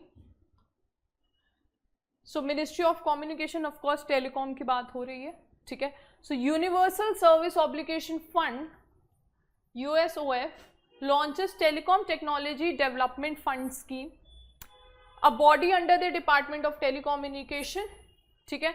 The scheme is aligned with the PM clarion call for adding Jan Anusadhan for the new phase of Amrit Kal. ठीक है. So TTDF aims to fund research and development in rural specific communication technology application and form synergies among academia, research institutes, your industries to build and develop the telecom ecosystem. So this is to develop telecom ecosystem. Fine. So to create a culture of technology, intellectual property and all those things. ठीक है, आपके लिए major ये याद रखना important है. So for you, all these major portions are important to remember. So let's look at the first statement. Universal Service Obligation Fund recently launched this TDDF. That is correct. Next.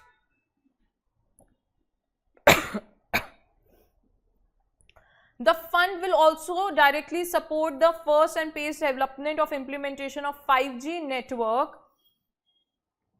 throughout the country.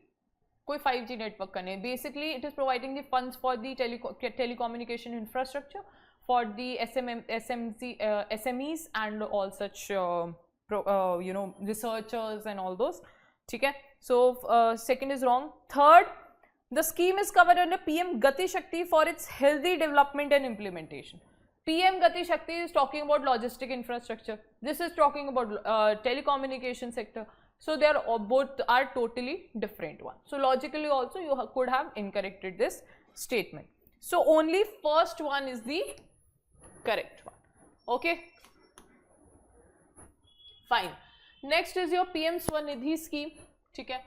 Now PM Swanidhi scheme we have discussed earlier also. It belongs to Ministry of Housing and Urban Affairs.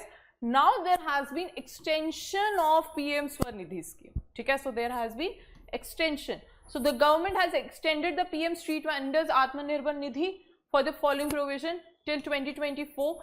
Now with the introduction of the third loan would be up to 15,000 in addition with first and second loan, that was for 10,000 and 20,000. So first loan under the PM Swanidhi for the street vendors was 10,000. In the second loan it became 20,000. Now in third it has become rupees 50,000. ठीक है.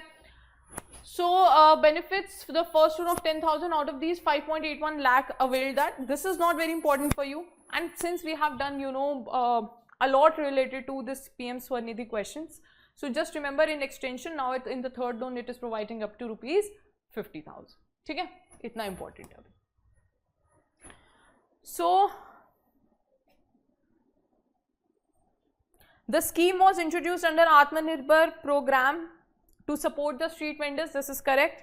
Next, the scheme is a joint initiative between Ministry of Skill Development and Ministry of Food. So this is by the Ministry of Housing and Urban Affairs. So this one is incorrect. Next, the scheme does not extend to the rural street and vendors. It is limited to the urban areas in the current scenario. So since it is just by the Ministry of Housing and Urban Affairs, so you could have made out that this is only for the street vendors of the urban area. So here your first and third statement are the correct one. Okay. Okay, now we will be talking about GI tags. Last time we have discussed that under TRIPS this GI tag is covered. Recently few foods and all, in total I guess around 19 GI tags has been given in 2023. So that's why they were in news, like brown sugar of Manipur got the GI tag, then Kashmiri saffron got the GI tag. So there were around 19 GI tags, and that's why it was in news. So the first statement, the first product of India to be GI tagged was Darjeeling tea in 2004. So this one is absolutely correct. GI is governed by WTO's agreement, trade related aspect of intellectual property rights, that is your TRIPS. So this one is also correct. And GI tag helps in improving the export of the product tagged to it. So this one is also correct. And of course improving the quality also and the originality of the product. Okay. So your 1, 2 and 3 all are correct. Okay, next is your TULIP program. The TULIP program is not at all related to flowers or something. Okay? So TULIP program is under the Ministry of Housing and Urban Affairs. The Urban Learning Internship program is there. So it is to provide internship to the students and graduates in the urban local bodies. Again, urban related scheme. So we have done I guess 3 or 4 schemes that only covers the urban areas. Okay, smart cities. And your more than 25,000 internship opportunities have been advertised. Okay. So urban housing, Ministry of Housing and Urban Affairs would be collaborating with your Ministry of Education, All India Council of Technical Education, and they have developed TULIP. Okay. The Urban Learning Internship Program. Okay. So that's it. This is the information you need to remember. एक ये और याद रख लो. This MOHUA has collaborated with School of Planning Architecture to launch what? To launch e-course on the Vulnerability Atlas of India. ठीक है? इतना याद रख लो. Fine. So TULIP is related to what? It is an internship option B. It is an internship program under the urban local bodies and the smart cities program under the Ministry of Housing and Urban Affairs. So B option is the correct one. Okay. Next is your NMC, National Medical Commission. Okay. So right now NMC has drafted a 5th Autonomous Council bill. Okay. And that's why it was in news that now it will be conducted by next, that is your National Exit Test. अब next जो है, so 5th autonomous body के लिए एक bill draft किया national medical commission ने. ठीक है, that now the test would be conducted by next, that is your national existing test. National existing tax will work for 2 things. One, registration for doctor, and second, that it would be like an entrance for the post graduation. ठीक है, तो इसका ये 2 काम होंगे जो आपको याद रखना है और जिस वजह से ये न्यूज में था. The reason it was in news and you have to remember these 2 things. Fine.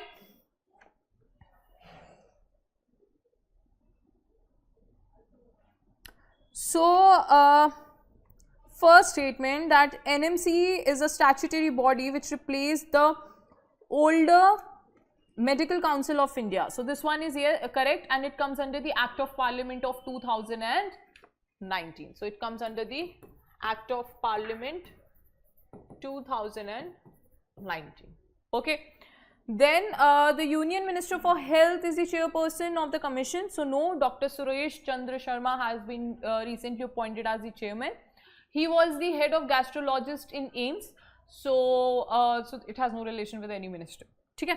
So, आपका second is also, second is wrong, first is correct. Third, laying down the policies for regulating the medical institution and the medical profession is one of the important function of the commission. So, this one is correct. So, 1 and 3rd are your correct one. Okay. Fine. Next is your Ganga Villas. So, what are Ganga Villas? Okay. So, first of all, it is under the Ministry of Ports and you know, your waterways. Okay.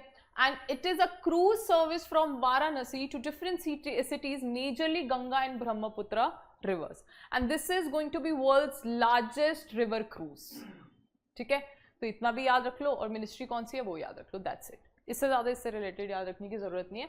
एक दो points या एक बारी map देख लो कि where it stops and how it will be covering all the route. Fine. ठीक है. Next is your Swamitva scheme. So, Swamitva scheme, why again it was in news? We have done twice or thrice the Swamitva scheme as a match the following question and everything. But right now, why it was in news? So, Swamitva scheme only 60%. So, this is the headline. Only 60% of the villages in India digitally mapped since 2020. Swamitva scheme का aim क्या है? To provide the record of rights to the villagers owning the house inhabited areas of the villages. Basically, they had to do the mapping of the owners of the land of the villagers. That is what would happen using the geospatial technology under the Swamitva scheme. So now the research that have been found, the data that has been right now released, that only 60% of the villages have been mapped, and that's why it was in news. Clear? So let's look at the first statement. Swamitva scheme is a collaborative effort of the Ministry of Panchayati Raj, State Panchayati Raj Department, State Revenue Department and Survey of India. So this one is correct. Second, it is a scheme for mapping the land parcels in rural inhabited areas using drone technology and continuously operating reference station. So this one is correct. Third, this will bring about financial stability among the people living in rural areas, as the land and property can be an asset to get a loan or enjoy other financial benefits. Also on the ground level, there are a lot of disputes, even the crimes happening due to their division of lands. So even that would be solved, that once you know the name of the owner, the how much they would be covering the land, everything would be mapped out. Okay. So your first, second, third, all the statements are correct. Next is your Pradhan Mantri Kaushal Vikas Yojana. Okay. So this we have done in previous lecture also. Let's look at it. So Pradhan Mantri Kaushal Vikas Yojana 4.0 has been recently launched. Okay, for the skills of the youth. Okay. So Vikas Kaushal ho raha hai, so some skill development related topic. Okay, so Unified Skill India digital platform to be launched to expand the digital ecosystem or the skilling. This would support the DBT to be rolled out to provide the stipend. So now DBT will be rolled out and it will provide a stipend to support 47 lakh youths in 3 years. Okay, so impart the youth Amrit Pidi. So now you know that youth are referred in our country as Amrit Pidi. So this is for the development of this Amrit Pidi and to realize their dreams. We have now formulated national education policy focused on skilling, adopting the economic policies to facilitate the job creation, support business opportunities, and the so that's it. This is the major information you need to remember. Bas. Okay? ये सबसे important है, याद रखना, that DBT has been rolled out so that they can provide stipend to support the 47 lakh youth in next 3 years. Okay. So first statement, it is India's largest skill certification program. That is correct. Second, it is expected to give a push to the Make in India Atmanirbhar Bharat initiative. This one is correct. Next, Ministry of Human Resource Development is responsible for implementing it. So no, of course, Ministry of Skill Development and Entrepreneurship is responsible for it. So third is wrong. First and second are correct. It is asking correct. So 1 and 2 only. Okay.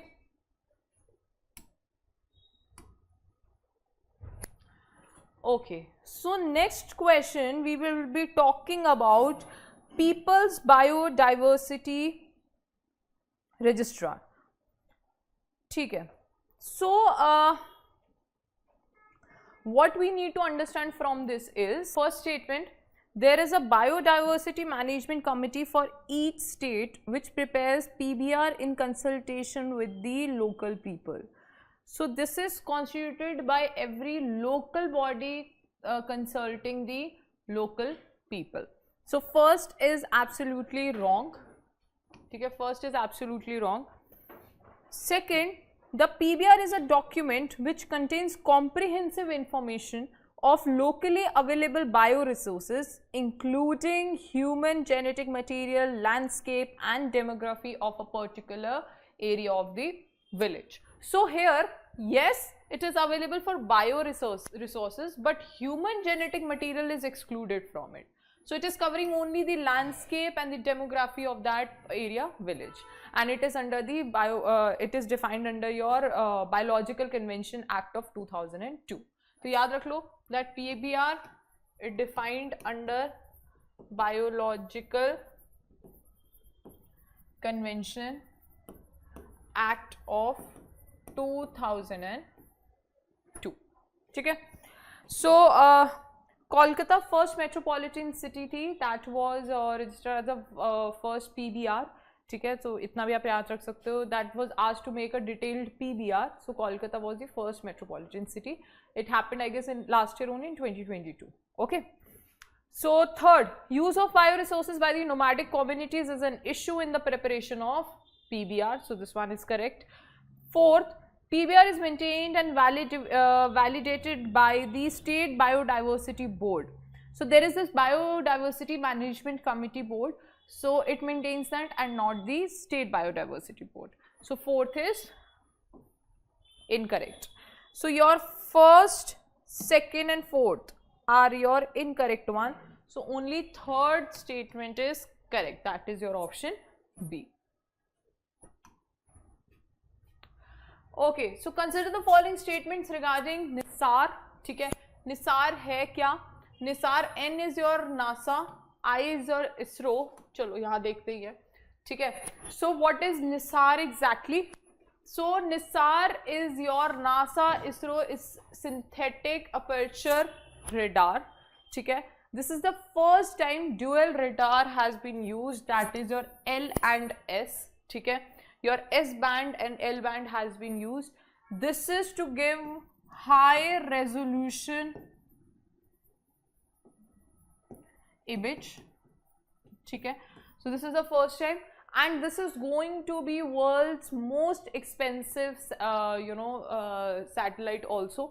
Okay. So it is a low Earth orbit observatory being joined by the developed by the NASA and ISRO. It is in news because soon it will be shipped to India. Okay, soon it will be shipped to India. So it has a payload mounted with a radar instrument structure, and spacecraft bus are together under the observatory. So provides spatially and temporally consistent data, and it will map the entire globe in 12 days, marking all these agricultures, or from the weather perspective, everything. It is very important.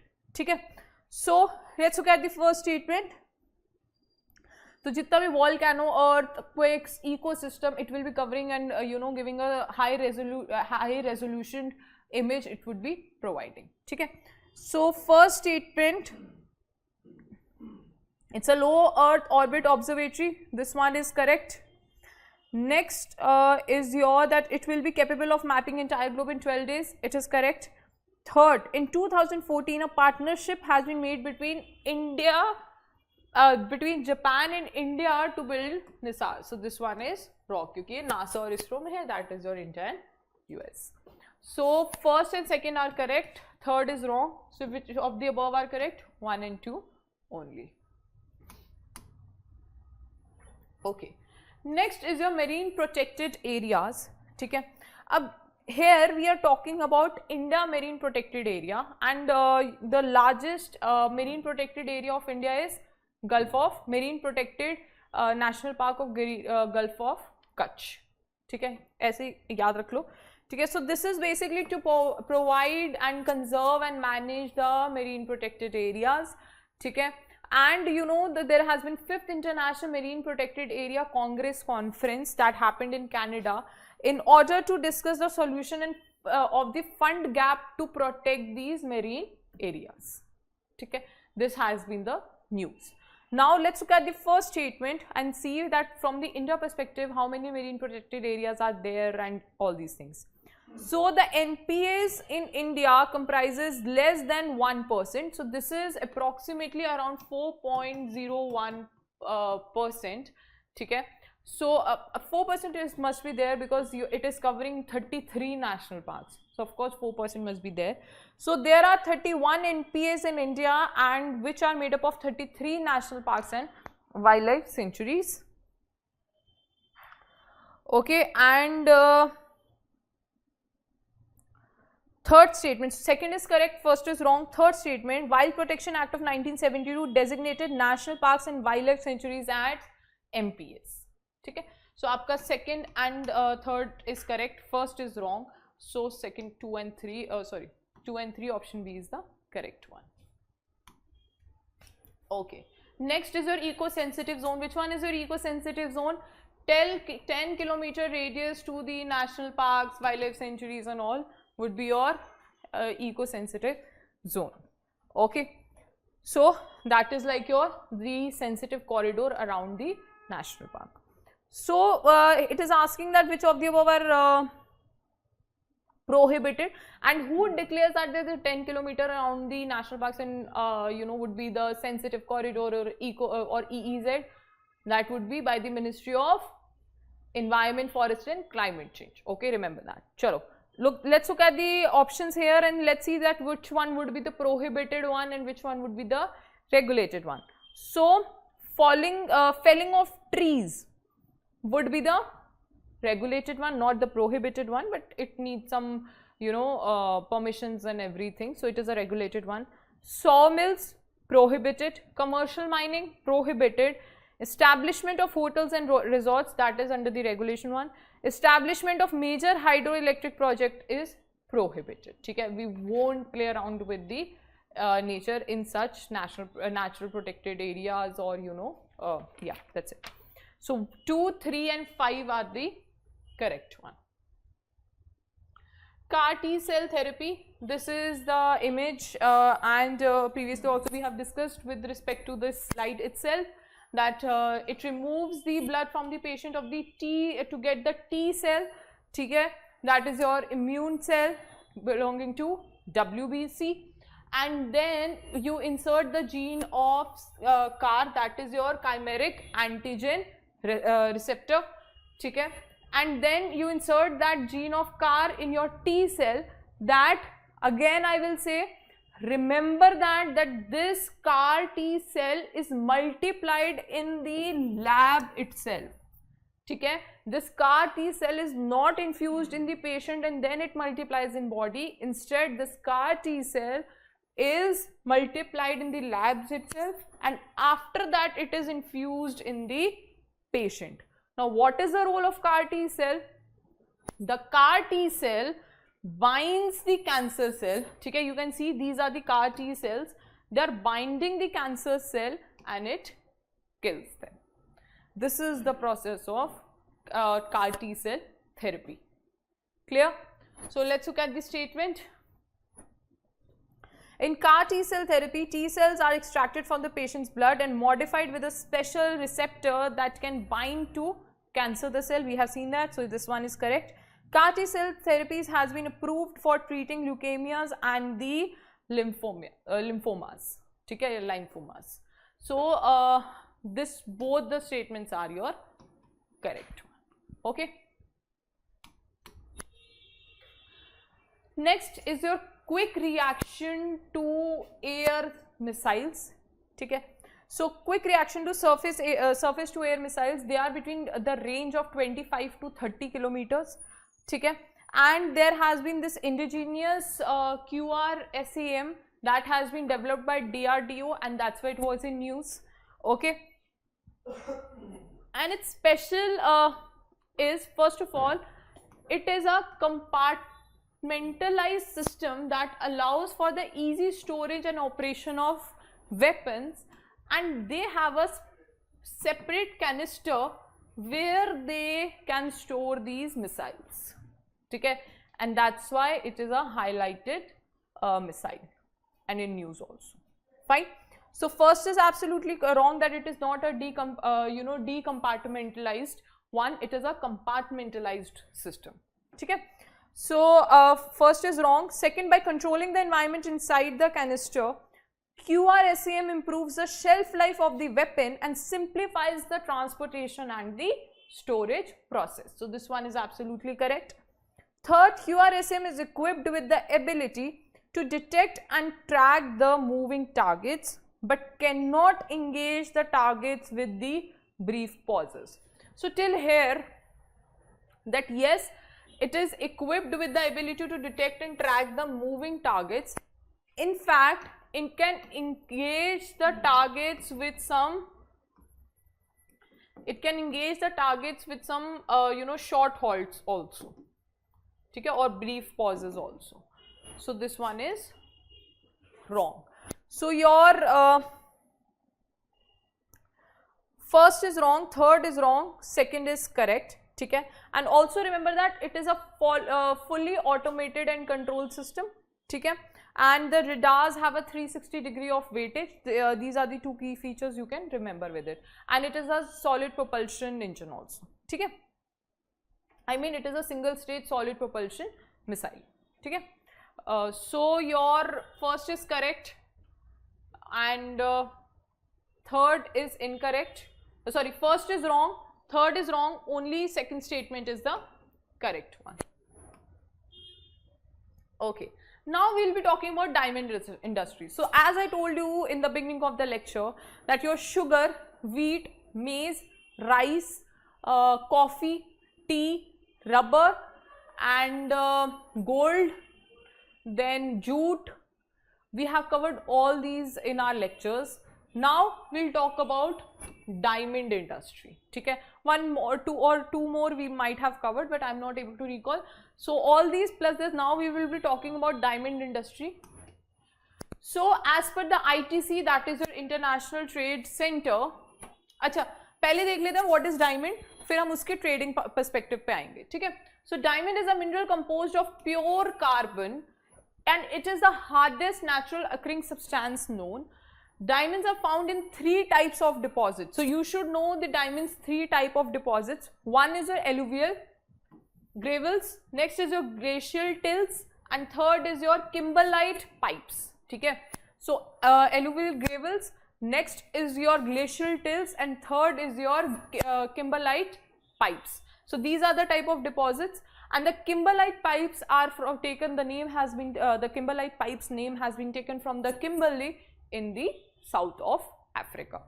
Okay? So I mean the South Africa, not south of Africa.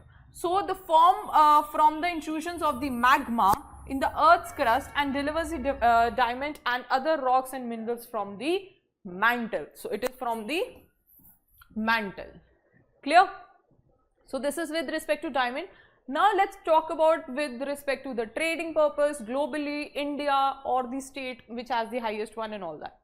So as per the ITC trade figures, India contributes 19% of the total diamond export in the world. India exports more than 75% of the world's the polished diamond gems and jewelries. Okay? So 75% polished diamond gems and jewelries hai. whereas overall diamond export India का कितना है 19% total diamond export. ठीक है. So India is one of the fastest growing sectors, mostly export oriented, labor intensive and contributing 7% country's GDP and 15% of India's total merchandise export, employing more than 5 billion people. India is the world, ये जरूर याद रखना, India is the world's largest cutting and polishing centers of the diamond. ठीक है, तो India is the world's largest cutting and polishing of the diamond. But which is the most purchasing market? So the biggest market for cut and polished diamond is US, then next is China, but India, to create such polished and cut diamonds, is India is the world's largest. So ये difference याद रखना, दोनों में confuse मत होना. ठीक है. Next, the Indian government presently allows 100% of FDI in diamond. So remember, the diamond comes under 100% of FDI. Okay, now let's look at our statements. So the first statement says that the US is the largest market for cut and polished diamonds, with China following closely behind. This one is correct. Second, India accounts for 5%. No, it accounts for 19% of the total diamond, and the polished diamond 75%. UAE is the primary destination for Indian gold jewelry exporting, accounting for 75% of the country's jewelry export. That one is correct. And Surat is a prominent diamond manufacturing hub with a global presence. So this one is correct. So your first, third and fourth statement are the correct one. Okay, next is consider following with respect to fiscal deficit. So wherever we would be requiring the the formulas and everything, we'll be using. पहले fiscal deficit का formula, total expenditure which includes your receipt, expenditure and capital minus total receipts, then again covering your revenue and capital. ठीक है, and it is excluding your borrowings. This we did in the previous statement, जहाँ पे आपको दिया हुआ था that fiscal deficit is the total expenditure minus total receipt. So we discussed there that this plus the condition that it will exclude borrowings. ठीक है, so let's look at this statement one by one.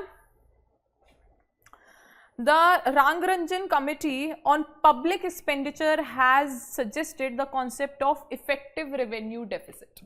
अब again committee, Rangarajan Committee, ठीक है, Rangarajan Committee. So basically they are talking about public expenditure. अब वही एक word with respect to the committee. So public expenditure. Now what all they are doing, that is a different concept to talk about. But the Rangarajan Committee or Rangarajan Committee is talking about public expenditure, and it is on the concept of effective revenue deficit. So this one is correct. Next, primary deficit occurs when the government expenses exceeds its revenue from the taxes and other resources. So revenue deficit का formula क्या होता है? It is total expenditure minus tax, tax revenue plus non-tax revenue. ठीक है? So आपका revenue deficit का formula क्या है? Total expenditure minus tax revenue plus non-tax revenue. ठीक है? और आपका primary deficit का formula क्या है? So what is the formula for primary deficit? It is your fiscal deficit minus interest payments on the previous loans. ठीक है? Minus interest on the previous interest payments on the previous loans. So this is actually your revenue deficit, and this that is useful measure for the government financial situation excludes the interest payments on the previous loan is your primary deficit. So if you remember these three formulas, you could have corrected or incorrected these statements, and of course that the committee belongs to whom. ठीक है. Now the fourth statement, effective revenue deficit.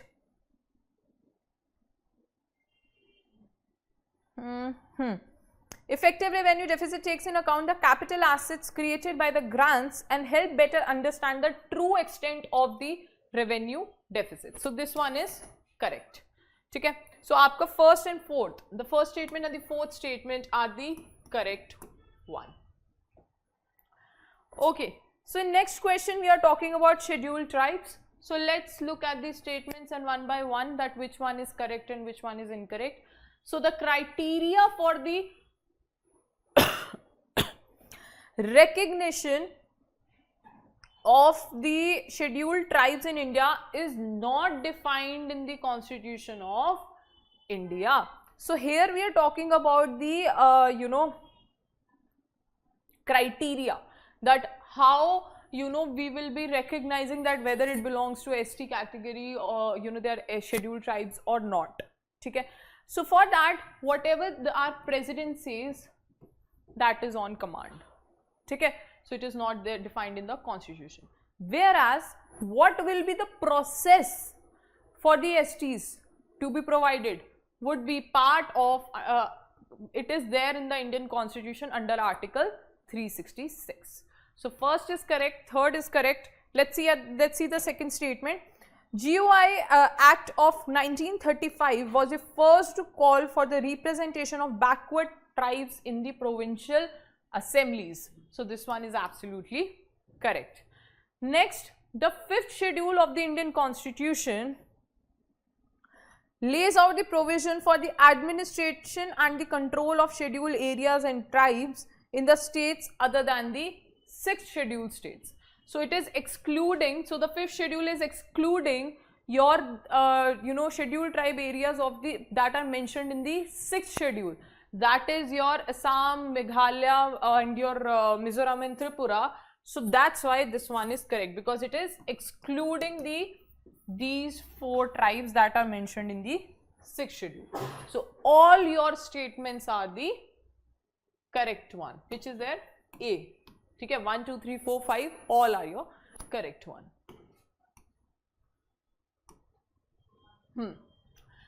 Okay, so in next question we are talking about मोग्राफी.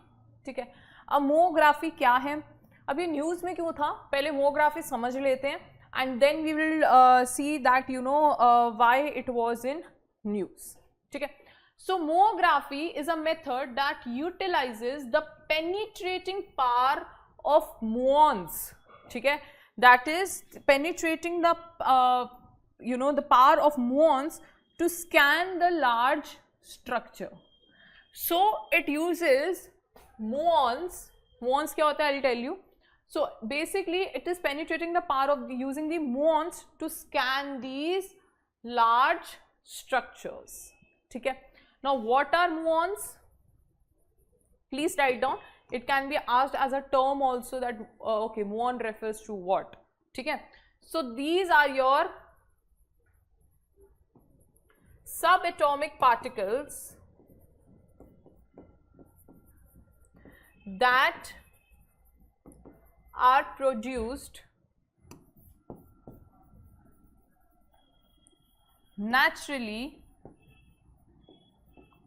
when they are produced naturally, when the cosmic rays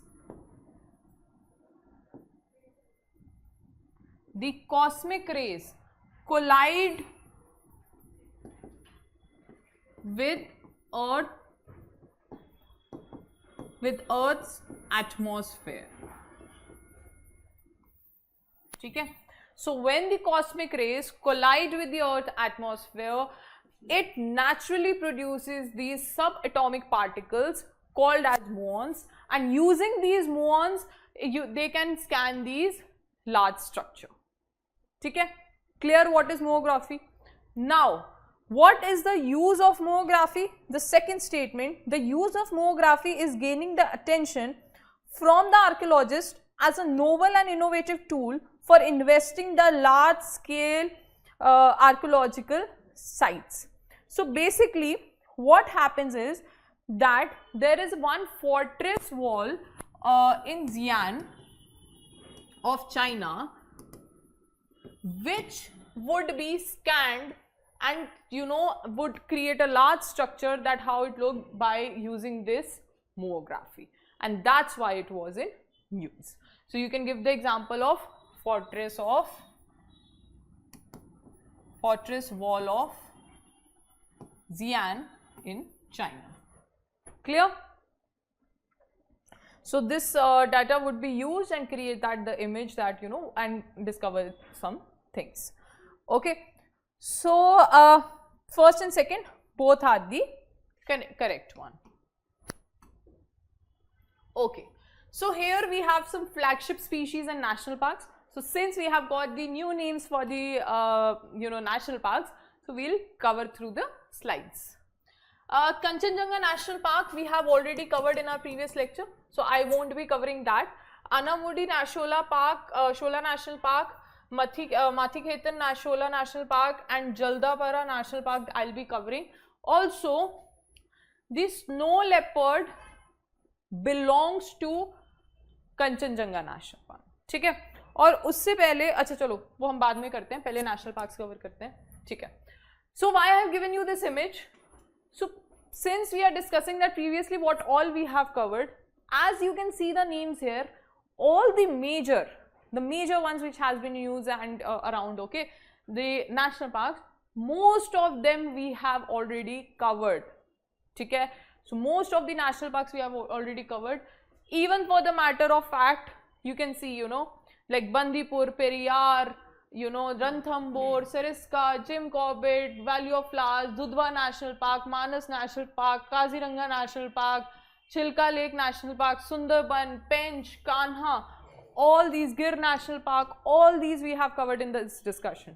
So now we will be covering all the the leftover national parks that are left.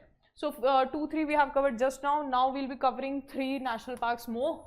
So Anamudi National Park, Shola National Park. So here I have given you the image of its flagship species. Okay. So this national park is located in Western Ghats. It is surrounded by Iravikulam National Park, Pambadam National Park, Chinar Wildlife Sanctuary, your Mathiketan Shola National Park. Okay. So here in your question, if you will see, the first is that the galaxy frogs belong to Anamudi National Park. So Anamudi National Park's galaxy frogs are not found here. They are found in Mathiketan National Park. Okay. So and galaxy frog ka IUCN vulnerable. Okay. Habitat kya ban gaya? So I have told you earlier also.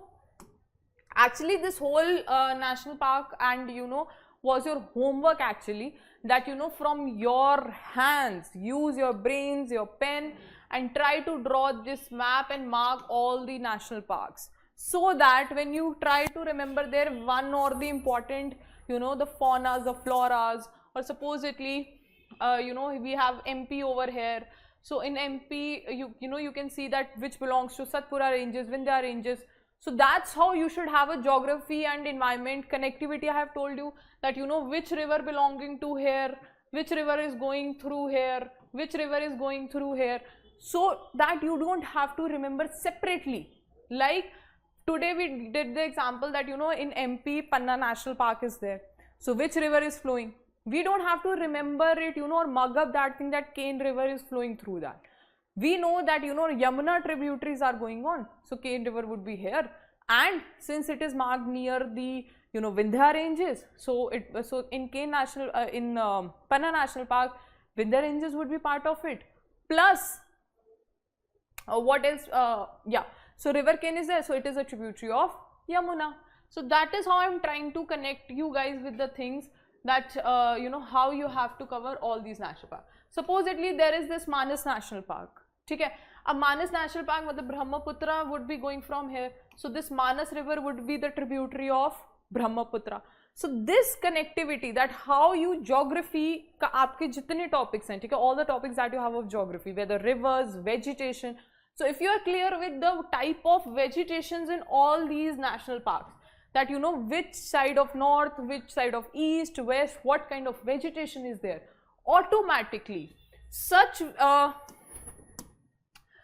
if you know the vegetations around these national parks, automatically whatever flagship species you are learning with respect to that national park or biosphere reserve or wildlife sanctuary would become its habitat. So that state, national park, climatology, the vegetation, everything would become a habitat for that particular species. Okay? Like for example, let's take the example of sloth bear. Okay, let's take the example of sloth bear. How you have learned that, you know, the sloth bear is, what is the habitat of sloth bear? Chalo, batao. So we cannot recall the vegetation or the habitat of all these species. One condition, if you would have remembered, or while marking all these national parks, you might have found that, you know, the sloth bear are, you know, can be found in these areas. Only in these areas you will find कि जो national parks है वहाँ पे आपको sloth bear मिलने के chances हैं. Why? You know, even for the matter of fact, you will find in these areas also. But why not here or in these extreme conditions here or in this? Because sloth bear habitat, the most important condition for sloth bear habitat is that they cannot survive the extreme conditions. Now this extreme condition can be extremely dry areas or extremely cold areas or with extreme high temperature. They cannot survive. So sloth bear you will find in all which have, you know, the tropical forest impact on them. A good green vegetation is there. A good you know, level of temperature is there. So average temperature is there. So you will find sloth bear there. So this is how you have to find the connectivity. Remember that. Sorry again, lecture would have increased because of out of the context topic we took. Chalo, back to it. So it was declared, but you know, this out of the context topic is very important because prelims is about logics, the connectivity that you have among these subjects, the static and the current affair. So I'm trying to convey that how you should have it. Okay. So back to the topic. So the park was provide safe and comfortable. Okay. So the fauna, elephants, tigers, panthers, Indian bisons, Nilgiri tares, the gaur, the spotted tigers, giant grizzled squirrel, Hanuman langur, sloth bear. Can you see the word sloth bear here? Because it is Anamudi Shola National Park. Not a very extreme condition you will find here. So even sloth bear is part of this one. Flying squirrels. So all you can find here. Then next, the consists of 3 Shola reserves. Pannavan Shola, Pularadi Sholas and Indivara Shola National Park. Please pardon my pronunciation again. So Cythicrinite species of the tree fern will act as an icon of the conservation of Anamuti. So here you have the Cythicrinite that the firm plants are flagship species of, here it has given. So your the first and the third match the following in the question has been interchanged, and IUCN for this fern is critically endangered. ठीक है. So galaxy frog का आपका IUCN हो गया vulnerable and इसका हो गया आपका critically endangered. Snow leopard we have corrected with the Kanchenjunga, उसका आपका क्या होगा?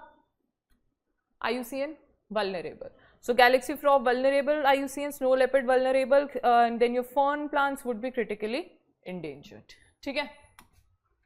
चलो. Now Shola forest in Mathiketan. ठीक है. अब माथिकेतन में शोला फॉरेस्ट क्या है? It's an importance of the elephant strip. The state government has declared the national park in 2008, so it becomes important because it is a part of the elephant strip. That is how your galaxy frog looks like. Okay, and the park falls in the Popara village, and then the 3 streams. The you know, all these 3 streams belongs here. ठीक है. And they are being the tributary of Paniyar, okay, originating from the hills of Mathiketan. The highest point inside the park is Kattumala, okay, which is located in the eastern border adjoining the Tamil Nadu. Then what else you need to remember? So what type of vegetation you will find here? Evergreen forest, moist deciduous forest, shola grasslands and semi-evergreen forest. Then animal life in Gaur, wild boars, sambar, common langur, wild dog, galaxy frogs, jungle cats you will find here. And also this Shola forest is of medicinal plant, also valued here. ठीक है, or grown here.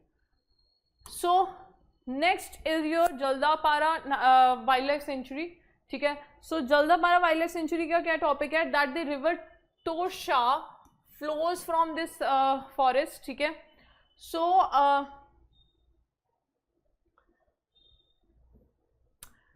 vast grassland with patches of riverine forest that was declared sanctuary in 1941.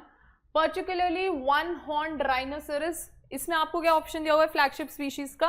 Royal Bengal tigers. Royal Bengal tigers actually Sundarban national park. ठीक है, तो सुंदरबन भी हम cover कर चुके हैं. तो इसके आपका फ्लैगशिप है वन हॉर्न्ड राइनोसोर्स. ठीक है, so it is a mosaic of woods, deciduous forest, grasslands, perennial streams, sandy river banks and extensive belt of tall grasses.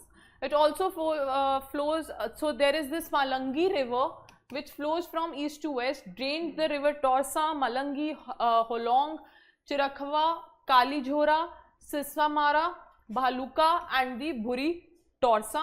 The national park holds the maximum number of rhinos population in India after the Kaziranga National Park of Assam. ठीक है, so this has the second highest number of one-horned rhinoceros. We have done one-horned rhinoceros project also, we have discussed earlier. ठीक है, remember, try to recall it. So the other animals, Royal Bengal tigers, elephant and all belong to here. Then crested eagles, fishing eagles, shikra, jungle wolf owl, you know, monitored lizards, pythons, cobras, kraits you will find here. You can pause and go through them. Okay. So these all major national parks we have covered. And your Royal Bengal tiger IUCN jaldi se endangered. ठीक है, so these all are wrong, only one is correct. So it is asking correctly matched, only one pair. Okay, now we have to discuss money supply, M1, M2, M3. Let's have a quick revision for the static portion of economics. ठीक है, so your M1 is currency with public plus demand with the banking system. Demand means your current account and saving account plus the other deposits with the RBI. अब M1 याद रखना बहुत जरूरी है because सब में will be adding M1 plus whatever is required according to the other one. So M2 is M1 plus saving deposits of post office saving banks. ठीक है, तो ये saving deposits हैं. Then M1 plus time deposits of the banking system जो होगा वो होगा जाएगा आपका M3. ठीक है, तो यहाँ saving deposits use हो रहे हैं, यहाँ time deposits use हो रहे हैं. In M4 your M3, that means your M1 plus the time deposits in the banking system plus all the deposits of the office of the saving bank accounts, that would become part of M4. So M1, M2 are your narrow money, M3, M4 are your broad money, and the most liquid one is your M1, then is your M2, then is your M3, and last is your M4. So this is like liquidity wise in descending order. Highest currency, the liquidity one is M1 and the least is your M4. So this is like your quick revision for your money supply for economics. Sure. Let's look at the statement. So the first statement says that M1 is the least liquid. No, it is the most liquid one. So first is absolutely wrong. Second, M3 is equal to M1 plus time deposits with the commercial bank. So this one is correct. Next is your, in the above formula of the money supply, we count that only the public deposit in the bank, the interbank deposits are not counted. So yes, the interbanking won't be counted, only that the deposit money that is there in the banks would be accounted. Now M1, M2, M3 are the narrow money, whereas M4 is a broad money. So M1, M2 are your narrow money, M3 and M4 are your broad money. So your second and third statement are only the correct one. Clear? Okay. Next question is with respect to volcano. Let's look at the question. So Mauna Loa is the largest active volcano on the earth. This one is correct. Then Mount Etna is an active volcano located in Sicily, Italy. So this one is also correct. That Mount Erebus is an active volcano in Mediterranean Sea. So no, it is the active volcano in Antarctica. Okay? It is in Antarctica. So third is wrong. So this is like the mapping of the volcanoes right now in front of you. So Stromboli is the active volcano in Antarctica. So it is on the off coast of Italy and not Antarctica. So fourth is wrong. Barren Island is an active volcano located in the Andaman Sea. So fifth is correct. Third and fourth are wrong. Second is correct. First is correct. So 1, 2 and 5 are the correct one. Option B. Clear? Okay. Next we have few Himalayan peaks and we have to tell from east to west. Remember, हमें बताना है east से west, ठीक है? नंदा देवी, नंगा पर्वत, mount Everest and Kanchenjunga. अब हमें पता है ये चीज static geography, that Nanga Parbat is the westmost peak of the Himalaya. So now this option is eliminated. Now let's look at the other places. ठीक है? So आपका Mount Everest is here. Okay. Then Kanchenjunga is here. And your what else is there? Nanda Devi. So Nanda Devi is here. So Kanchenjunga 4. So it is going, we have to go like this. So 4, 3, 1 and 2. 4, 3, 1 and 2. Option D. So option D will be your correct one. Okay? So here you have Kanchenjunga, Mount Everest, Nanda Devi, and to the west you have your Nanga Parbat. Okay?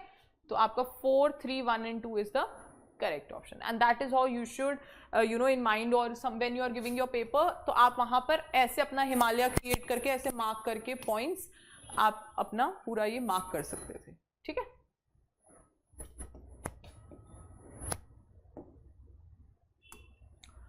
Okay, so let's have the next question. So which of the following bodies are non-constitutional bodies? ठीक है? अब अगर इसके एक best trick बताती हूँ, क्योंकि UPSC भी as a statement sometimes ask you, that which are the constitutional bodies, which are the non-constitutional bodies. So the best way is learn the M. Lakshmikant map, because the index is like these are the constitutional bodies, these are the non-constitutional bodies. So if you remember that which chapters you took first and then the other ones, then also you could have corrected and incorrected the constitutional and non-constitutional bodies. But okay, let's see. So NHRC, okay, NHRC, first of all, it is a statutory body and it has been established in 1993. Okay. So of course NHRC is a constitutional body. Next is your Special Officer for Linguistic Minorities. So this is your acha, ठीक है. So NHRC non-constitutional body, ठीक है, as it comes under the it is a statutory body established under the Act of 1993. So second, Special Officer Linguistic Minority. So Special Officer Linguistic Minorities under Article 350B, ठीक है. So of course it is a constitutional body. तो अभी तक आपका सिर्फ NHRC है constitutional body, sorry, non-constitutional body. And then Central Vigilance Commission. तो ये statutory body है established in 1964. So this is also your non-constitutional body. Now Scheduled Area and Scheduled Tribe Commission, we are aware of that it is a constitutional body. So आपका 1 and 3 are the non-constitutional bodies, and that is your correct option is D. Clear? Oh, so finally we are over with the test discussion. All the best for your another test discussion.